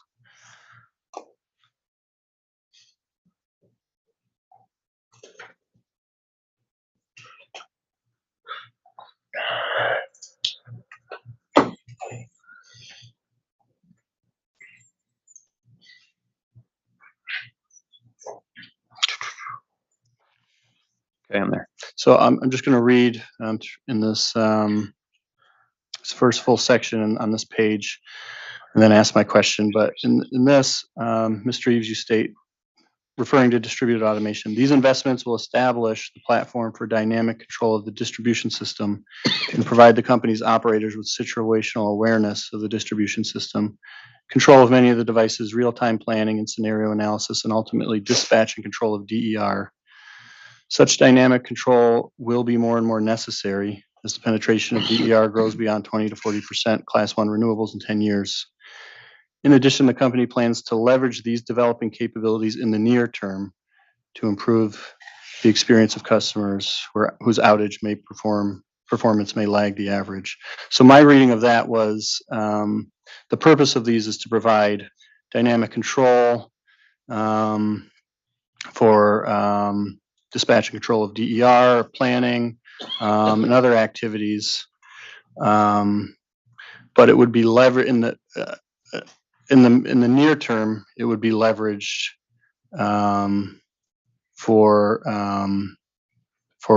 portions of the system that lag reliability. Am I reading that wrong?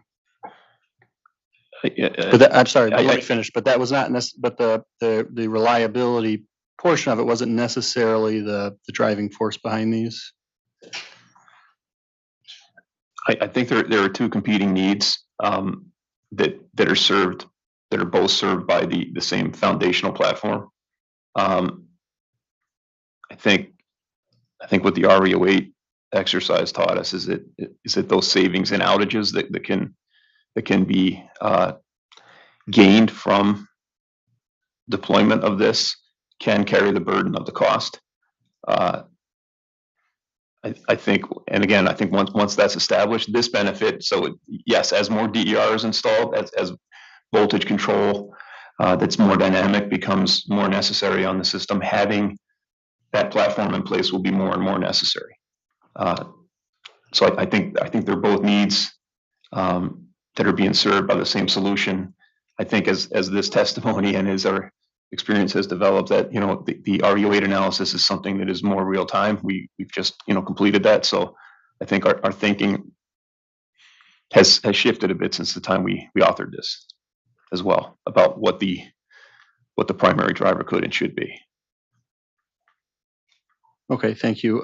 So when we're talking about distributed automation for the projects proposed in the rate year, what actual devices are you referring to? So this would be the cybersecurity infrastructure necessary to leverage the transmission SCADA on the distribution system, the communication pathway from the control system out to the distribution devices, outfitting the current 400 reclosers that are on those 80 circuits. I don't have that number off the top of my head, but the existing reclosers with the communications, and then new reclosers so that we can isolate those 80 circuits and restore them in a way that will bring them back down below the 0.64 SAFE. So it would be that combination of investments from the cybersecurity necessary to leverage the control system we currently have in place, the communications, and the field devices. The cybersecurity for the transmission information? To protect the transmission operational network from a routable protocol on a distribution communication system. Okay, to satisfy SIP requirements. NERC SIP requirements. Okay. And those investments would be T. Okay. The communications leaving would be D. Okay. Is that all one project where you're making a decision on what percentage is transmission and what percentage is distribution, that cybersecurity aspect? That would be more of an asset by asset based assessment, so that the cybersecurity infrastructure protecting the T network would be T, and the labor associated with installing that would be T. And then all the communications infrastructure out into the distribution system and the devices would be D. Okay, thanks. I want to turn to the company's response to OCC 594. Okay.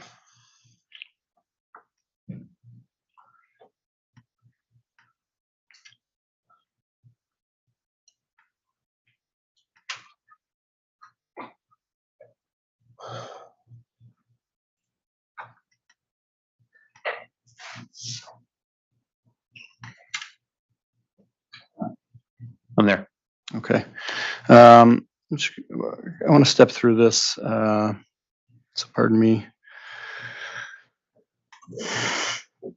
So, and as you were describing the different devices or different parts of the project, I think they fall in this interrogatory.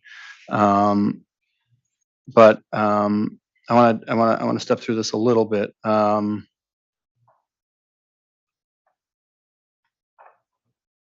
So if we turn to the distribution automation portion of this interrogatory response.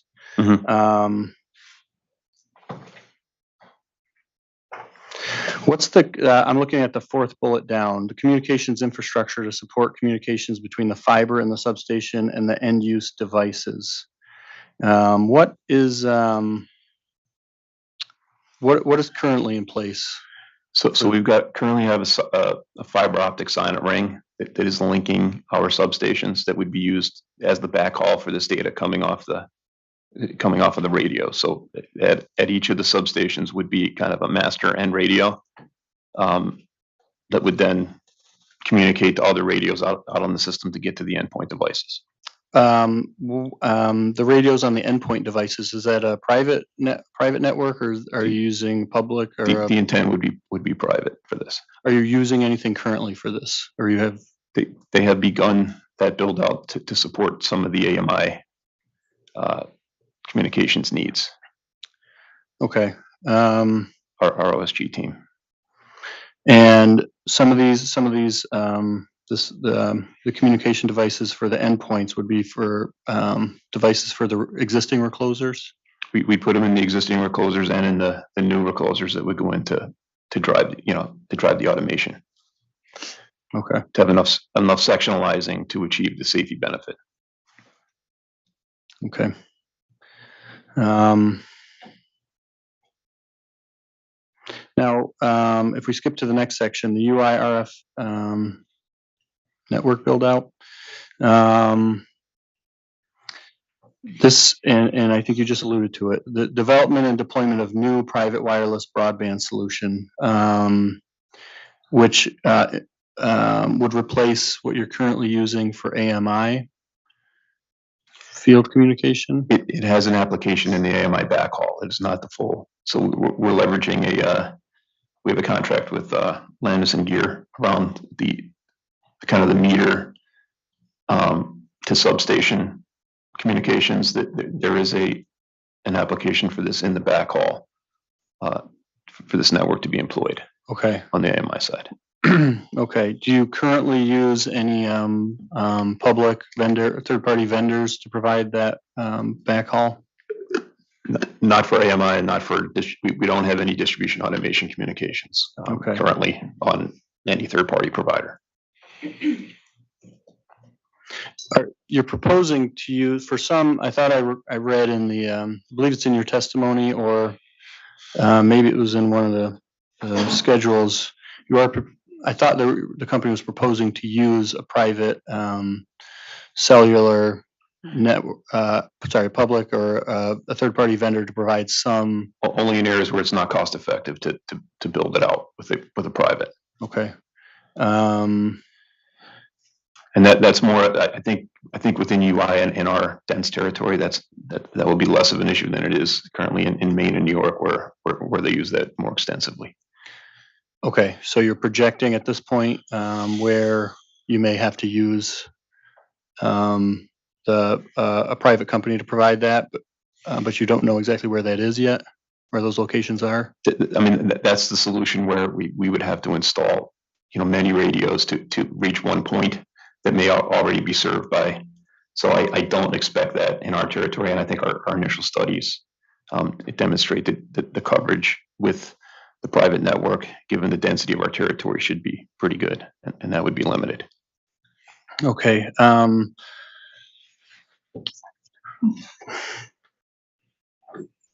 So the backhaul in this section is not, does it include devices deployed out in the field? Like on utility poles or on wires? It would. There would be RF, there would be radio facilities installed to get from each recloser back to the substation. Okay, where are these installed typically? On our poles typically. Okay. And you have a certain number,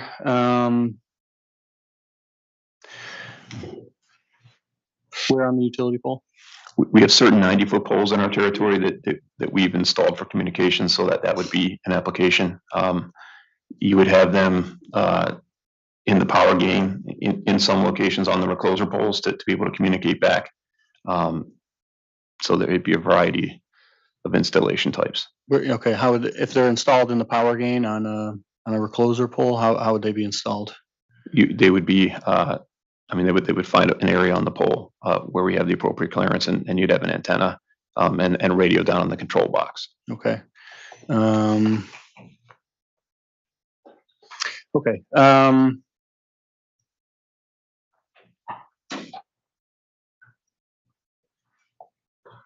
But so you have a certain, this is to support AMI or reclosers or both, these types of communication devices? So the AMI will continue on the Landis and Gear network. This would be an operational network for operations that would be bringing back status, telemetry, and control back into our SCADA system, and then integrated over to our distribution OMS. So our dispatchers also have visibility in the OMS system as to the status of the devices. Okay, so any mention in this interrogatory about AMI communication would be in the backhaul? Correct. Okay.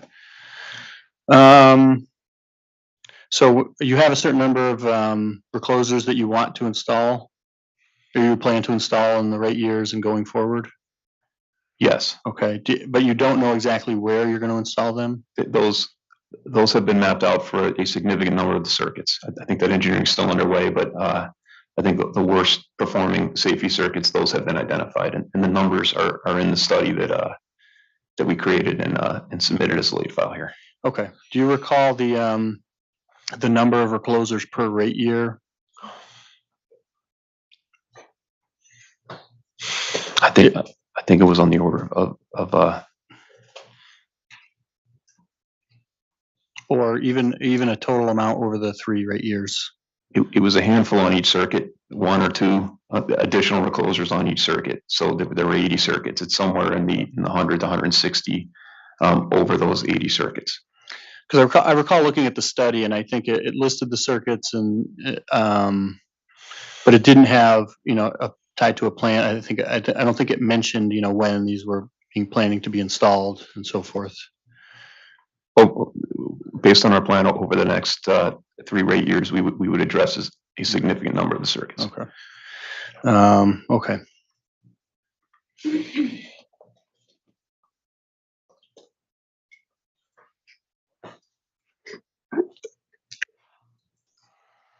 So the private wireless, or the third-party vendor you use, you don't use any third. Let's go to OCC 146.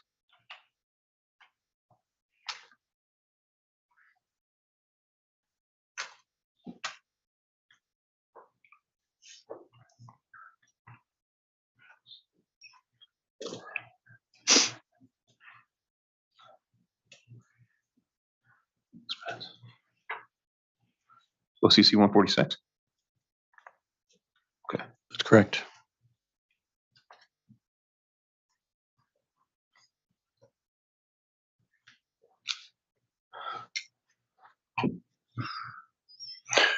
When you're ready.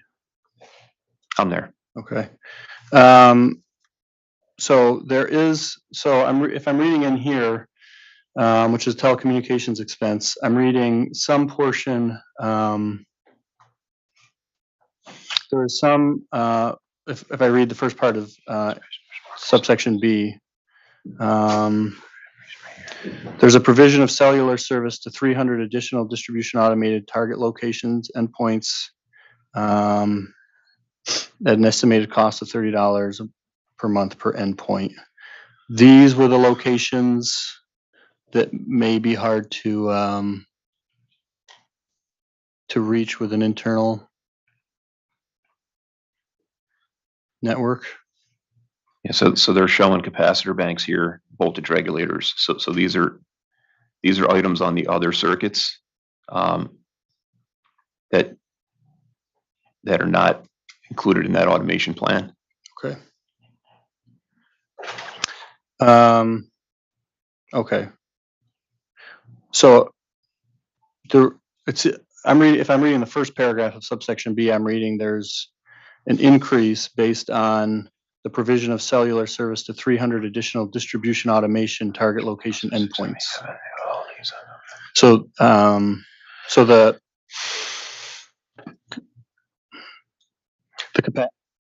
capacitor banks and voltage regulators are not part of the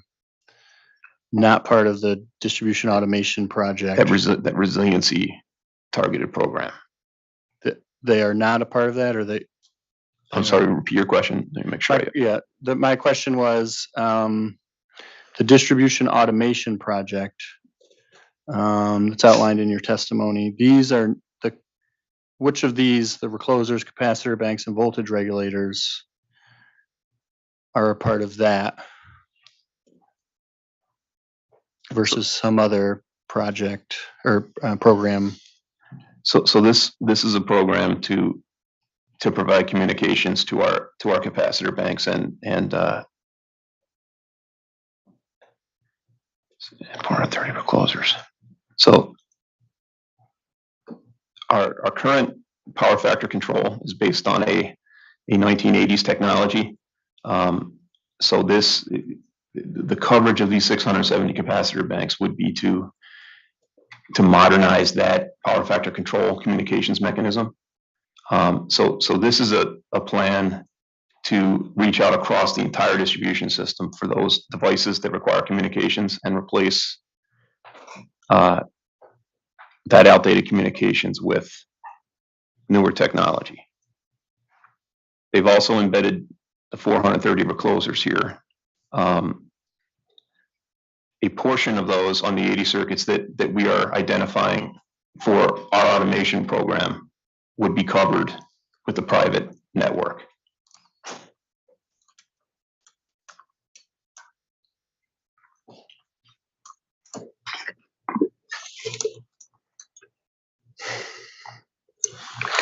How many of these 430 reclosers, how many are currently installed? So 430 is our current installed base of reclosers. Okay.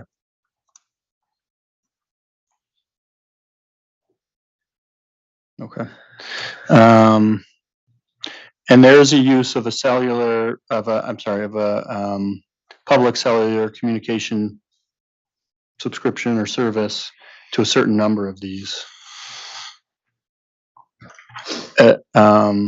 Correct? If there are, it's a very low number. We do not have this, deployed in any extensive way in our system yet. Okay.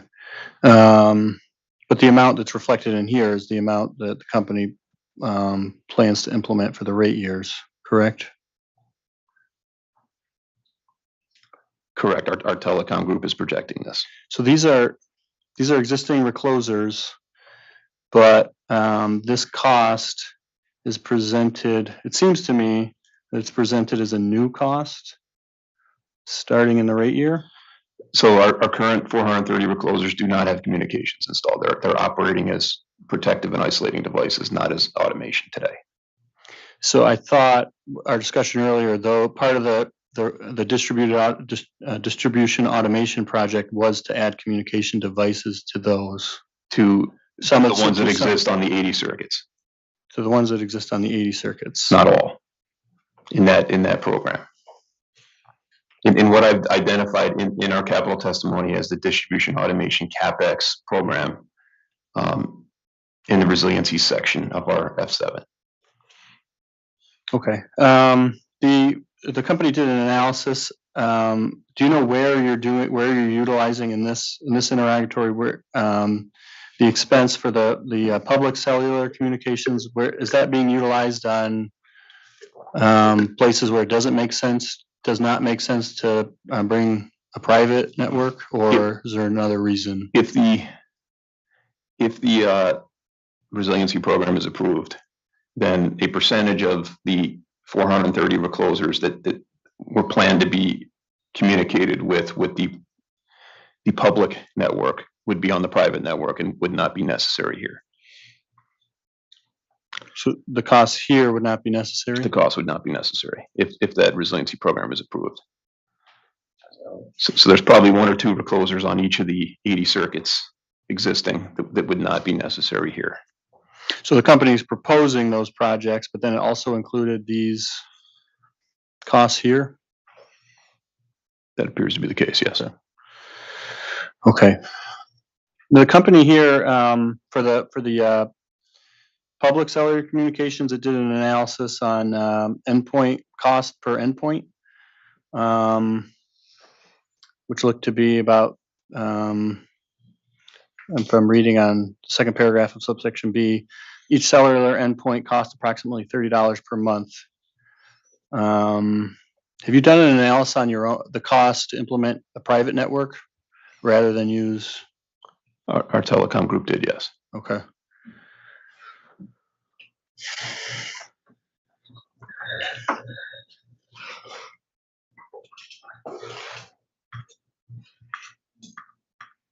Okay, so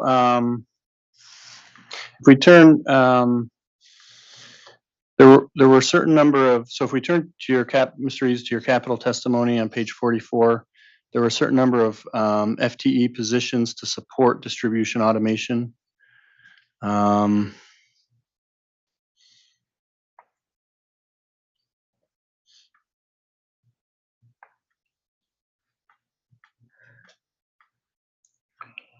Page 44.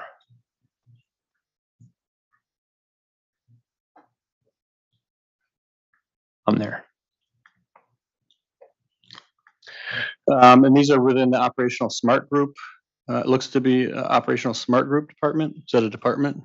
Operational smart grids, yes. Smart grids, excuse me. So this would be the standing up the 24/7 support to support automation at UI. Okay. So is the operational smart grid, is that an Avangrid Networks department, or is it a UI department? It's a group that supports all the Avangrid opcos. So the smart grids group, supports the outage management systems in Central Maine Power, New York State Electric Gas, Rochester Gas and Electric, and UI. Okay. And we have employees that work in Connecticut that support us, and then we leverage certain functions that are not day-to-day functions through the other opcos. Okay. How many total FTEs are in the Avangrid Networks total operational smart grids? I don't have that information off the top of my head. We have at UI we have a handful of I think it's 4 or 5 SCADA analysts that work at UI on the transmission side, and we would have a similar setup if we move in this direction to have automation on the distribution system. We will need people to support that 24/7 operation that is then tied directly to customer impacts. And so you have certain reclosers that have been deployed to date, but they're not automated. So you don't need employees to monitor those, some of these positions currently? Correct. Okay. They're closing, so they're, if a tree falls across the wire, they will reclose 2 or 3 times to try to keep the power on during a temporary fault. And if the fault is permanent, they will open permanently. Okay. But we don't have the ability to then open and close them remotely. So that will be the value of this, having the communications will allow us to sectionalize the system remotely before the truck gets there, minimize the impact to customers, and then fix the problem. Okay. In this section, it also appears there's a lead engineer to support the real-time power flow applications at UI.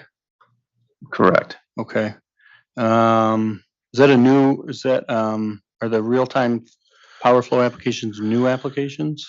So the ability to bring these readings back would be a new development for UI. Right now, any power flow we would have would be a prediction. Once we have this communication in place, we will have real-time power flows from some circuits, and I think that will evolve. Okay. So that would be a capability that comes out of this. Okay. Do any other Avangrid Networks operating companies have a similar position for distributed automation at this point? They do in New York and Maine. They have moved forward with automation on the distribution system. So they have OSG teams supporting those real-time operations in New York and Maine. Do you know how many field devices would you bring online within the first rate year?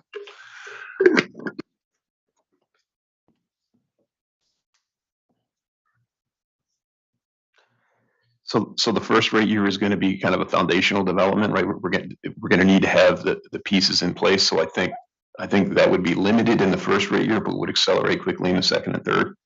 Okay.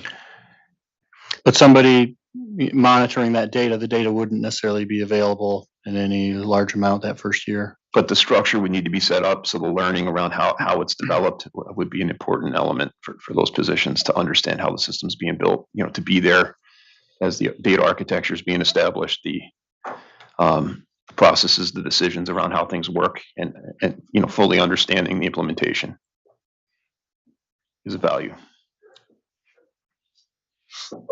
Okay, thanks. I want to stay here and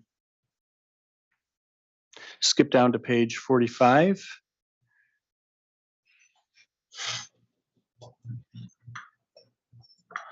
Okay. So I'm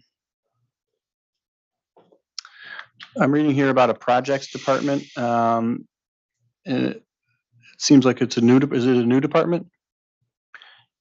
We have a projects organization in place today. Okay. Actually, Mr. Cole sat through the previous hearing, and I think has left. He was here to talk about this, but I know enough about it. I can answer the questions. Okay. So our projects group is responsible for implementation of large projects. So where we would have an organization to support it day to day, this would be the implementation organization for automation and the resilience program that we've identified. Okay. When you say our, it's our organization, meaning UI, or what do you mean when you say our? I mean, I guess Avangrid as a whole, but so this area supports Avangrid as a whole, but has teams that work on UI projects, and this team would be specifically developed for UI resiliency and automation implementation.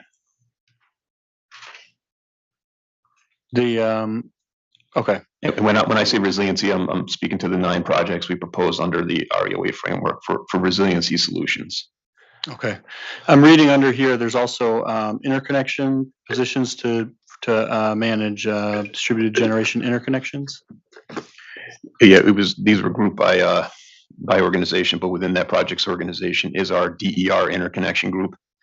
So he does have 3, I believe it's 3 positions there to assist with the processing of interconnections in a timely manner. Okay. So how many current employees are in the Avangrid Networks program? In the projects group? Projects group, excuse me.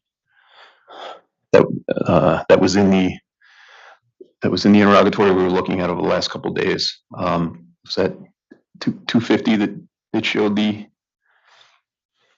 RSR 250? Okay.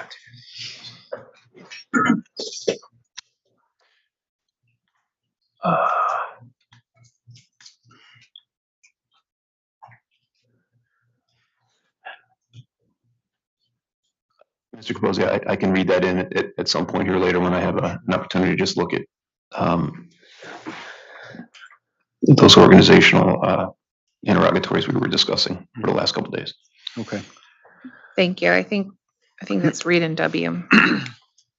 If it helps, it might be OCC 58. I think might be the one you're thinking of, Mr. Eves. Okay, thank you.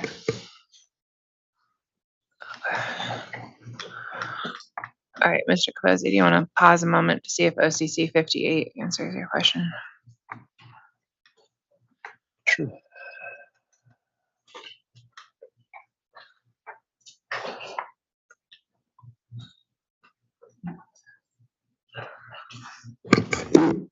Chair Gillette, well, Mr. Capozzi checks out. Were you counting read in W as an actual read-in? I think it was Chuck or Mr. Eves had offered it as a read-in for the policy on capitalization, but I just wasn't sure if we got to it so quickly that it didn't get entered. I think you got to it so quickly I didn't even write it down. So okay, great. Okay, thank you. So, and that might be the case for here too. So in OCC 58, thank you, Mr. Venora, UI attachment 1, it shows the staffing for the projects group going back from 2021 for 5 years, and in 2021 it was 42 FTEs. Okay, thank you. I see that. So I see for interconnection work, there's one manager, 2 lead analysts, and 1 analyst, all for DG interconnection. As new incremental employees. Correct. Okay. Has the company hired any of these to date? We have not. Okay. Company states there's year-over-year application increases in the residential, in the DG interconnection process as one justification for the need of more additional employees. Is that correct? Could you say the beginning of that again? The company states what? In this testimony, you state that DER or DG, the year-over-year increase in DG interconnection applications or DG interconnections is one factor driving the need for the additional FTEs. I believe that's one factor, and the other factor is timely response.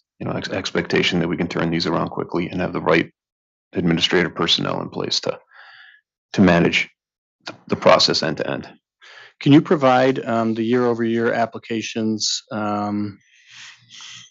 starting in 2017, both for residential DG applications and for those in the fast track study process? We can. And you want all types of DG? That's right. Okay. Okay, so that'll be late files at 90, and it's to provide all DG requests, applications. Year over year by type? That's right, year over year by. Do you want the generation amounts as well, or just the numbers? Generation amounts, please. Thank you. That is an indication of the complexity as well.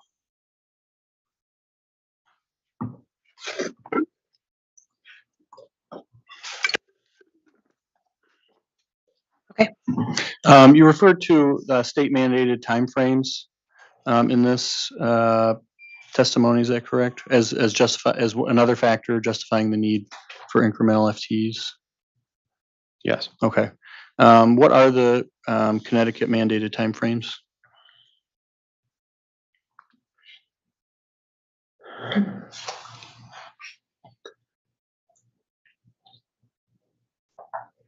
as this is a projects area, I don't have those at the tip of my tongue, Mr. Capozzi, but I can get those as a late file. Sure. Is it similar enough to Similar combine it enough, I with? think. Okay, so we'll add And that timeframes. to late file 90 is to provide the state mandated timelines. Is it for timelines for processing the applications, Mr. Capozzi, or is it? Yeah, I would call it, if you give me one moment.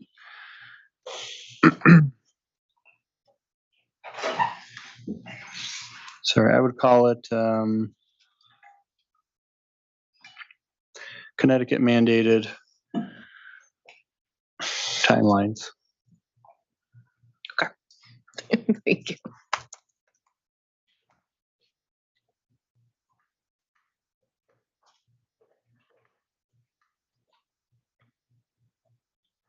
Pardon me. So how many managers, do you know how many managers, analysts and lead analysts you currently have performing this work?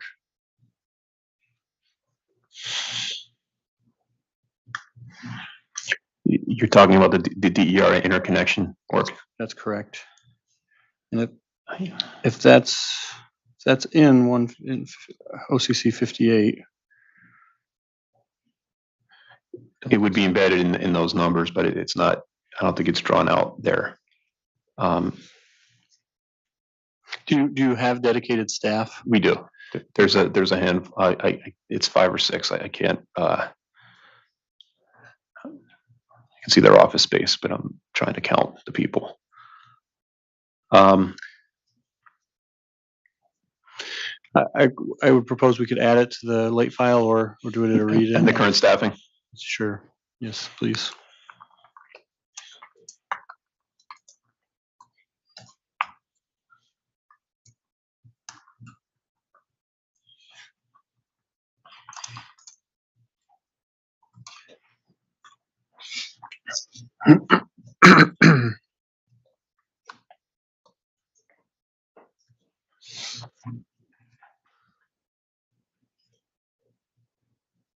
Okay, sorry, just a few more questions. And on page 46 of the testimony, on the process and technology department, UI is requesting 2 FTEs to perform, an engineer and a lead engineer to perform protection and control at substations. Is that correct?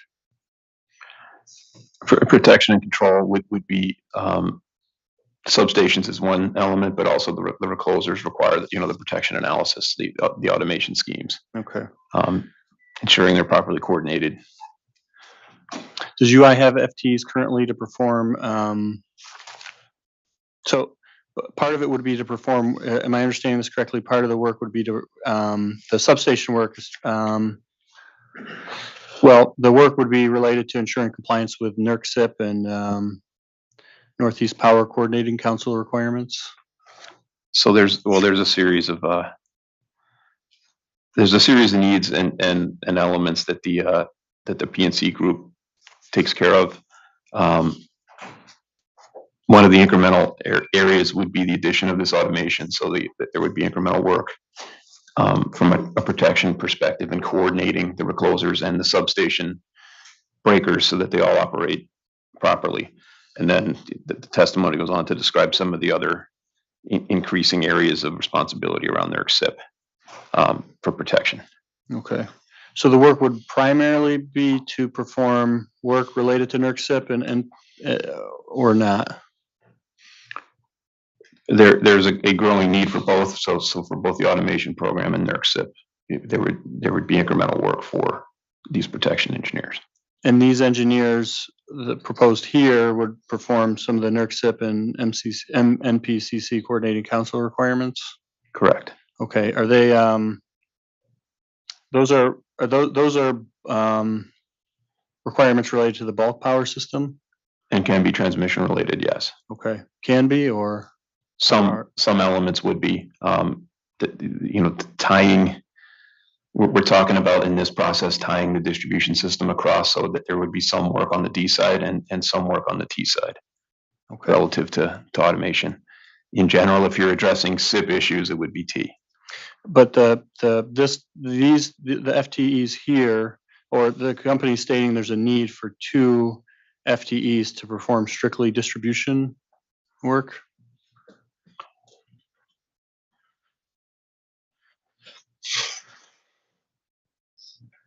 So in the way this is described, they're talking about 2 FTEs. I think there would be some relatively small, but some transmission level work that these individuals would do as protection engineers. I think if we were to add 2 protection engineers, I think they would, there would be some allocation to T based upon that role. Okay. But the primary, a primary driver here would be to ensure that we have the right level of protection expertise to install and maintain this automation program that we're developing here. Do you currently have FTEs performing substation NERC-CIP and NPCC, performing work to ensure compliance with NERC-CIP and NPCC requirements? Yes. Okay, do you know how many FTEs? Again, it's a handful. I think between 5 and 10 protection engineers at UI that are involved in all phases of protection. Some on the transmission system, some on the distribution system. Okay. And would be charging their time appropriately based upon what work orders they were working on. What projects? Okay. Those are all the questions I have. Thank you very much, panel. Thank you, Chairman. Thank you. Is there any other staff questions? Okay. We are going to break until 3:30. When we resume, we will resume with Cross by the OCC, please.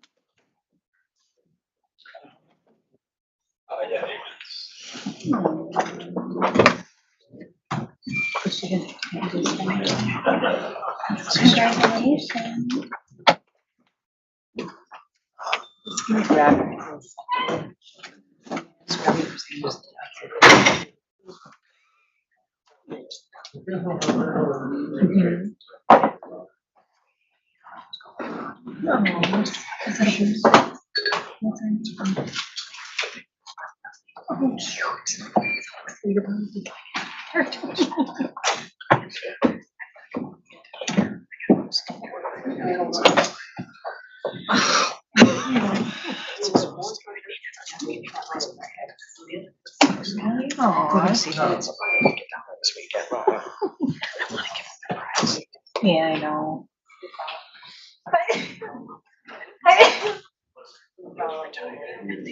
And they were right there. Mhm. Yeah. I know. Gets old, like oh God. He's been a real ringer.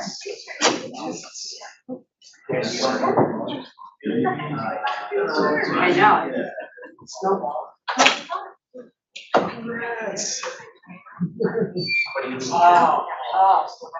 Right, right. Right.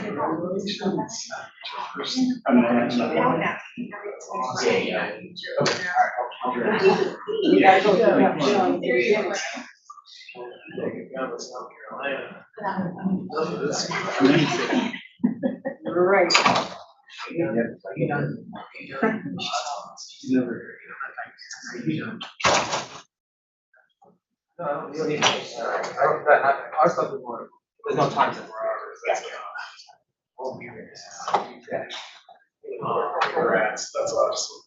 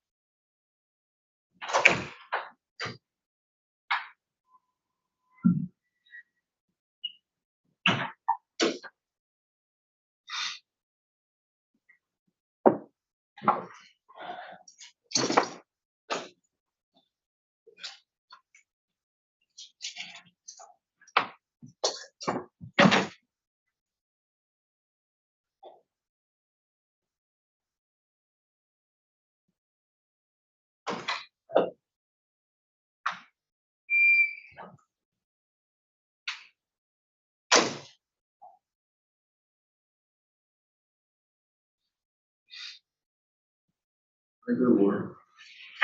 Since I say a lot, all right? I never see it, then I see all. I know.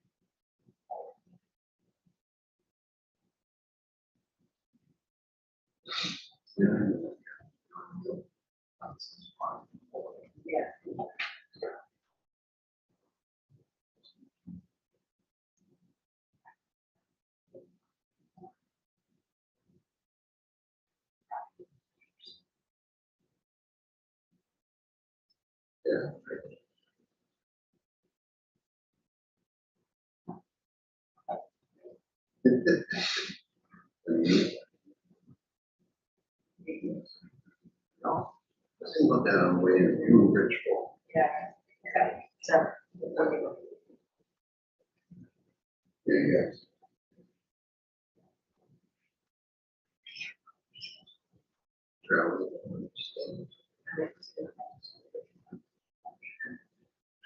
So, yeah.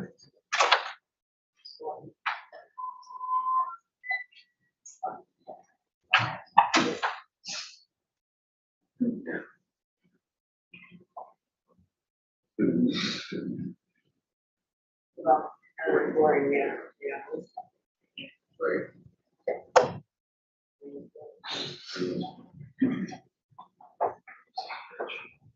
Oh.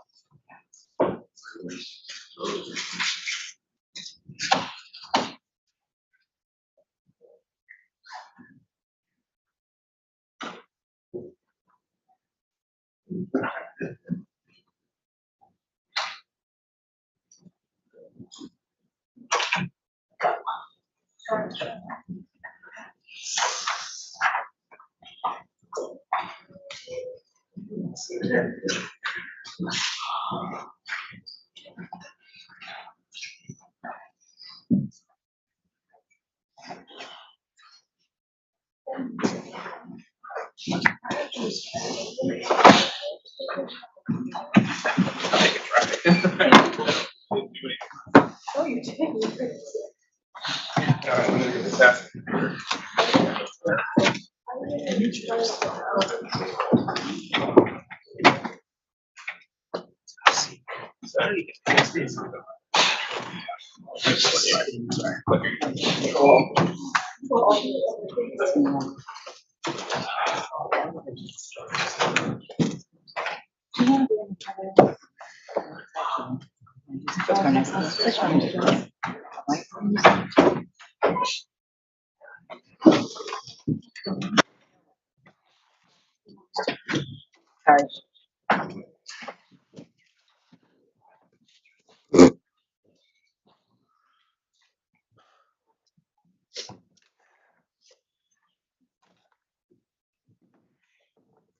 Okay. Attorney Renor? Yeah, Chair Gillett, just a quick process check was, we have our customer service panel on deck after this one, and I'm just looking at the agenda and wondering if we should bring them over, because I'm looking, we have about almost 2 hours across left today. Yeah, I think they're going to be off the hook for today unless Attorney Whale tells me he no longer has 75 minutes. I do no longer have 75 minutes. I think I probably have 10 minutes. Okay. Okay, 10 plus.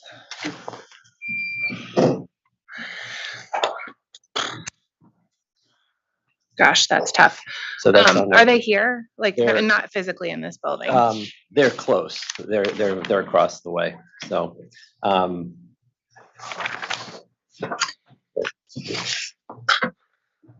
oh, I mean, we can start if the chair is inclined to start on that topic. We can do that. Maybe swear them in, but Yeah, I'm sorry. I see Crown Castle is in the audience. You have 30 minutes, right, sir? Okay. I see Deep's in the audience. Are you gonna have Cross? Yes, but very, very short. Okay. I see is the Attorney General here. No. Mr. Parent, is EOE gonna have Cross for this panel? Yes, you have 15 minutes. Maybe 5 minutes. Maybe 5 minutes. Okay, I think we're heading. I don't have significant cross for this panel, so I think we're heading towards at least starting with the customer service. Okay. Sounds like they have a little bit of time to get over here. Okay. Thank you. Thank you. All right, Attorney Wheel, don't make a liar out of me. Thank you. My name's Tom Wheel. I'm a staff attorney for the Office of Consumer Counsel, although I haven't met Dr. Layton yet. Nice to meet you. And I apologize for the inaccurate time estimate. I think we just happened to stumble across a lot of this stuff in our during the capital panel. So maybe it's good news that we're going to go faster than expected. Mr. Hughes, I have a couple of questions about the plan for the Yukon research investment. I saw in your original testimony for this panel, there's a reference on page 25, line 22, that as it stands now, I think as I understand it, UI can request shared information from the Eversource Energy Center at Yukon. Is that accurate? There's no formal agreement. Just because of our past relationship, I can call them and basically ask a favor. Okay. And is this investment in Yukon, is this like a separate group in the Eversource Energy Center? Is this a separate portion of Yukon than the people who are already working with Eversource? Same groups. Okay. And to the extent that you know, the work that Eversource is doing with them, is that a different scope of work a different kind of work than what's being proposed here for UI? This work would be tailored to UI, as opposed to the work that they're doing right now with Eversource is specifically their territories. Okay. Yeah, I was curious about that because of my understanding, at least, of the geographical kind of crossover in that seems Eversource territory kind of intersects some of UI territory in the state. It surrounds us, but I think our infrastructure and our tree trimming practices where we are, I think is different, and the learning model would see differences in those things. Okay, so part of it is the tree trimming practice, I guess the learning model takes into account what it can about like vegetation. Okay. How specific weather events have impacted our system? Based on its construction and its kind of local details. I think the Eversource system is much more rural than ours. Okay. But the information that Eversource has voluntarily shared in the past, I assume that was somehow valuable to UI because it did pertain to UI's system? Just gave us a better understanding of what the models were showing. They also share with us on occasion information they get from DTN for the system impact analytics outage prediction model. We interact quite a bit, especially when a storm is coming, just so we understand where we both fit, where we both think we're going, and what we think the models are going to be doing. Okay.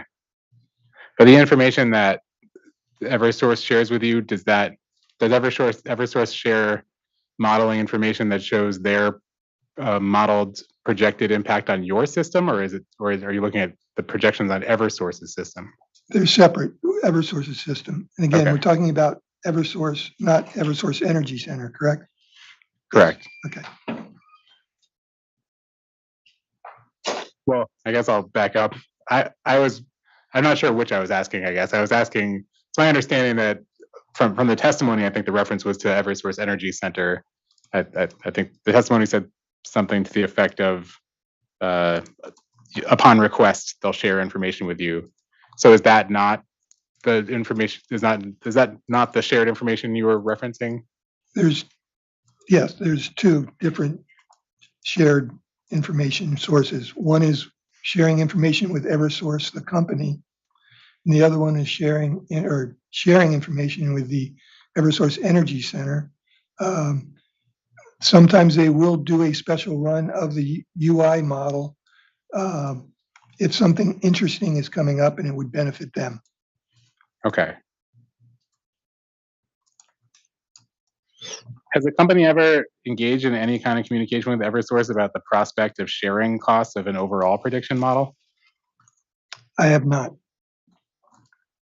Okay.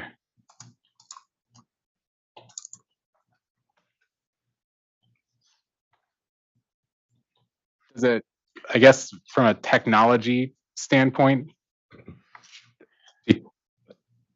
Go ahead, Mr. Eaves. I mean, by virtue of using the Eversource Energy Center, I think we are. I mean, we're leveraging the Yukon resources that are engaged in this research, and are basically paying our way to have our system evaluated. Okay. With that team, right? That's bringing kind of local knowledge, our local university, to bear on our problem.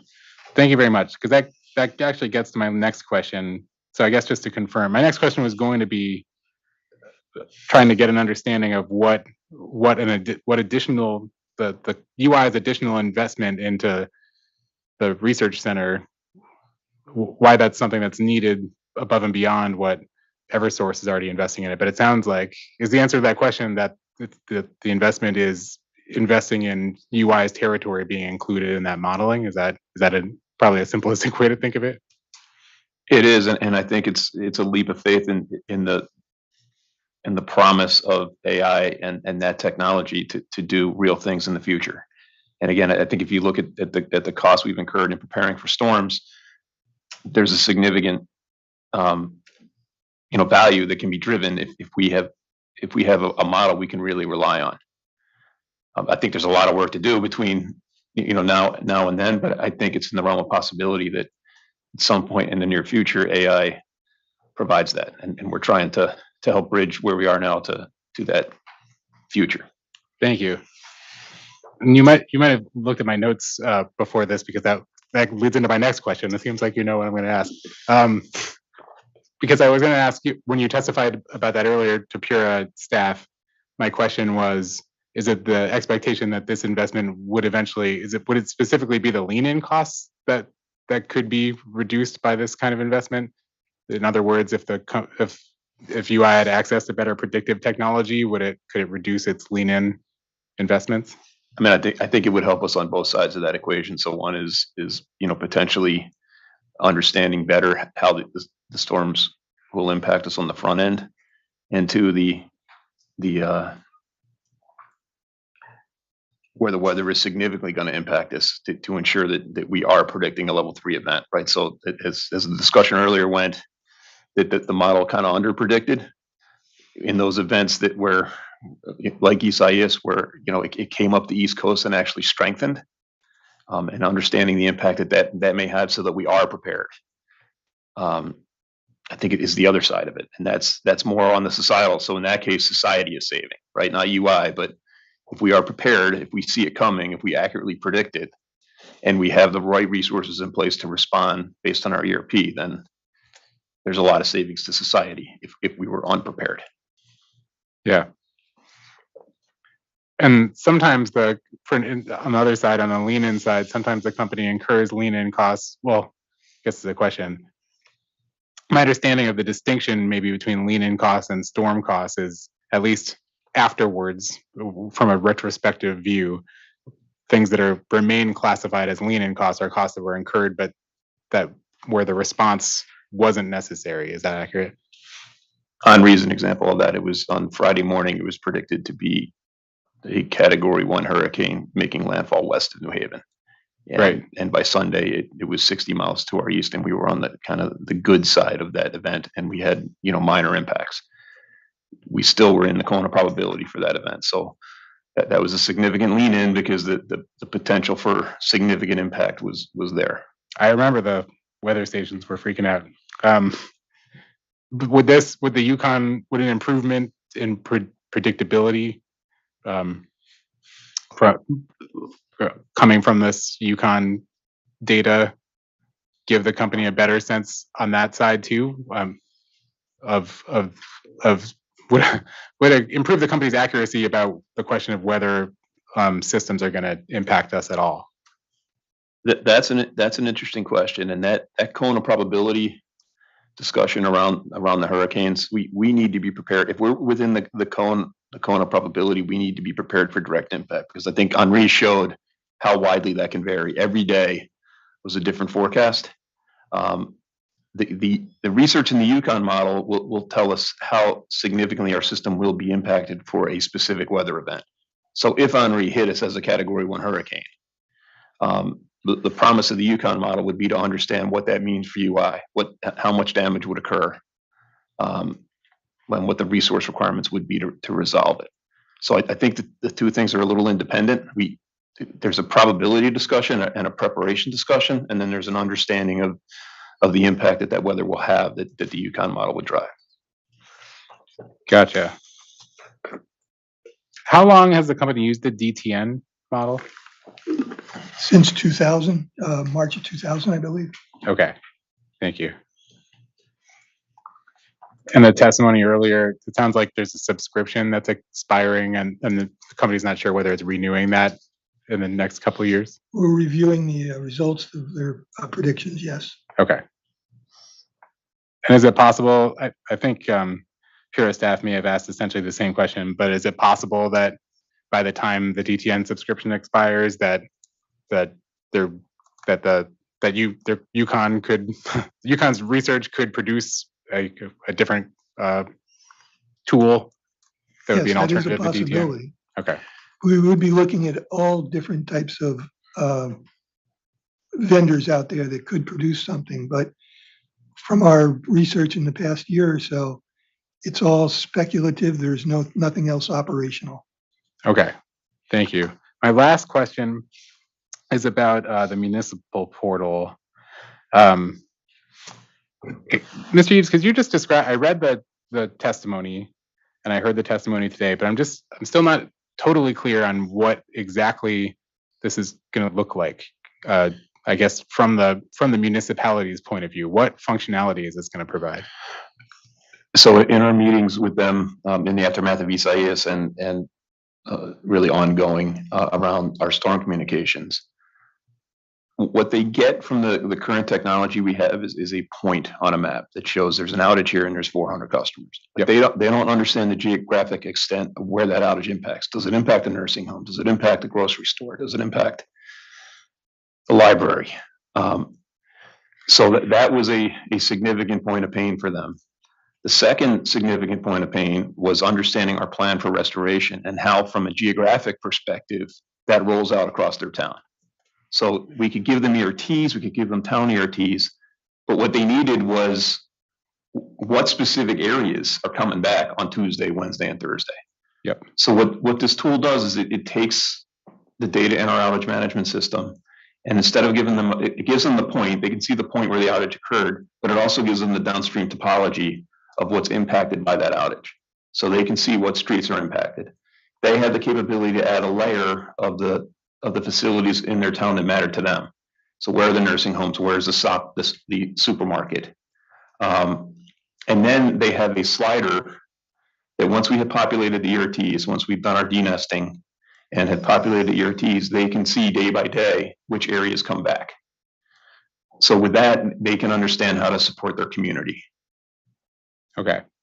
So this is a vendor who created this model, software, website, not sure what to call it. this algorithm probably is the best way to describe it. And the costs, the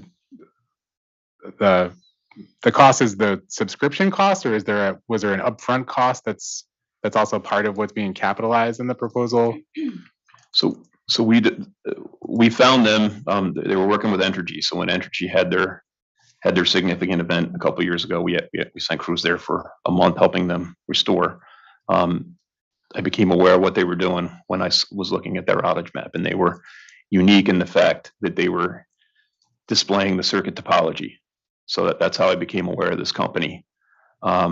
We work with them in the town of Fairfield to develop a pilot initially, to test out the concept, and then we incorporated the remainder of our towns in 2022, and have rolled it out to those towns now, so they can all see on an ongoing basis. So if there aren't any outages right now, they can see those outages in the system. Okay, but again, the cost model to that company, because we're talking about almost $2.5 million across the 3 rate years, right? That's I'm multiplying 825 times 3. So it's software as a service. They've implemented the infrastructure, and they're supporting it on a 24/7 basis. Okay, so I guess what the question is built into that cost. It sounds like it's the cost to create it and the management costs melded. Ongoing, yes. And is that what it looks like on the company's end? In other words, the agreement you have with them, is it like a regular payment schedule, or was there a down payment at first, or it's a 3-year agreement? Okay. And they worked with us jointly to develop it as a kind of as an R&D project, because I think they see. I believe this is what the industry needs. I think we are kind of on the forefront of this, and I think that all municipalities will eventually demand something like this. Okay. And I know I already said it was my last question, but I think this is my last question. Did the company look into whether any other company could provide this service, or issue any kind of RFP for this, or do any kind of competitive bid process? We did look around the industry, and we're not aware of anyone else. So we did not competitively bid this because we wanted to bias to speed.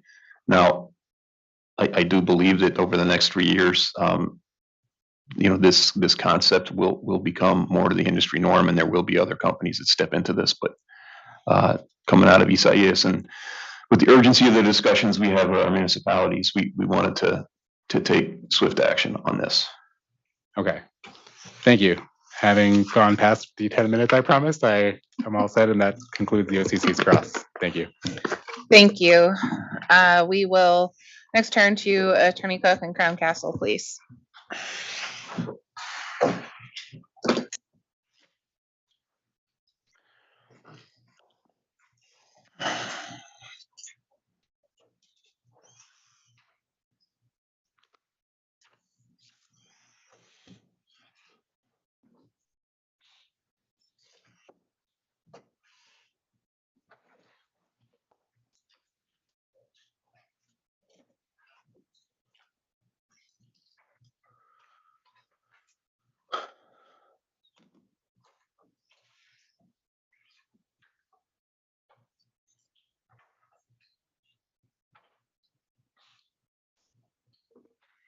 Thank you, Chair. Good afternoon, panel. My name is Mark Cook, and I'm an attorney with Tobin Carberry here on behalf of Crown Castle Fiber. Mr. Eaves, in the cost of service study, revenue rate, and design panel, you stated that the company relied on historical averages and the company's projections in NS3 attachment 1 for new pole attachments anticipated in each of the 3 rate years. Is that correct? So your reference was NS3 attachment 1? Correct.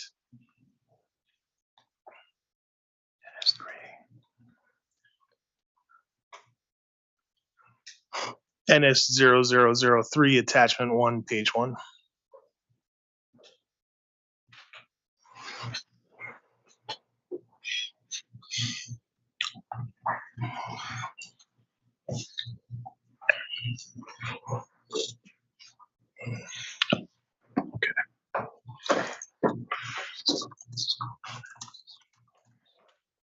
Right, so for the purposes of this schedule, we use the historical. Thank you. And in that response to interrogatory, the company predicts 12,250 new pole attachments in each of the 3 rate years, correct? We projected that based upon the historical performance. And in fact, as you allude to, pursuant to RSR 0112, where the company listed its number of poll requests received from 2018 all the way through 2022, 12,250 poll attachment requests seems to be an accurate average of poll requests received between 2018 and 2022. So I support your determination as well. That number, however, is substantially lower, 52.66% lower than the 25,877 new poll attachments for 2023 and 25,877 new poll attachments for 2024. The company projects as stated in OCC 0305. And once you have a look at OCC 0305, let me know if you agree with that. Correct. And then there are 2 different sources that drove those projections. Thank you. So the company chose to use projections, the 25,877 new poll attachments in both 2023 and 2024, upon which to base its proposal to hire an additional 25 full-time employees for primarily poll attachment application processing. Is that correct? Correct. During our periodic discussions with the attachers, as we were preparing for this case, we asked them for their projections, and those resulting projections were what we planned for and based our projection for the resource need on. Can I ask how has the company gauged what it would need for full-time employees and or external contractors for poll attachment processing in previous years? Was it historical averages or conversations with attachers, or a mix of both that the company might have adjusted its full-time employees and or external contractors on a year-to-year basis? So we brought in to deal with the attachments we received over the last couple of years. We brought in 30 contract resources, and in addition, leveraged a portion of our internal 17 field tech resources. They have other responsibilities, including connecting customers. So they can do some of the work, but the combination of those resources has given us experience as to what it takes to process these. Mm-hmm. So we took that projection to 25,000, leveraged that experience to define a number of internal resources that would serve as a baseline to have internally to be able to turn around those requests in a timely manner.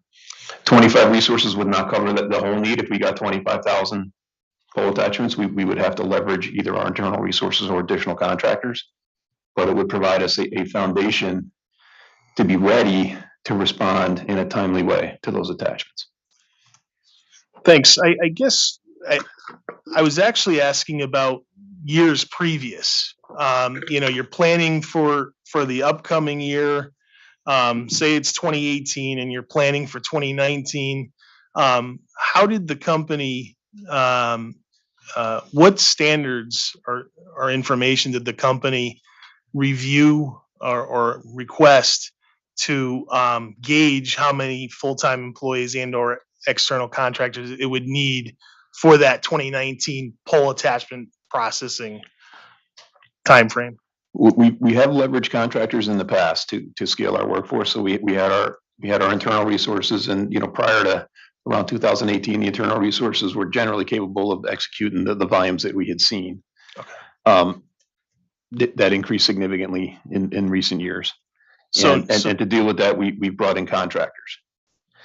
And the challenge with the contractors is the learning curve. So in general, we're finding people with aptitude. They don't have UI SAP skills generally. They don't have, in general, full field construction experience. So we're bringing in people with aptitude and training them. Understood. Now, with a volatile work volume, that creates certain challenges. So the rationale for the employees is to bridge that learning curve once, or generally once, and then have a stable workforce that is educated, trained, and ready to go when these applications show up. Thanks. That's helpful. So I guess, and let me know if I'm wrong, but in previous years, you depended on the historical average, and in the rate in this at this time, you stated that you depended more on conversations with attachers. Would that be fair to say?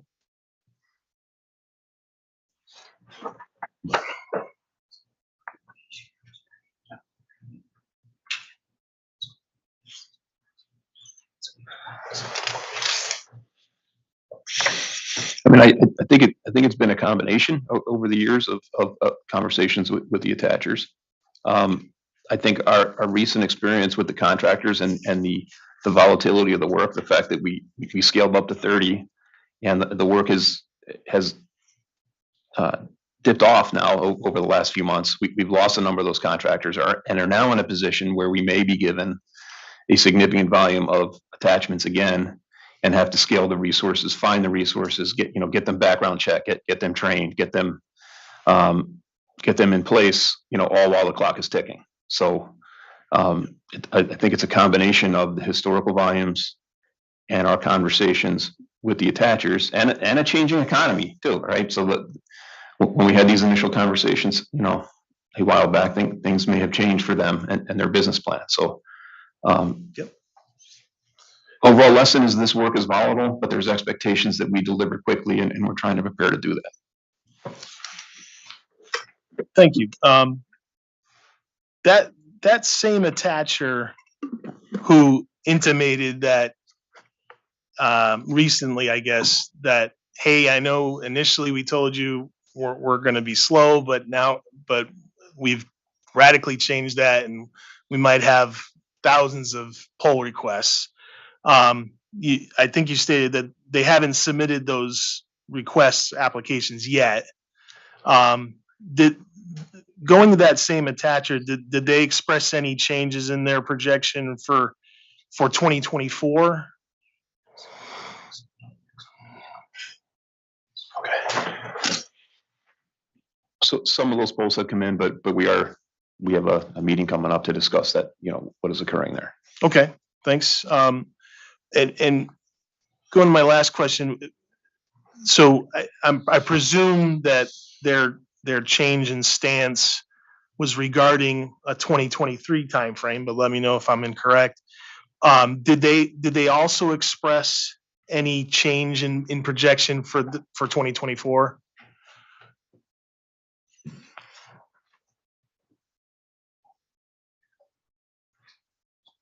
And I ask that because the company is projecting 25,877 pole attachment requests for 2023 and 2024. So now that we have some attachers kind of changing their tune, I want to see if they've changed their stance for 2024. So the discussions with these attachers, can vary. Obviously, they're in a competitive business, so I think our experience has been they typically keep those projections close to their vest and try to keep them near term. I think in the discussion that we had leading into the rate case, we explained that we're kind of setting a 3-year plan here. We want to understand where you are. They were more forthcoming in that initial discussion, but in general, I think we've found them close to the vest because they're in a competitive business, and when it's advantageous to them, they will let us know, but have not been that forthcoming in most cases. So like where we are right now, we're meeting with them. I think they're going to be talking about their quarterly expectations. My expectation would not be that they're going to give us a 24 plan. Right. Okay. And you've intimated this in the past that the company regularly circles back with attachers, or has pretty regular conversations with attachers. Have seeing that this one attacher changed its stance pretty substantially, has the company reached back out to the other attachers who have provided projections and maybe asked, hey, have you changed your stance? We meet quarterly with each of these attachers. Okay. Thanks.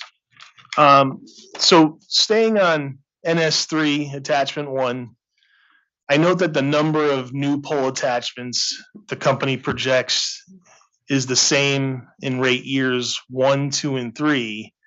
However, in OCC 0305, the company projects a substantial drop in the number of new pole attachments starting in 2025. Why don't the projections for new pole attachments in NS3 attachment 1 for rate years 2 and 3 also reflect that substantial drop in projected new pole attachments? Again, in NS3, we projected the history into the future for the 3 years. In the other data requests that you discussed, we based those projections on what the attacher volume was from the conversations. So NS3 was intended to predict pole attachment revenue, revenue the company could use to cover costs incurred in the pole attachment application process. And so the company relied on relatively lower historical averages, but the company relied on verbal, non-committal conversations with attachers when attempting to determine how many full-time employees and/or contractors were needed to timely process pole attachment applications. Is that a fair assessment of kind of the dichotomy between NS3 and OCC 305? We leverage historical actuals in NS3, and in order to understand the workload we may be presented with and be prepared for that workload that we may be presented with, we base that projection on conversations we had with the attachers. Yes. But in OCC 305, you did, but in NS3, those were the historical averages. In NS3, those were the historical averages, correct.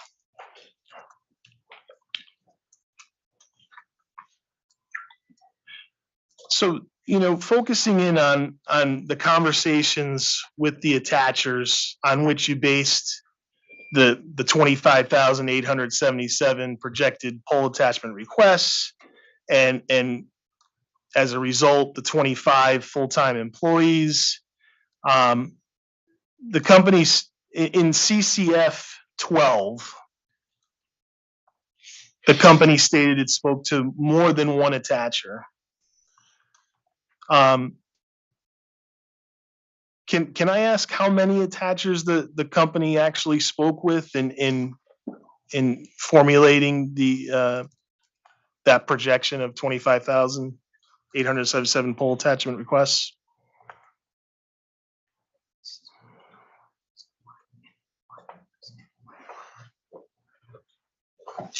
So we spoke to all of them in developing that projection, that as we were approaching development of our rate case package, that was an element of our communications to try to understand where they were going in the next couple of years so we could plan.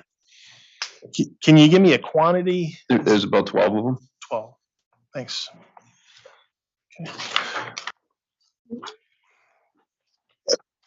And as far as the types of attachers, of the 12 attachers that you spoke to, would the company consider them a mix of telecom service providers, cable television service providers, and wireless providers? Was it a diversified portfolio?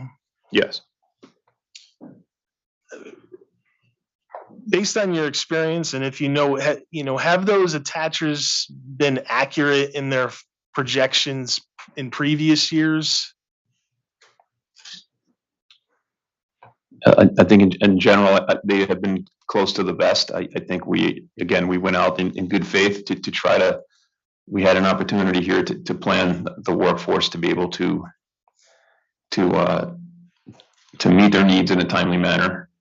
They responded the way they did, and then they haven't delivered the attachments to date. That doesn't mean that next month they don't show up with them, but to date, they have not. Thanks.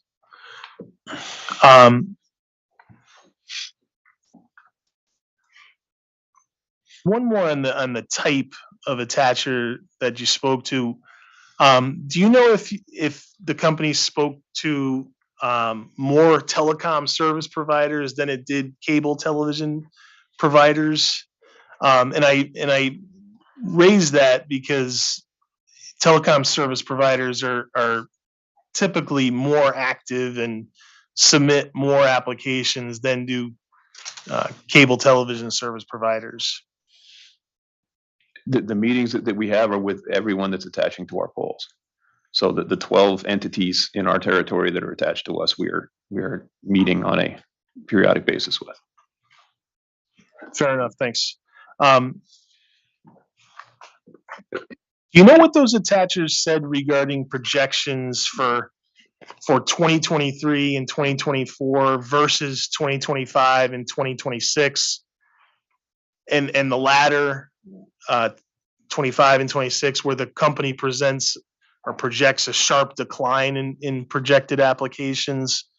I'm just trying to connect the dots that the attachers gave you certain projections and that you reflected those projections. So I guess if you look at those conversations and you take our experience into account, the out years beyond even the first year, I think are not that reliable, right? So we took the data that we had, our conversations with these attachers, we projected what they said. We believe if we were to have to process that many attachments, it would be on the order of 40 FTEs that we would need. So we tempered that request down to a baseline of internal FTEs that would be at the ready when a significant volume of these things came in a short period of time, so that we would have a chance of meeting the turnaround time expectations of the attachers. So it is what we projected is the combination of that experience and data that we had at our fingertips to try to prepare us to meet the needs of the attachers in a timely way. Thank you.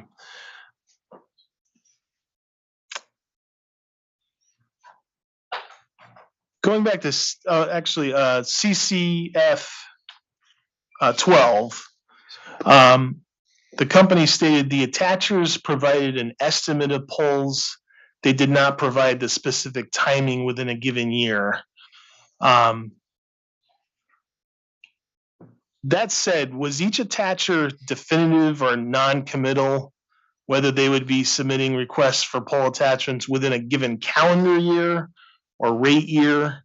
I know you said that attachers are traditionally close to the vest, but I'm wondering if they provided that kind of description on timing. I mean, our conversations with them were in terms of calendar year. I don't think rate year is a concept that they would. We were talking in terms of calendar year.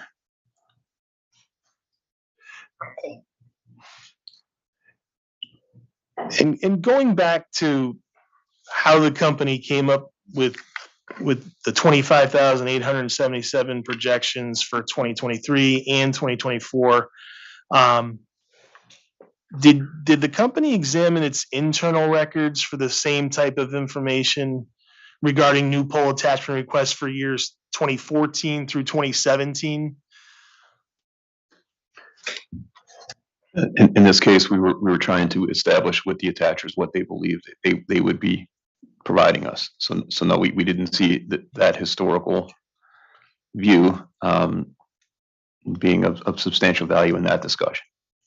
Again, you did state that you tempered those projections with historical averages to kind of rein it in a little bit, because you said, well, gee, if we just depended on the conversations with attachers, we might have to request 40 full-time employees, right? The work would require that, but what we need is a baseline of resources that are ready to go. The other issue that leveraging contractors has, if we lose a substantial amount of them and have to retrain them, is the people that retrain them are the people that are doing the work. Right, so it's a double impact on us. We have to take our qualified people, pull them away from doing the work they should be doing, and go and train new people. So establishing that baseline of resources, to deal with the work when it comes in, given the timeframes. Now, if we had a year, if we could just wait a year and scale up and down and bring the people in and train them, then that would be a different. Does that go towards what you discussed in your pre-filed testimony regarding the inefficiencies that you have to deal with contractors as opposed to full-time employees? Contractors, when the work swings up and down wildly. Yeah. Right. If we had a stable baseline of work from the attachers that we could bring in 20 contractors, get them up to speed, and have them running at a relatively consistent rate, then it's relatively doable. If it's swinging up and down significantly, that's where we have the issues. And again, I think the other option the attachers have is the self-help engineering, where they do it themselves. To date, none have taken that option, but, likely because of the complexities I'm describing here. But no, I appreciate that. If you remember in your conversation with Mr. Capozzi from the PIRA on last Friday, February 24th, I believe it was the capital program panel, you had stated the company had received, and this was also included in a response to an interrogatory, the company had received attachment application requests from third-party attachers for 1,308 polls. I believe that was 976 polls from applications containing less than 300 polls and plus 330 polls, for a total of, again, 1,308 polls. And that was since the date of the One Touch Make Ready decision, which was May 11th, 2022. And I believe the measuring stopped at December 31st, 2022. Does that sound correct? Yeah, I believe that was the data from a compliance filing that we had recently submitted. Obviously understanding the start date of that measurement was the date of the One Touch Make Ready decision, May 11th, and spanning to December 31st, 2022. That's the 1,308 polls. That's 187 poll attachment requests per month for that 7-month span. I took it from June 1st to December 31st of 2022. So that's 187 poll attachment requests per month times 12 months would be 2,244 requests per year. That's considerably lower than the 25,877 attachment requests the company projects for 2023 and 2024. Would you agree with that assessment? What we have seen over that period is significantly less than the attachers reported to us that they intended to execute when we talked to them prior to our rate case filing. Does that lend to questioning the validity or the reliability of conversations with attachers as opposed to relying on historical data? The projections of the attachers in recent history have been significantly wrong. What we are doing is trying to prepare for what can come, because we are responsible not for what did come, but for what can come, and responding in a timely manner to the attachers in that way. And again, what we proposed here puts us in a position we believe to do that over the long term. Thank you. Given these swings and changes in positions by the attachers in their projections, has the company considered modifying its projection estimates in connection with the express need for the 25 additional full-time employees for poll-related matters? We've got 12 attachers, and the meeting we have coming up, I think the topic could be the potential of 10,000 polls. Okay. So I think the volatility still exists, and I think right now we need to be prepared for that level of volatility. So at this point, I don't see the company recommending changing our proposal. How about over the 3 rate years? So not so much the short term, and we're going to talk about the next quarter with the companies coming shortly. But what about over the 3 rate years? Would the company does the company have plans to revisit the projections instead of setting a hard and fast number for the 3 rate years? I think we would revisit them after the rate period. In the lead up to the next rate case, we would be evaluating where this work stood at that point. Have there been any significant changes in legislation or activity or the market, and adjust accordingly? Even though that the 3 million for the 25 additional full-time employees is not being proposed to be part of the rate formula, right? You'd still only revisit the projections as the next rate period is approaching. Well, we've asked for the revenue requirements for the 25 FTE. I think we would go about securing them, training them, getting them ready to execute their work over the long term. Yep. Again, this is a long-term resource. Once we have made that investment in training and getting them up to speed, we want to be able to leverage that as these attachments come in.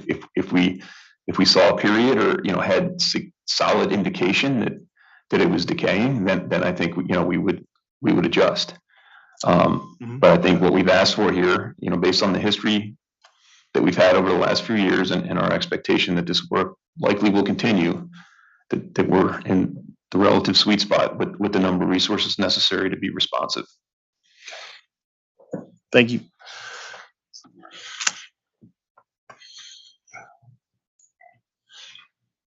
In the rate design panel, the NECTA witness, in her testimony, she testified that the 1.11% in administrative carrying costs contained in both the cable and telecom pole attachment rate formulas include administrative costs. Do you agree with that?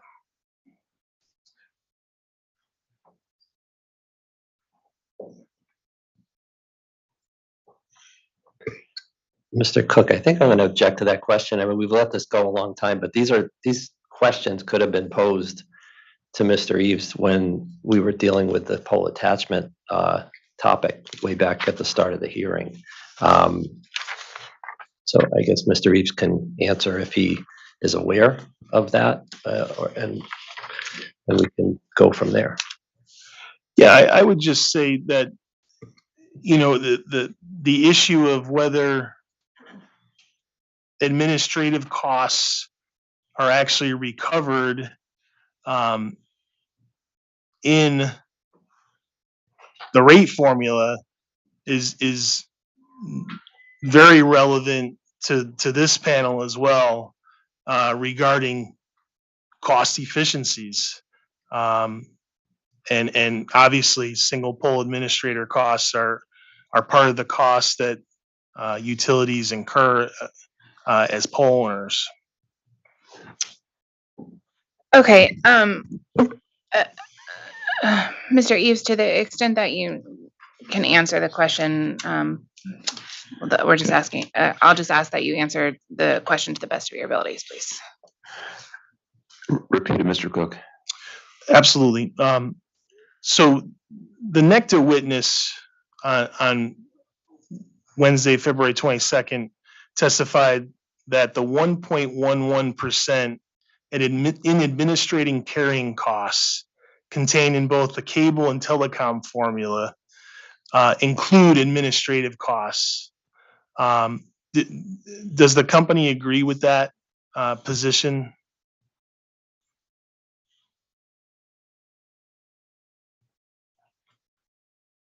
I'm not sure I understand that the 1.1% administrative costs that she included in her calculation include administrative costs? That's the question. I guess what I'm asking is, do you know whether pole attachment administration costs are included within that administrative carrying costs in the pole attachment formulas as the NECTA witness posited?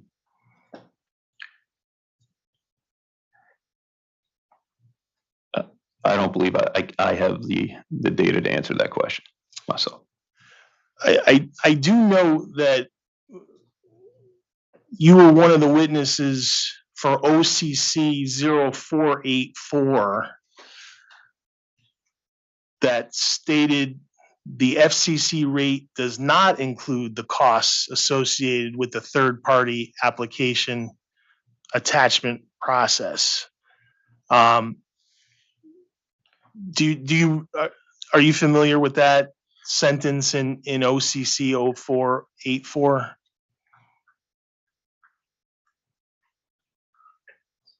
Yeah, for the record, I'm looking at that response, Mr. Cook, and Mr. Eves was a co-sponsor with the rates and cost of service witnesses for the company. I think that would fall into their area. Very good. On a related note, I'll ask, did the company consider the pole attachment rate revenues it receives via the administrative carrying costs when projecting the $3 million for pole-related costs in each of the 3 rate years?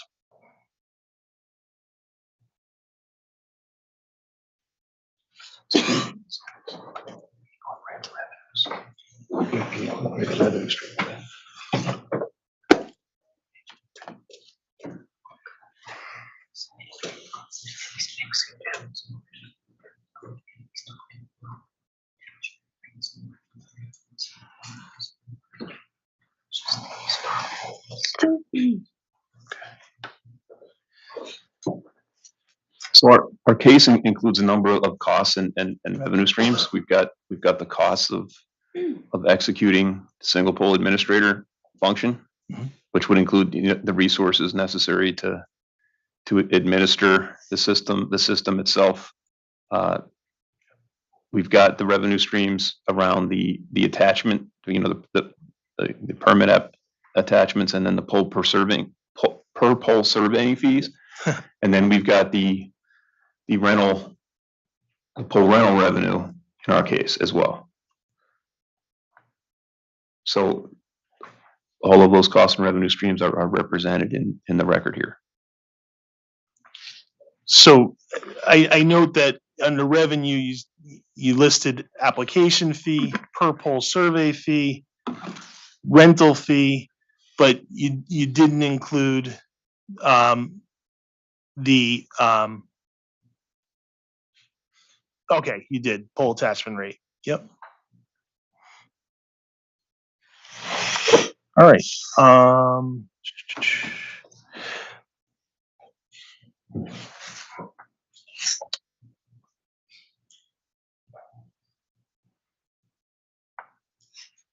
Do you agree that, I guess, does the company agree that pole attachment license application costs are a cost of doing business as the pole owner and would occur regardless of the single pole administrator framework instituted by the authority? Sorry, repeat that question. I'm not sure I No, understood it. absolutely. There's a lot in it.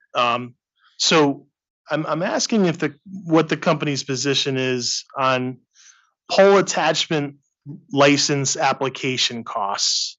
The pole attachment process, is the company incurring those costs simply as an entity, as a pole owner?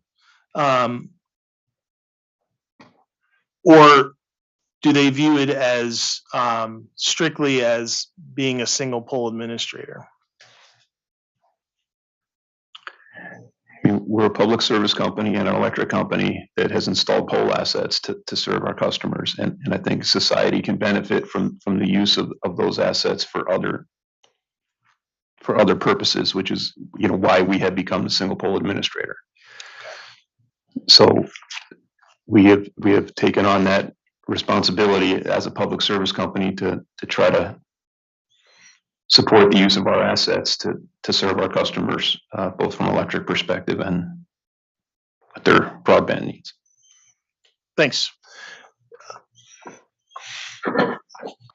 Does the company agree with the authority's determination in the One Touch Make Ready decision that administrative costs, pole attachment administrative costs that are not associated with specific applications, such as resolving disputes and participating in regulatory proceedings, are appropriately recovered through base distribution rates?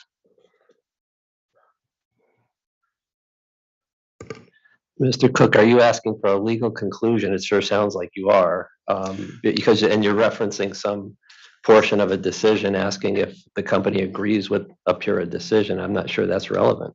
If it's a decision, it's a decision. I could offer the page that determination is on in the One Touch Make Ready decision, and ask for Mr. Eves or anybody else on the panel opinion on it.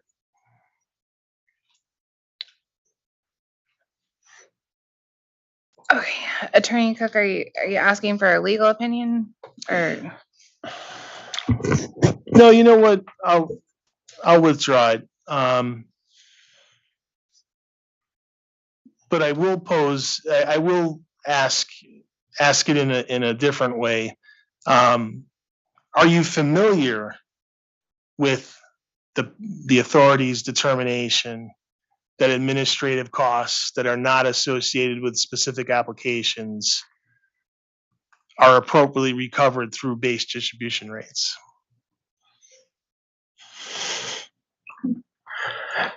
I think my understanding of the current situation is that when you take the costs of our administration of the poll process and you subtract the revenues that we're receiving, that there is a residual cost, and those are currently being recovered through base distribution rates.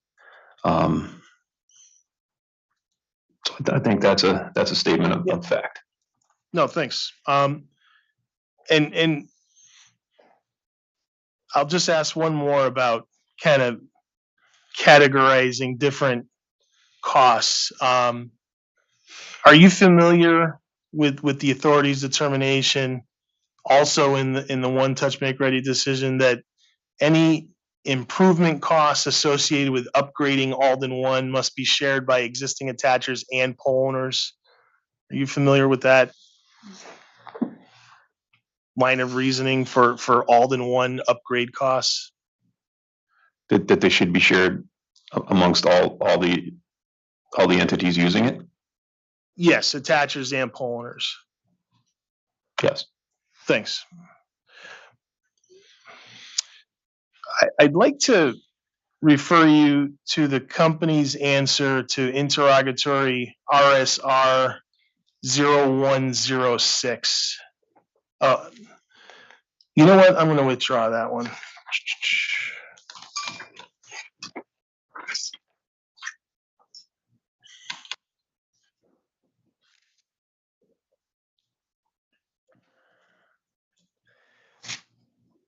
Mr. Reeves, in response to OCC 0515, so that's OCC 0515, the company stated it did not perform any studies outside of the justifications presented in its testimony to justify the addition of 25 full-time employees. Are you familiar with that statement? Yes. Why didn't the company perform any requisite studies to try to gauge what number, if at all, was right for full-time employees and or external contractors to meet the perceived need? We leveraged our experience over the last several years with the attachments that we have been given that required the use of 30 contractors plus our internal resources.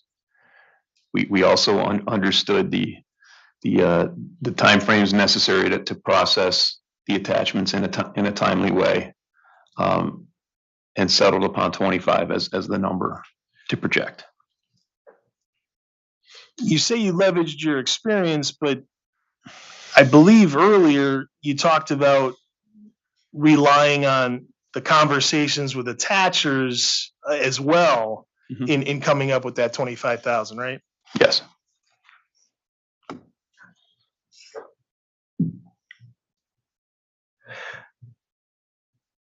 And then in CCF 12,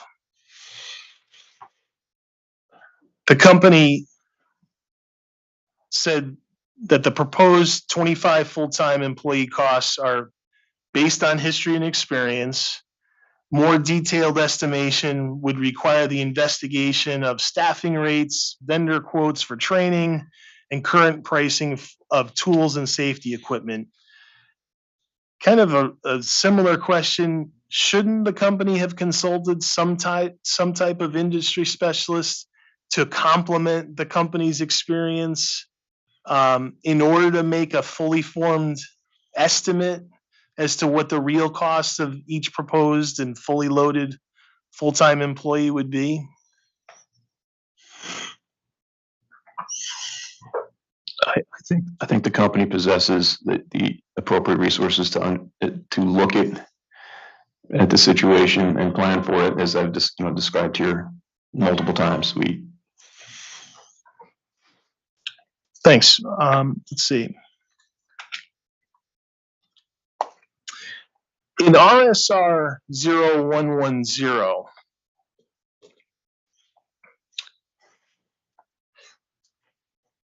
the company states it would still utilize contractors on top of the additional 25 full-time employees, with the quantity and frequency of the contractors dependent on the volume of applications. You've said in your pre-filed testimony that contractors are inefficient. Given that, why wouldn't the company propose more than 25 full-time employees in lieu of the inefficient contractors? So the 25 FTEs gives us a baseline of skilled resources that are here ready to respond when the attachments come in. They would also provide us more capacity to do the training necessary to bring the contractors up to speed. So we wouldn't swing our internal FTEs to the absolute maximum of any series of applications we could get. We tried to find a spot in the middle that would prepare us with internal resources ready to respond, but with the capability to expand through contractors to hit the peak. I appreciate that, and correct me if I'm wrong, but again, that I think that speaks to the flexibility of contractors somewhat to adjust to those fluctuating numbers. But the company has suggested that even those 25 full-time employees, if they were all engaged or hired, I should say, if if volumes were low and they found themselves idle, they could be utilized to perform non-pole attachment duties, right? That would be an option to pursue, but with the priority for them being, if a pole attachment request showed up, that's what they would be executing.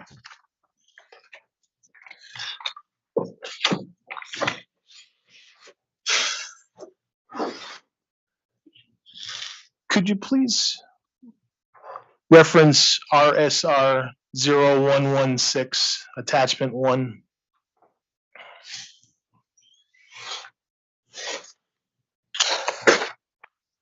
There.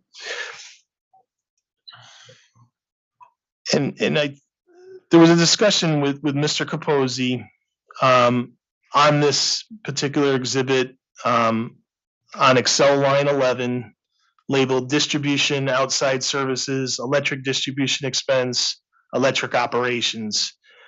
You had previously stated, and correct me if I'm wrong, to Mr. Capozzi, that the costs on this line contain only pole attachment related costs, but including single pole administration costs, right?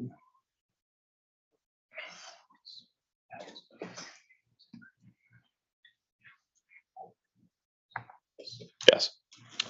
Very good. And also that line 11, that included only external resources such as external contractors. It does not include any internal resources, right?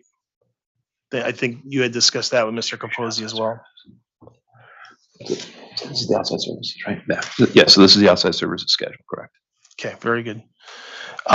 So I see that the cost for the test year is 1.955 million and increases to a projected 5.123 million in rate year 1. Is that correct? That's what the schedule shows, correct? Yep. Does that differential reflect the increase in costs of additional external contractors the company would retain and or hire for the pole attachment application process? I just want to make sure that I'm understanding what I'm reading.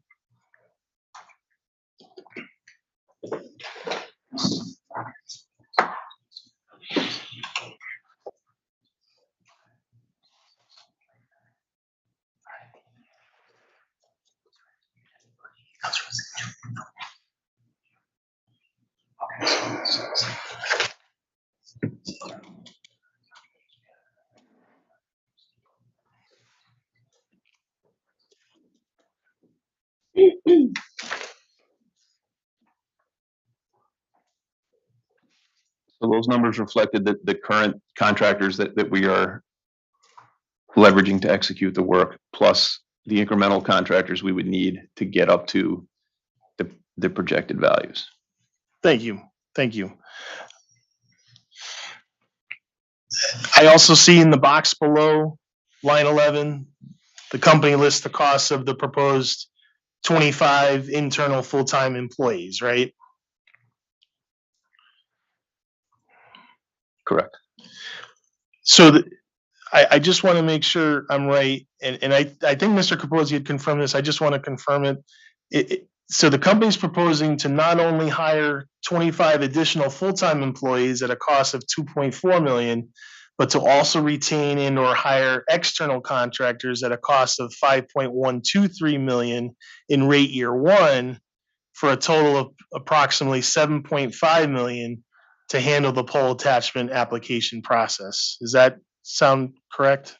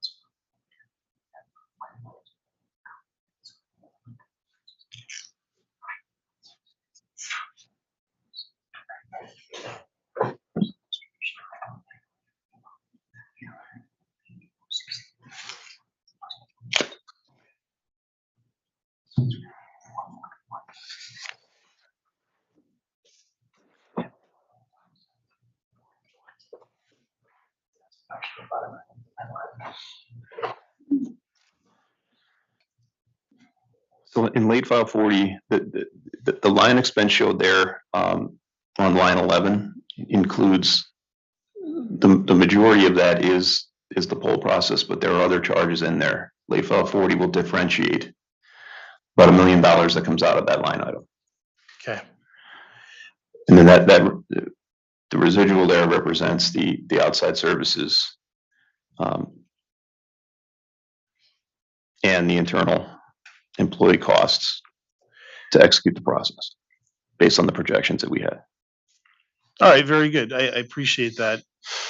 I do know that the numbers are consistent for both the 25 full-time employees that you're proposing to have 25 full-time employees in rate year 1, 2, and 3, and that you're also proposing to have what seems to be that same amount of external contractors in each of the rate years as well. Is that correct? That's what's reflected in the schedule, correct?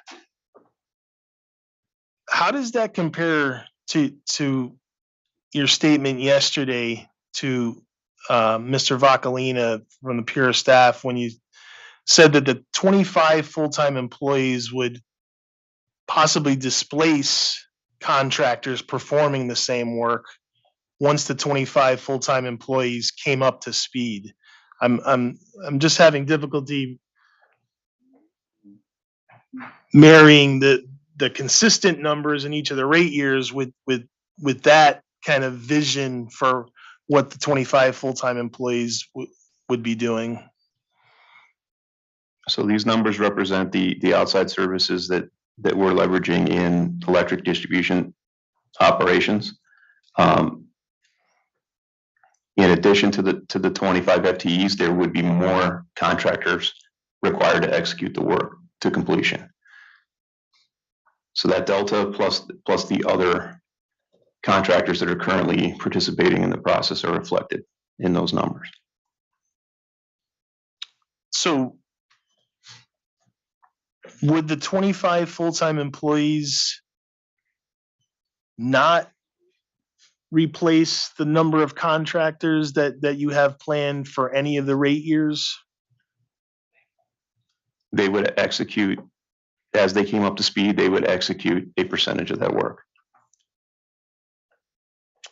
And so as they come up to speed, what happens to the contractors whose work is being replaced? So we will need a contractor element to reach the total attachment volume that the attachers put before us.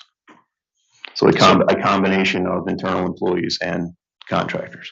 So at the end of the day, these numbers are based on your projections, based on conversations with the attachers. Correct.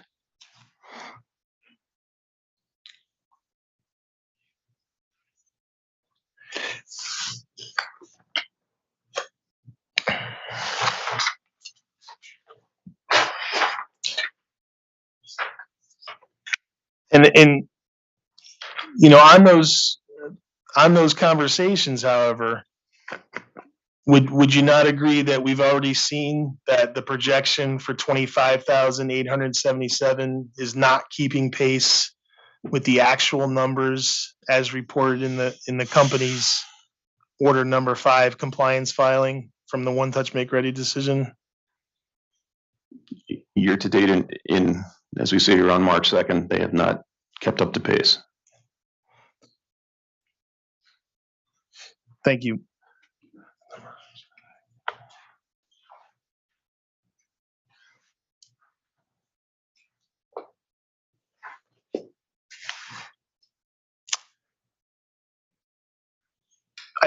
You spoke to this somewhat already, Mr. Eaves, but I want to make sure I get kind of all the assumptions that the company made to land on that 25 full-time employees. And correct me if I'm wrong, but you talked about conversations with attachers, tempering that with historical averages. were there any other assumptions, like, assuming the application did not contain any complex work, assuming the company had the correct data about each respective pole already in Alden One, like its inventory and whether it's, the inventory is current, things like that? Did the company use those types of assumptions as well in formulating that 25 number? They may have formed a baseline, but that 25 number again was defined as a number to put us in a position to have the ability to respond in a timely manner with qualified resources for large volumes of applications that we have seen and expect to possibly see again. Okay.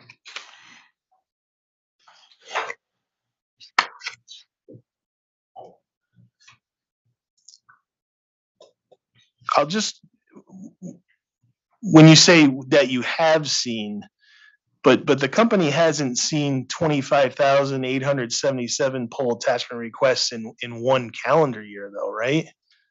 We have not seen that to date. Speaking of the 25 additional full-time employees for pole attachment application work, let's assume it's approved.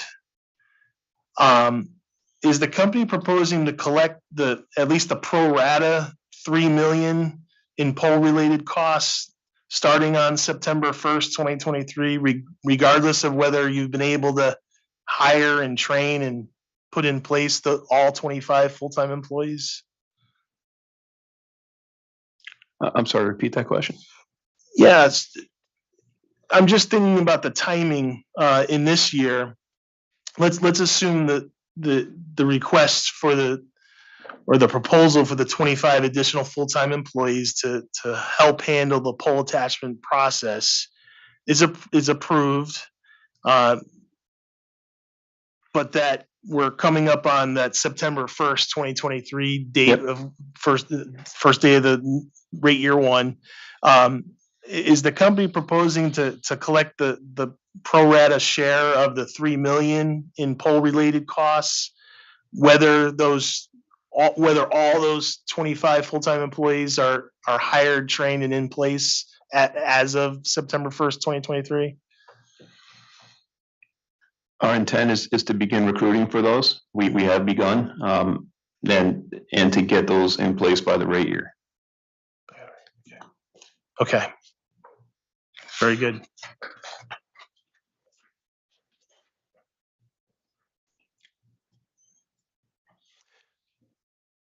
So, speaking of the 25 full-time employees, they're projected, they're provided for in each of the 3 rate years, as we've seen. But in OCC 0305, the number of new pole attachment requests is projected to drop substantially in 2025. Are the company's revenue requirements for all 25 full-time employees still reflected as incremental labor and benefit costs in rate years 2024/25 and 25/26? Despite that drop in projection in 2025? Those 25 employees would continue to be there, yes. Yep. I note that in RSR 0119, the company states that the proposed 25 full-time employees would be used as time permits to support communications attachers with field issues and the identification of unknown attachments within the communication space. I have a question, I promise. Regarding field issues, would the company deem a dispute between 2 attachers regarding their respective installations in the field an administrative cost for which they would hold either or both attachers responsible?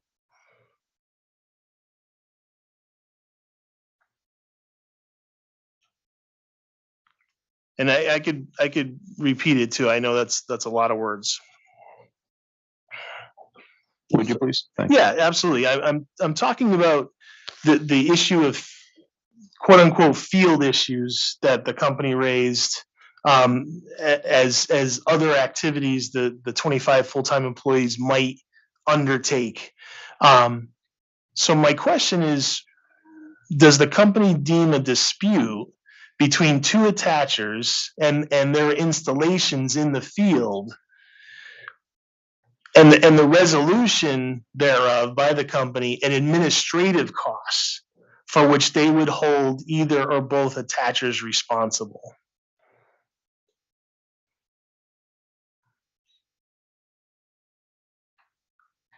I think the case you're bringing up, that there are many cases of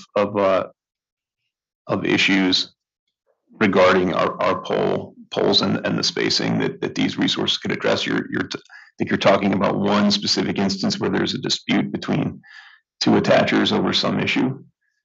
And what I would see that as an administrative cost. That is your question? That is, yeah. That's specific, that we would meet out there with a dispute between the two of them?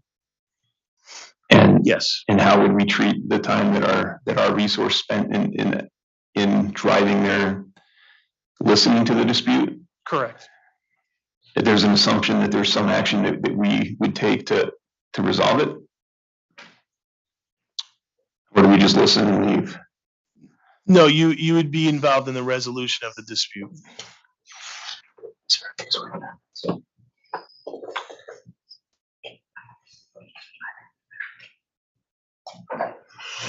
In your example, these are two attachments that have already been on the pole, and there's some dispute as to. That's right. They're licensed. They have licenses with UI. They're already installed, but let's say something has happened and somebody's overlapping into somebody else, and they're both pointing the finger at each other. And someone called us and said, "Can you come out and listen to our argument?" Yes. Yes. And you're asking me how we would treat that cost? Correct.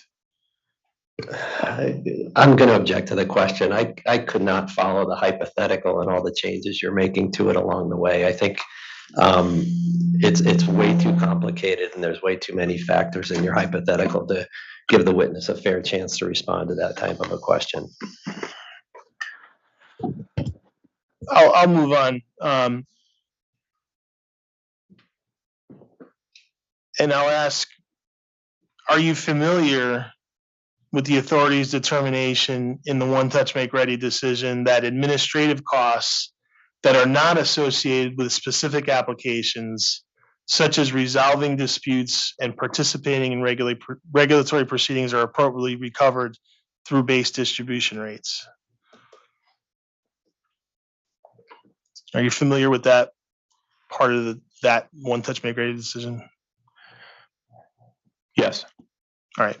Very good. Thank you. And so going back to what the company posited as other activities that those 25 full-time employees might do if there weren't enough pole attachment applications to work on, the company also suggested that those 25 full-time employees could help support communication, help attachers identify unknown attachments within the communication space, or they would perform that on behalf of UI. Are you familiar with the authority's decision in docket 110307 REO1, in which the authority directed all pole owners to begin researching their own records in furtherance of ultimately creating a Connecticut utility pole database? Yes. Thanks.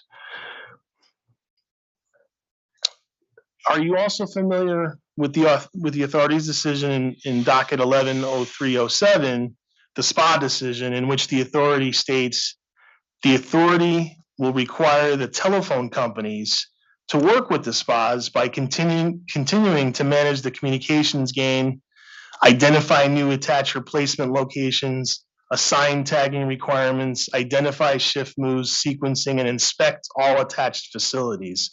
Are you familiar with that passage of the SPA decision? Generally, So, given the above, would you agree that non-ILEC third-party attachers are not the causers of the respective joint pole owners not knowing the identity of some attachments? there are a lot of double negatives in that statement. I'm not sure what you just said. Yeah, it was confusing. I admit that. So said another way, I want to make sure that non-ILEC attachers are not charged for SPA costs incurred by UI when UI's 25 full-time employees are out in the field trying to identify unidentified attachments. Because it seems to go against the spirit and rule of the SPA decision. So I'm asking you if you agree with that premise. If we had work that these 25 FTEs were doing that were not related to pole attachments or their core mission, then we would have them charging to other orders for the work that we directed them to. But in that specific example, would you identify would you deem the identification of unlabeled attachments? I'd have to research that further. I guess I have a little trouble understanding why that wouldn't be a SPA cost to verify where the attachers are.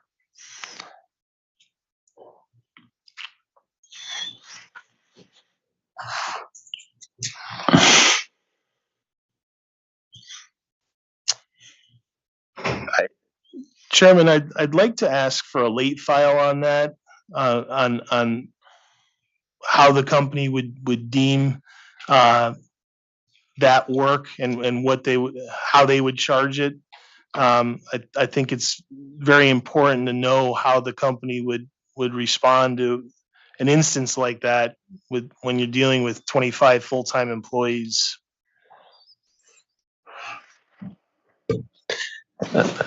I think it's been asked and answered. When he says an instance like that, I'm still not clear on the situation because it's such a convoluted hypothetical. So I would object to that request. I guess my response would be it's a very simple hypothetical. The some or all of the 25 full-time employees are charged or tasked by UI to go identify unlabeled attachments. And I want to make sure that non-ILEC third-party attachers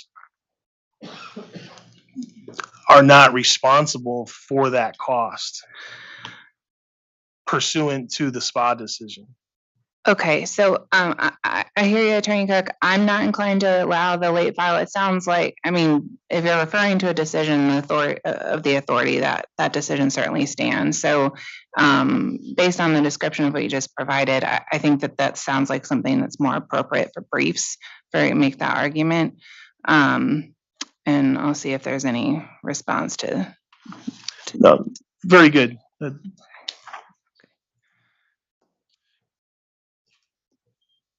Just a couple more questions regarding operational efficiencies. Would it be more efficient if attacher applicants paid their ILEC pole attachment application fees?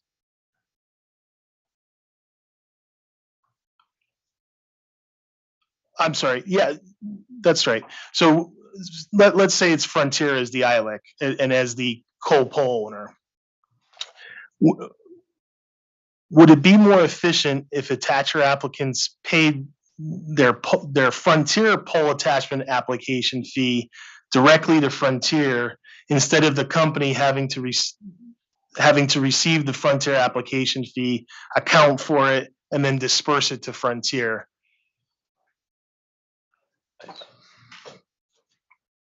I haven't thought through the process design or in preparation for this hearing. I can't respond to that sitting here right now. Yeah, and I raised that only because in another docket, the company actually raised that as an administrative cost that they incur.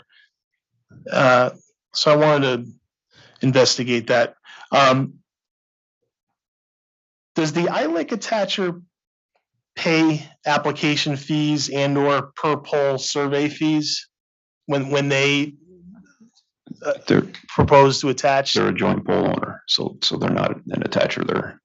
They've paid to be part owner of the poll typically. So let's say it's Frontier. They notify you that they're going to hang fiber. Does UI conduct any engineering for UI for that Frontier fiber?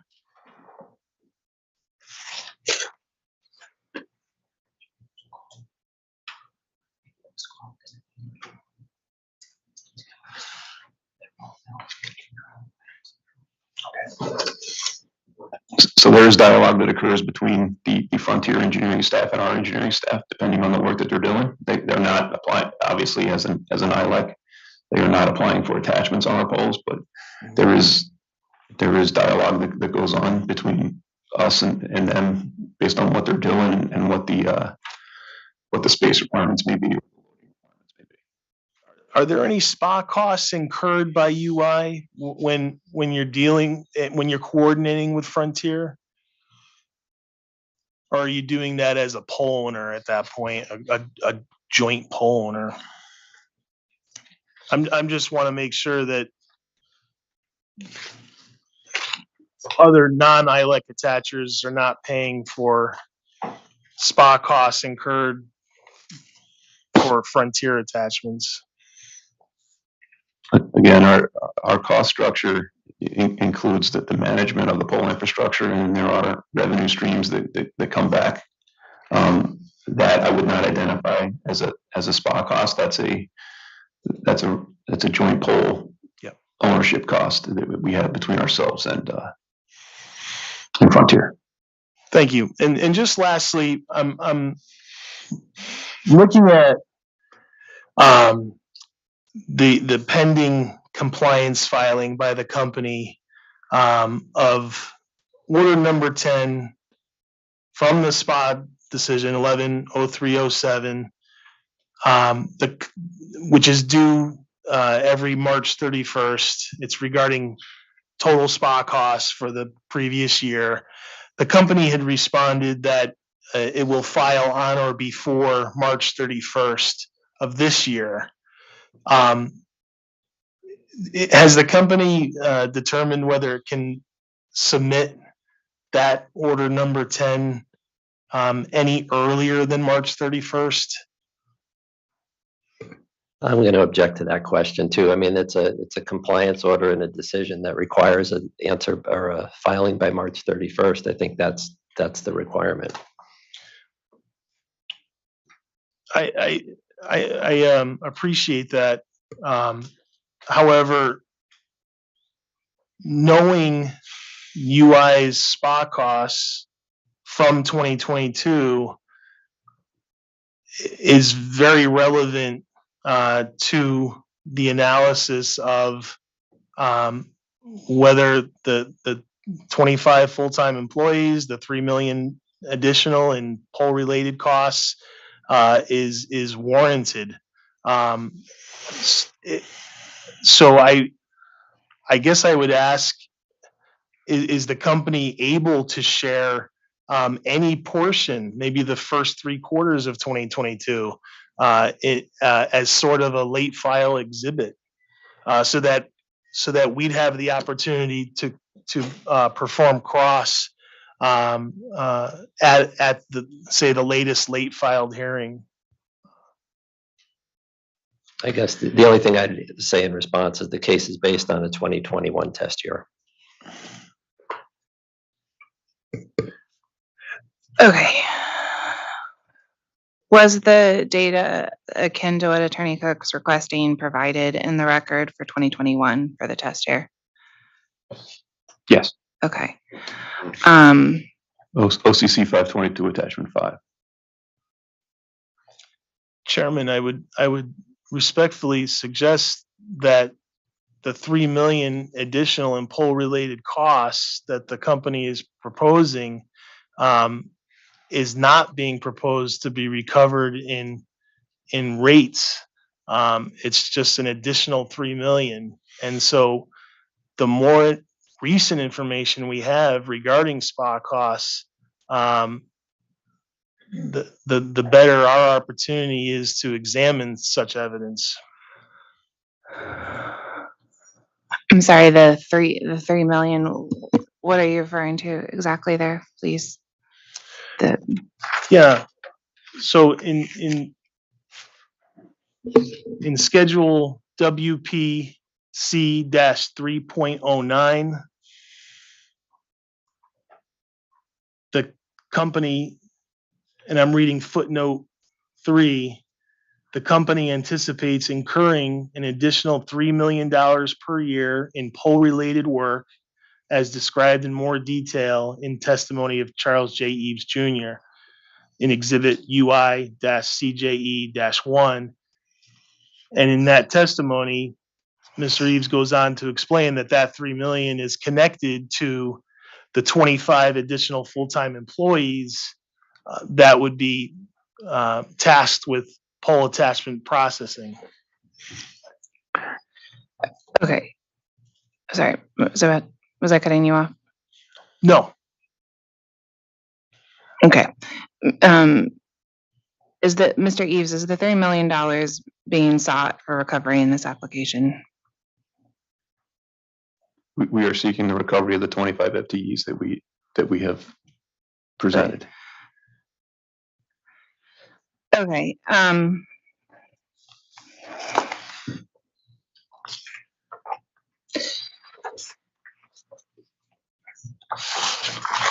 You know, I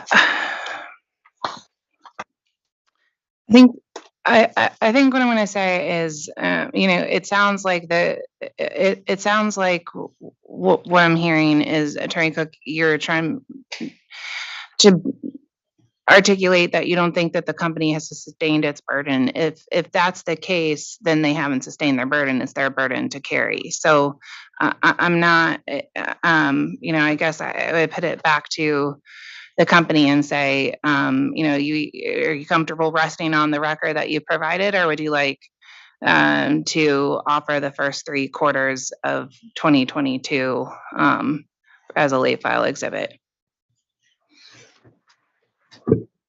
I think I just need a moment to confer. I don't know if the information's available. I was reacting to the fact that it's a compliance filing that's not due for several weeks. Understood. So, if we could, do you need a yeah, I sidebar? think, yeah, maybe we just need a sidebar for a minute. If we could step out and then Sure. step right back. Thanks. Please.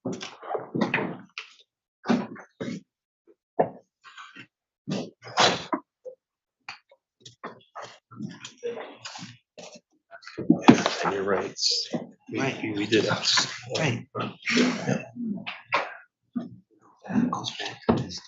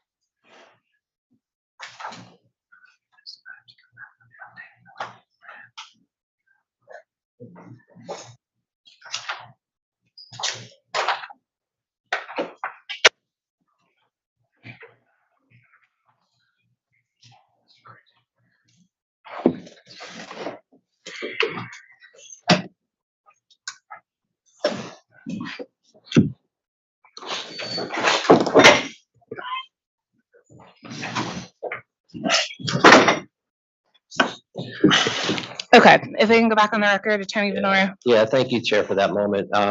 We can provide the information in a late filed exhibit, provided it's on the last late filed exhibit date. Okay, my computer's dead. I have no idea what late Oh. file exhibit we're on. Are we on 81? Oh, I think we're in the 90s. Yeah, we're up. We're in the 90s. Okay, 91 maybe? 91. 91. Okay, so, and to be clear, are we providing all 4 quarters or? We're going to provide equivalent information that what is normally provided in the March 31st compliance filing would be the spot costs. Right, 2022 spot costs. Okay, for late file exhibit 91. Okay, thank you. Attorney Cook? I have nothing further, Chairman. I thank the panel very much. Thank you. Yeah. Thank you. I'm inclined to keep going, so I don't know if we'll be, okay. I'm gonna go keep going. Attorney General, please.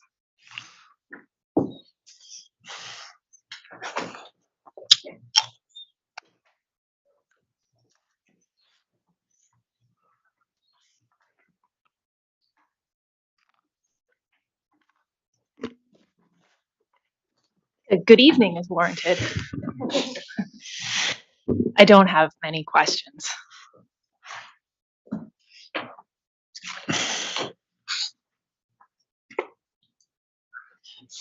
Lauren Bidra, Office of the Attorney General. Mr. Eves, just to set the table a bit, I'm going to ask some questions we've talked about before just to get us situated. In the rate-based panel, you testified that the company is requesting to increase its funding of the UPC program to $228 million, correct? Correct. And extend the program to 2029? Correct. And you also the panel testified that the company is requesting to increase the annual storm reserve collection amount from $2 million to $3 million per year? Correct. Okay. Do you agree that the company claims its UPZ program has an effect on tree-related outages? Yes. And would you also agree that many, if not most, storm-related outages are related to trees? Yes. Given the company's testimony about the stated benefits of the UPZ program, why is the company also requesting to increase its annual storm reserve by $1 million per year? To limit the uncertainty for customers in the storm accrual. So we've accumulated $25 million that we're looking for recovery this year. That increasing that would reduce that amount of uncertainty to customers in future rate years. So it demonstrates that the $2 million that we had been recovering, was insufficient to limit that number. Is there any evidence in the record demonstrating or predicting the increased frequency or severity of storms going forward? That analysis was based on the past history and what we've accumulated in the reserve. And I might add to that, we've provided lots of information to that effect about historical storm costs, demonstrating that for many of the past several years, they've significantly exceeded not just 2 million, but even the 3 million. Understood. Thank you. My question was prospective, though, and I believe Mr. Eves answered it.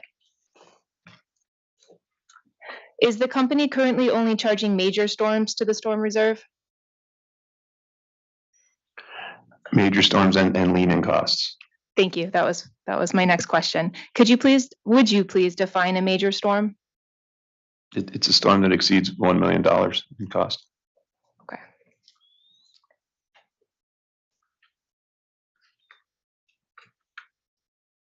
In this rate case, is the company proposing that it continue to offset deferred major storm costs with customers' 50% share of earnings through the earnings sharing mechanism if major storm costs exceed the storm reserve balance? Our proposal is to keep the ESM the same as it's been historically, so yes. At any threshold in the storm reserve accrual, is unused storm reserve returned to ratepayers? Could you ask that again? At any threshold or point in the storm reserve accrual, assuming there is an accrual going forward, would unused storm reserve funds be returned to ratepayers? You're asking if, so today we're in a asset position where the company's storm costs have exceeded the amount accrued. You're asking if we're in the inverse position, would that be returned to customers? Correct. It certainly could be in the next rate case.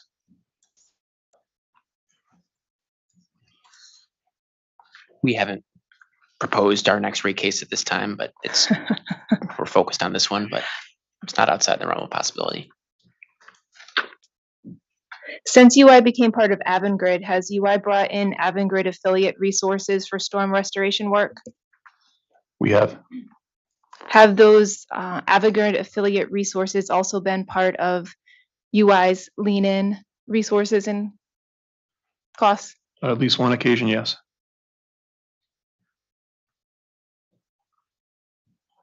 Does Avangrid plan to continue to rely on Avangrid affiliate resources for storm resources and/or lean-in functions?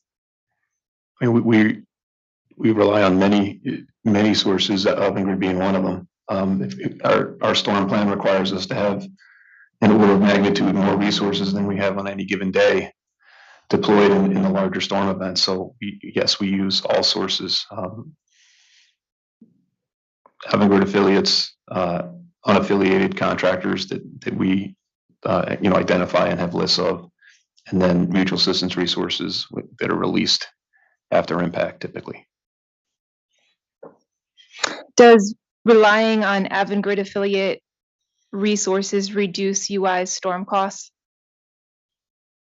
The term rely on, they're a source of resources depending on the track of the storm. So if it's coming over the ocean at Connecticut, then the New York resources, could potentially be available to come and help us. So they're a source of the resources we need. I wouldn't say we rely on them. We have a number of sources, and they may not be. If they're impacted, then their first responsibility will be to their customers. So we will need to use the unaffiliated contractor market or other sources to get our at onset resources in place. Are there any cost savings to the company when it relies on an Avangrid affiliate resource versus an unaffiliated resource? That's a good question. We're paying for the market rate of those contractors. So if they came from PICO in Philadelphia or from NYSEG, I think the rates are very similar. I think the relationship we have with them is the value that they will come support us first if they are not impacted themselves. But we would be paying, to the cost to NYSEG or to RG&E to have the resources here, and that we'd be paying a similar cost if it was Oklahoma Gas and Electric or PICO or so.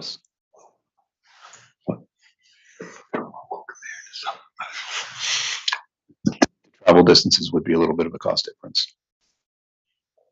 Okay. Closer. So is it fair then to state that there are no monetary savings in using an Avangrid affiliate resource for storm response? When you say monetary, so if we're able to acquire resources from NYSEG because they're not impacted, then our customers benefit by having a faster response time, right? So the lesser duration in outages, I think, has a significant societal cost benefit. I think if you're simply looking at the cost of acquiring the resources from one utility versus another, they'd be similar. Thank you to the panel. Thank you, Chairman. That's all I have. Thank you, Attorney Bidram. Mr. Parent, please.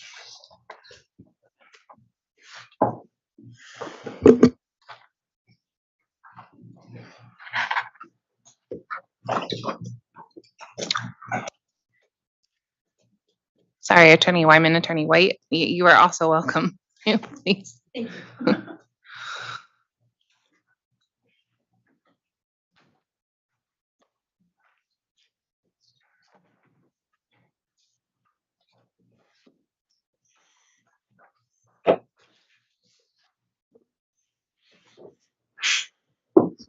Hello, Chris Parent from EOE staff. I'm going to keep this very quick. But slow me down if I hit a point where you need clarification. I'm solely following up on a question that was posed by authority staff a little earlier this afternoon. During the cross with the Pura staff, there was a brief conversation regarding cloud or software as a service assets and how they're accounted for or capitalized by the company. Do you guys recall that conversation? I do. Okay. In my original review of EOE 181 attachment 1 that was referenced, am I correct to understand that the company, I'm going to quote the policy here, capitalizes internal use software as an intangible asset and then amortizes it over a useful life of the software license? Am I correct in how I characterize that, which I extracted from page 1 of the aforementioned interrogatory? Which attachment was that? It was EOE 191 attachment 1, and this was 191. Thank you. 191. EOE, I'm sorry.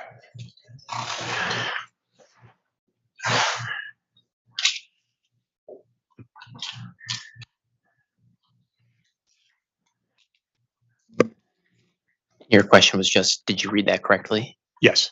I see that sentence. My follow-up question to that is, what is the software license terms? So when you license a software as a service, what are the terms of those licenses generally? Generally, they would be 3 to 5 years. I believe this one is 3, subject to check. So my follow-up question then is, am I correct to assume that you are paying 1/3 of the total license each year? We're paying an annual rate to have the software hosted and supported 24/7. So when you put up the first year's asset, Yeah. I believe the amount was 875,000, subject to check for that one, but that's just an example. Are you putting up the 875,000 for the first year and then amortizing it over 3? For the example that you quoted, it was a 3-year term. Yes, that's generally how it would happen. When you pay the second installment, are you now putting up another 875,000 and amortizing it over the remaining life of 2?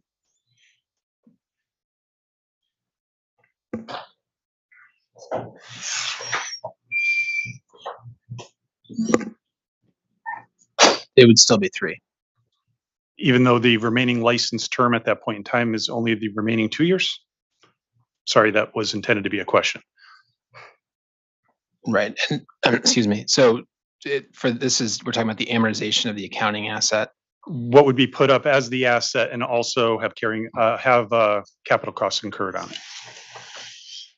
Right. And so generally it would be amortized according with the policy. And I think as we discussed, that's the 3-year period.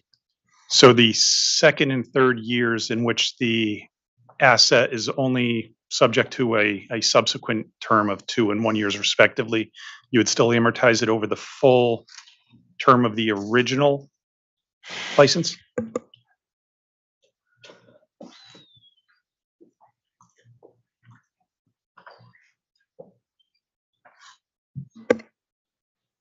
So I should clarify, I'm speaking from the revenue requirements perspective in there. We relied on Mr. Kennedy's depreciation study in terms of the depreciation rates we applied. As we discussed, this is an intangible asset, and so it would be applied the blended rate for intangible assets.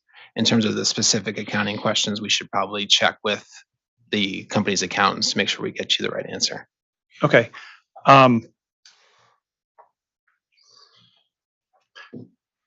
I guess I'm just going to jump right to a late file request if I can, because I think that'll clarify the record as best possible. Which, if your computer's alive, I think it's 92 now. It's not, but I can write. A listing of all cloud-based software assets, inclusive of the inception dates, costs, useful lives, and remaining depreciation. And I think that will really help to clarify the record for what was originally asked. Can you say that slower, please? Yes.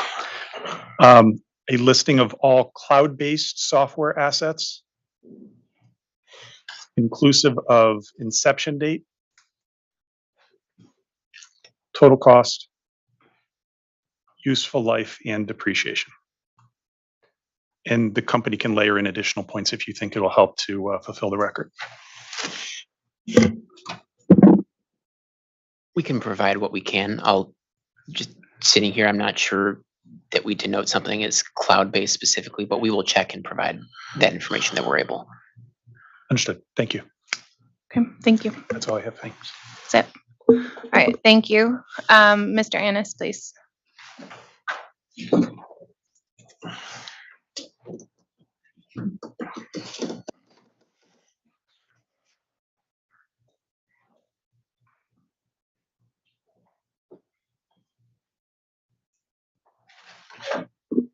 Thank you, Chairman. I hope to hit the 5:30. It's a few questions I have. So, Eric Annis with the Connecticut DEEP, Department of Energy Environmental Protection.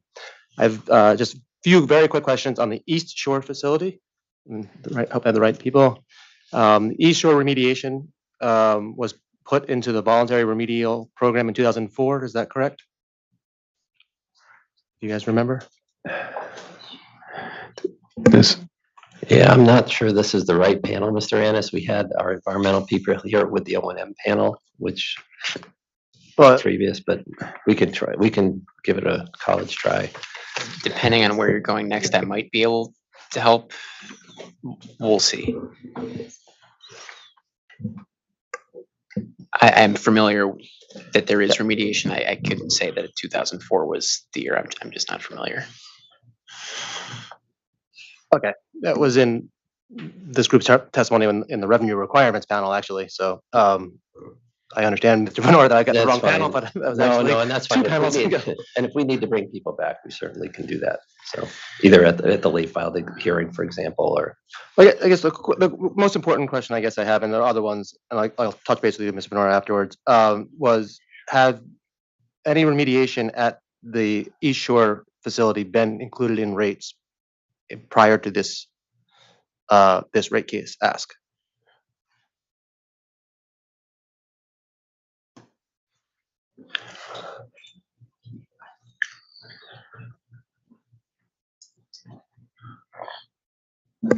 Unfortunately, I'm not sure, but we would be happy to check for you. Okay, so are you looking for, is it a yes or no question? I can make a late file or a read in. A read it was good. If it has been included, what has been included? And if not, no is fine. Okay. I think we are finally up to late file, read in W. So see if read in W is whether cost for East Shore remediation were included in a prior rate case, and if so, how much? Rate case or settlement, yeah. So.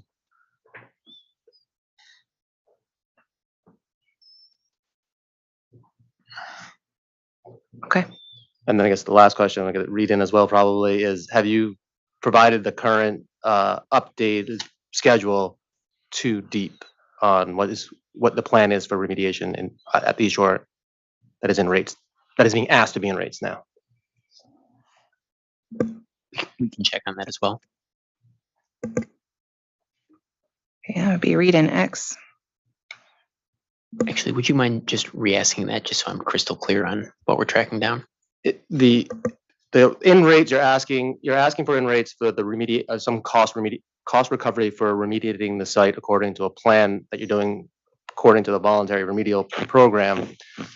Just wanted to know if DEEP has anything on that plan that you're recovering rates for. Got it. Thank you. Okay. And I think I can end it there. And I'll speak to Attorney Venora if there's ever other opportunities with panels that are coming in. So thank you, Chair. Okay, thank you.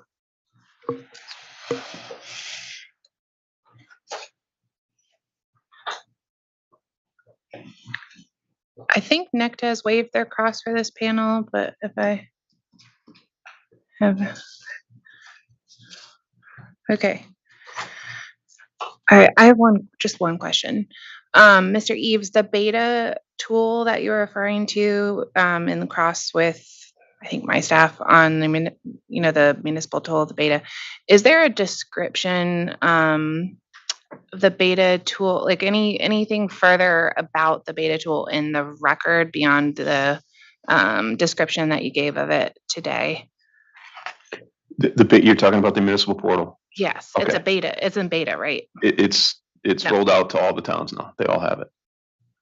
Oh, okay, great. Never mind. So, hold on one second. I don't know if you is it a live link that can be accessed? Is the link in the record? No. Can you read in the URL link?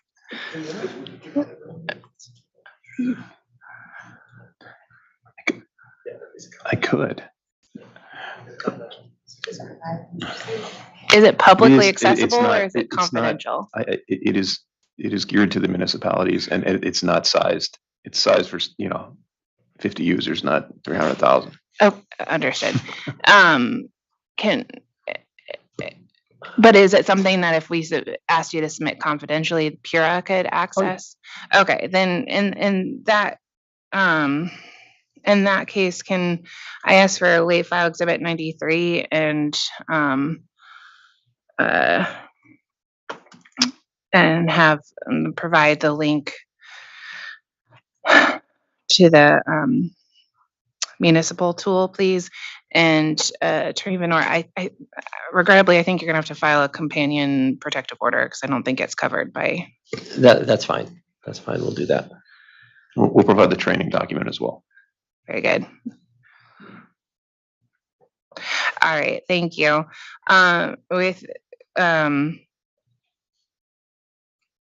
With that, I will ask if you need a moment for redirect. Hold on one second, Attorney Wheel. I'm not sure if this is necessary, relevant for technology's sake, but the OCC would like to sign that protective order when it gets issued. So I just didn't know if setting up ahead of time in terms of setting up passwords or access or something. I just wanted to announce that we would also like to be able to review that link once it's filed. That'd be great. So, the request acknowledged. I'll defer to Attorney Venor to coordinate that offline. Yes, we'll do that. Very good. Thank you. So you want to think- recess for? We'll try to keep this to a minute or so. Just Sure. we just need to caucus for a minute and then we'll come back quickly. Absolutely. Thank you.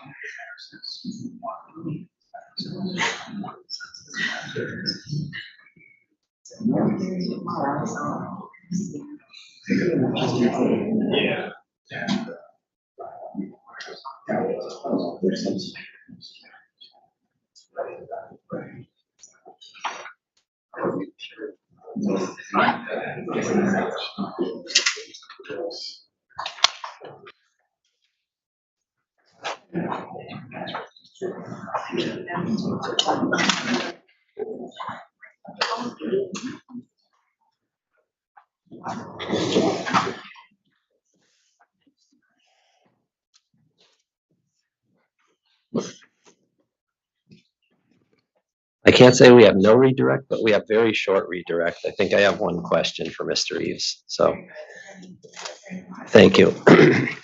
Mr. Eves, you recall during Mr. Capozzi's cross-examination, he mentioned you the authority's ruling on motion number 65 in the storm docket 200803, issued on August 11th, 2021. Do you recall that? Yes, I do.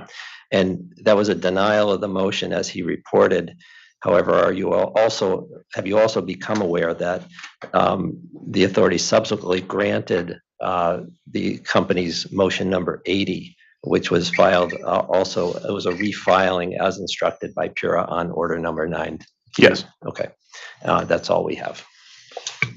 Very good, thank you. Then I will excuse this panel with our thanks until the late file exhibit hearing. Attorney Menor, I drug your customer experience panel down here. Would you like to swear them in and introduce materials? It's your call, Chair. I mean, they have to come back for the start of the day on Monday anyway. Okay. And it's not a substantially large panel, so I defer to you on that. We can do that, or we can just do it to get things rolling on Monday. Okay, we'll do it on Monday. Just didn't want anybody to think they came or not. Okay, so we will adjourn. I have read-ins Q, R, S, V, W, and X. So I have six outstanding read-ins. I have that Q and S were converted to late filed exhibits. Yes, that's correct. Sorry. So we have R, V, W, and X. R, V, W, and X. Yeah. Okay. All right. So hopefully the late file exhibits from last week got uploaded today into Lotus. And if not, they will be tomorrow, along with the ones from this week. Yeah. And we've already established the 2 rolling. So with that, we will start Monday morning at 10 a.m. with the company's customer experience panel. Yes. Okay, very good. Have a great rest of the night. You also. Thank you.